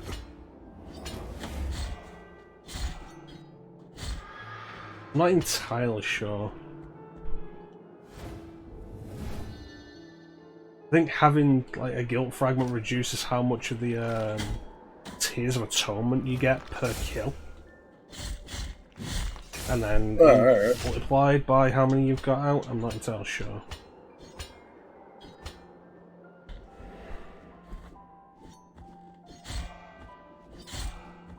Can you just like put out an infinite amount of guilt fragments, or? I'm not sure, but it wouldn't surprise me if you go stupid high.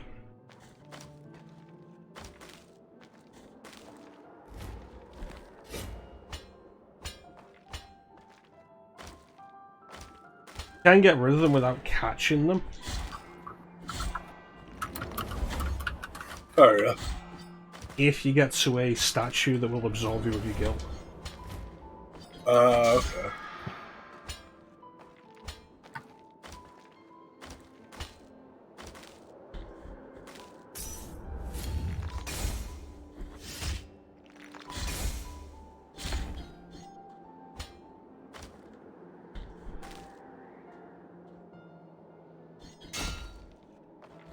Damn it. Goddamn wind.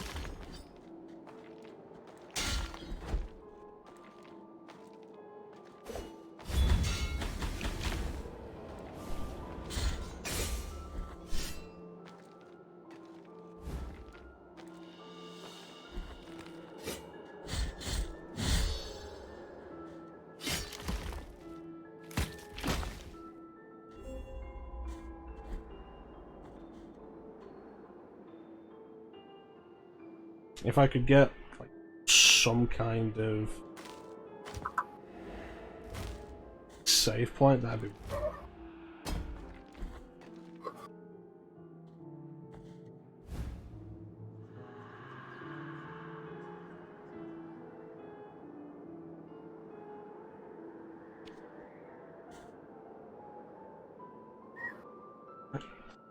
Nothing else to do but keep climbing.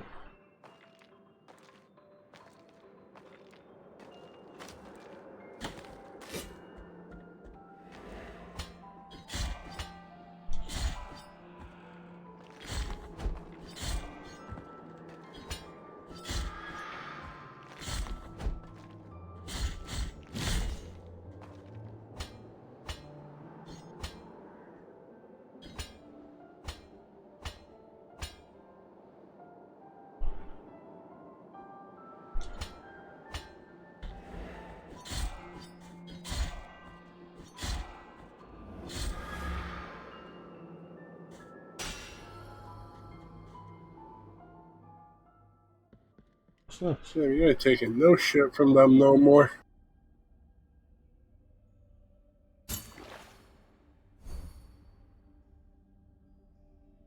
Oh, cool. More health. More max health.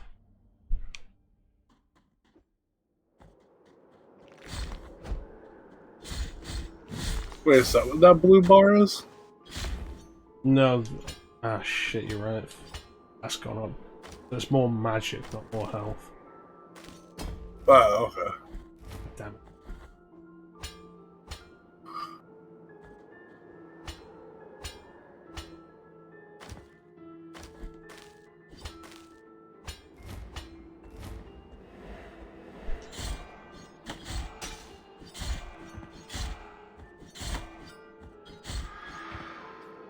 Seriously, the touch damage here is frustrating because it is so inconsistent. Like, are enemies going to hurt me when I touch them when I'm going in to attack them or not? Make a decision. I'm surprised you got those flying bell ones so easily, though.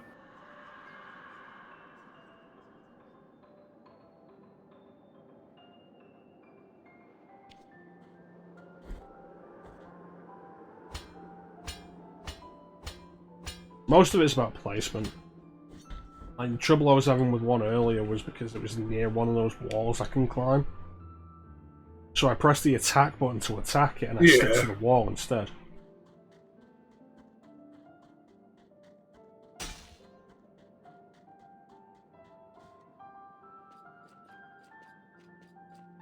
Indeed, sister of mine. Our encounter is approaching. Oh, I thought that big open area was going to be a boss fight. That's what I Really, was after expecting. all that. I need your protection this time. Leave me alone.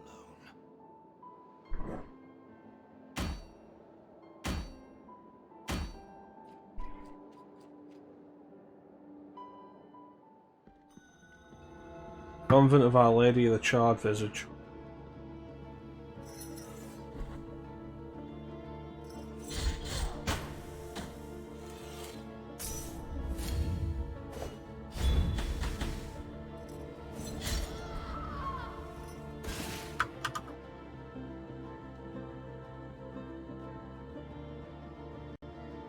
I would like a save point.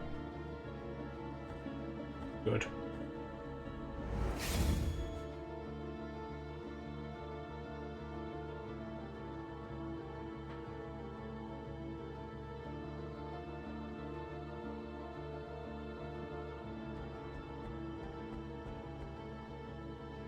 I mean, I guess it's kind of fitting this has become kind of joyless. That's probably what we're going to leave it for today.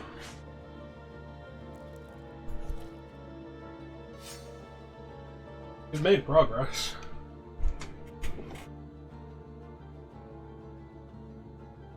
The game seems brutal as all hell. Adding platforming to a Souls idea is to me. It's not a bad game, but like, it's definitely got Totally understand. fiddly issues. Undeniably. And again, like the inconsistency on like enemy touch damage. Some stuff feels like it doesn't work all the time. Ups and downs. What up, Teak? We're just about to wrap up. You've missed 4 hours of Blasphemous.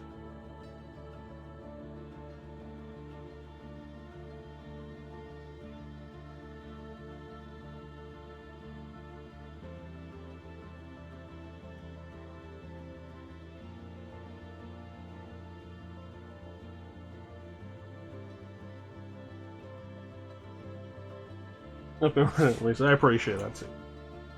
Hope you're doing alright, man. But yeah, it's gonna call it for us for today. I want to thank everybody for joining the stream. I always really appreciate the support. Big special thank you to everybody in the chat. Chat is always the best part of the stream. It's Clem, Teak, Chance, Mir, Kira, certain common skeleton, and Lumiere. And super special thank you to Lumiere for the follow. I think that's everybody. We're back tomorrow, we should be anyway, with more of this. So I'd like to get this done and we can start doing Gato Roboto. I think you just want to be over with this game at this point. No, I'll probably come back to this tomorrow with like fresh determination. It was that one sequence and the fact that we had to do that so many times. And of course, super special thank you to Kira for joining me on the mic.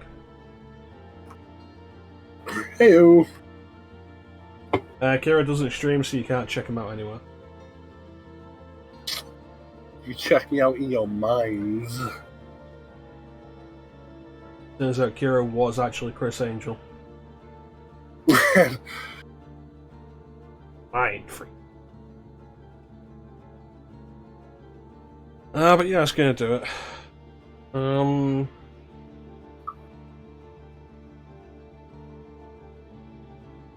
Yeah.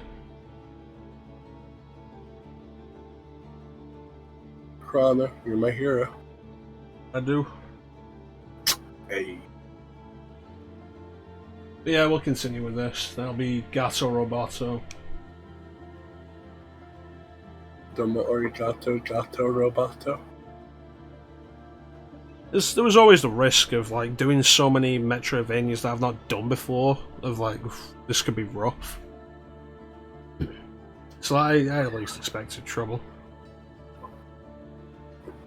Oh man, you know what's a good Metroidvania you could always try? Shadow Complex. That was on the list. I took it off and replaced it with Record of Lodos War, Deedlit, and Wonder Labyrinth. That's fair. Yeah, so I had Shadow Complex and Strider on there, the PS4 reboot. I didn't even know that was one. It basically is, yeah. But I took them off, replaced Shadow Complex with Deedlit and Wonder Labyrinth, and Strider with Axiom Verge. Alright. But that just means like we can get to that next year. I am genuinely considering, because there's been the idea of the May Marathon since I started, pretty much. It was Star Wars and it was anime, and I cancelled that very quickly because like so many anime games are just fighting. Yeah. And I replaced that with Mecha-troidvania. It was going to be Mecha-troidvania this year, but stuff happened, we couldn't do it in May, so it's Mecha-troidvania instead. Yeah, it works. Yeah, I'm happy with the name. But yeah, the intention is to come back with Mecha-troidvania next year as well. Maybe cut it down to 5 games next year, though. Hey, however works, make space out easier. I mean, we're doing 10 this year. Like, it's a lot of time. And, like, I've got the schedule set up for a lot of stuff. A lot of stuff. And I keep like, what is there now?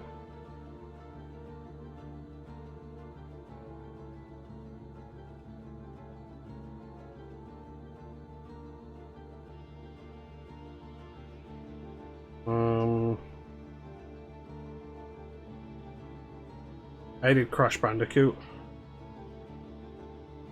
That's a game I've never really been able to get into. That's the original.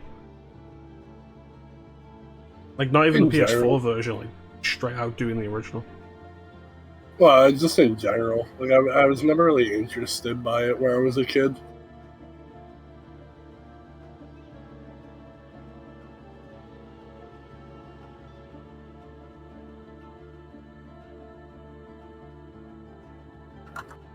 Uh, 29 non-RPGs scheduled. I need to stop adding to the list.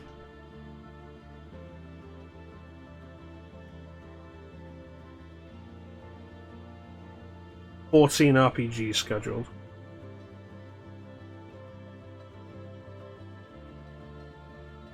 I might rework some of that.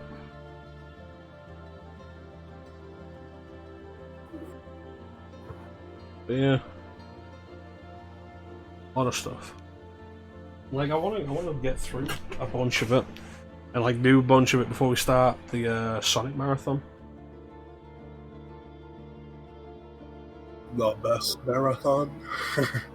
Well, no, because we're doing like the Dark Age of Sonic.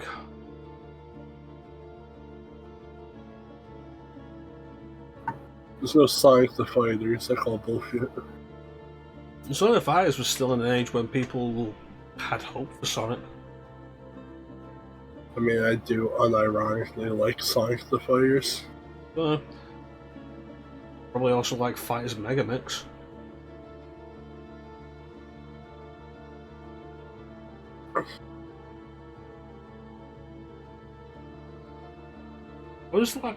I feel like it wasn't that long ago you ran through like the first 4 Sonic games, Teague.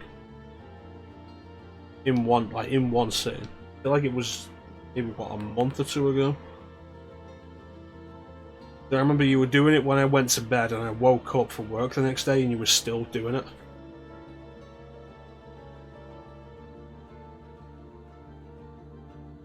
You say it only takes an hour, but it took you like 10 hours. That's that Sonic 3 and Knuckles, man.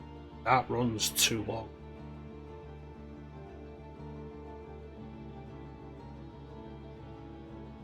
It's a nice idea to say, yeah, no, I'll do all of Sonic 3 and Knuckles in one sitting, and then it's like a 4-hour run.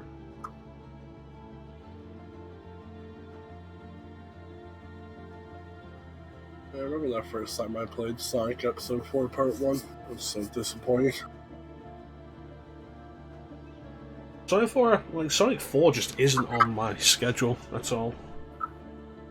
Oh yeah, there you go, you did Mania as well, that was why it was so long.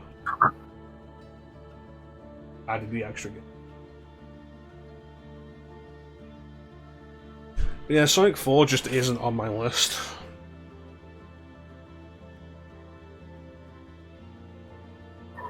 Mostly because I don't care about it.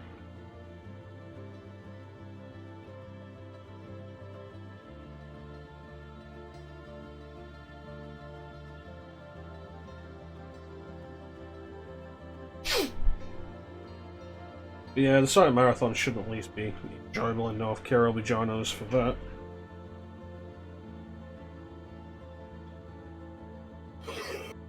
Get that done, get the Bond Marathon done, which I think is going to be like kind of laid back, of just like have it open in the Discord and anybody can jump in and contribute their thoughts. Good idea. It could honestly be the main thing that keeps the stream going when we hit the Activision Bond games. Because at that point, they're just Call of Duty. Yeah.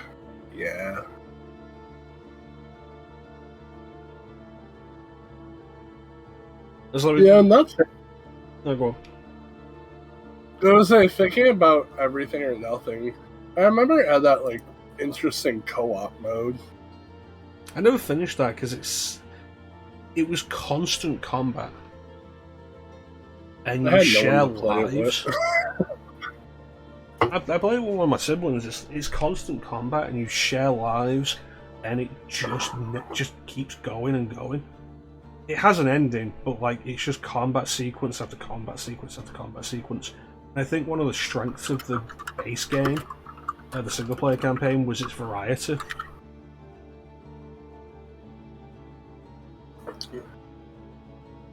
God, it's one of, if not the best Bond games ever made. I do enjoy it, and the production values are ridiculous.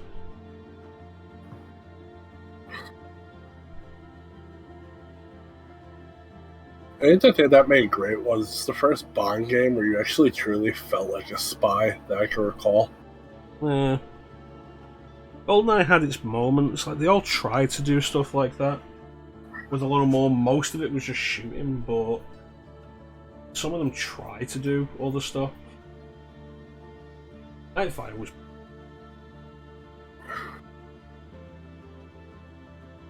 I can't recall playing through Nightfire, but I remember playing the multiplayer a lot. It was good stuff. Yeah, the Bond games. Gonna be GoldenEye, Tomorrow Never Dies. I haven't done the Tomorrow Never Dies game in a very long time. The PS1 version of The World Is Not Enough, because I've never done the N64 version. I didn't have it as a kid, so I've never really done it. Agent of Fire, Nightfire, Everything or Nothing, From Russia With Love, and then that's the EA Bond games. And then it's Quantum of Solace, GoldenEye, Reloaded, GoldenEye Double Agent or whatever. No, not such a nice bale. That's not even really a Bond game. I think it's a critical component. We might do a one-off stream of it. I have no interest in sitting all the way through it. It's a great way to show how bad a Bond game is when it's bad. Well, like we go forward. It's like, okay, GoldenEye, Reloaded, Bloodstone, which is probably the best of the Activision Bond games. And the developer who did it was shut down by Activision not long after, of course they were. And then 007 Legends, which was the game that was so bad that has not been a Bond game since, and it finally killed Eurocom. Like, Eurocom had been making games for like 30 years.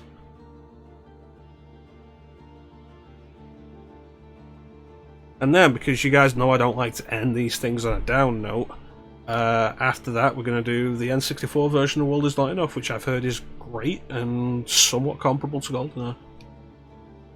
I can't remember which one that is.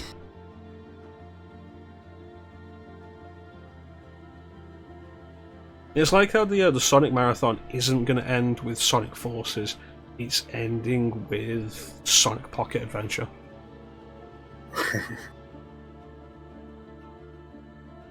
It's like, I don't like ending these things on a down note. Like Mecha-troidvania is ending on Bloodstained Ritual of the Night. Partly because, yeah, and also because I've done it before and I know it's fantastic.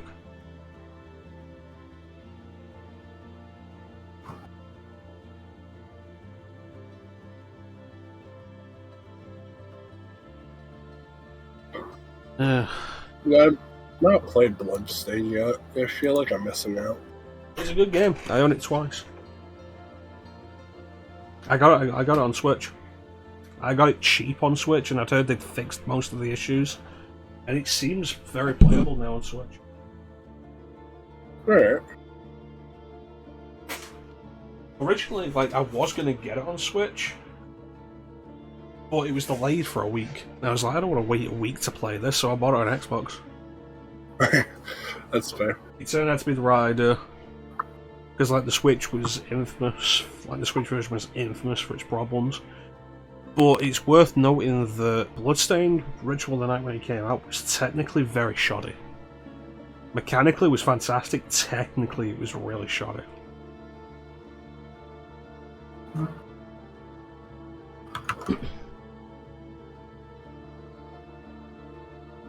But yeah, that's gonna do it for us. As I say, we should be back tomorrow. Not sure what time. I still need to work on setting like a proper schedule for this. Like, days I'm on, days I'm off. But like, part of the issue with that is I don't have regular days off. Like, this week I'm off Wednesday and Saturday, next week I'm off Monday and Tuesday.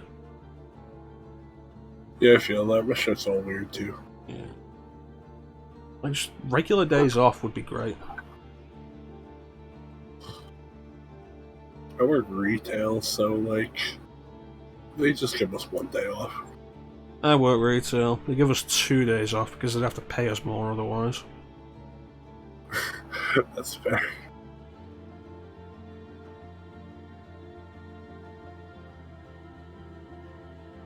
I think Christmas last year was counted as one of our 2 days off.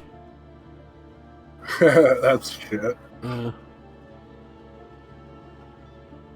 Anyway, let's go. I want to thank everybody for joining the stream. I always really appreciate the support. Big special thank you to everybody in the chat. Chat is always the best part of the stream. Kira for joining me on mic, and Lumiere for the follow.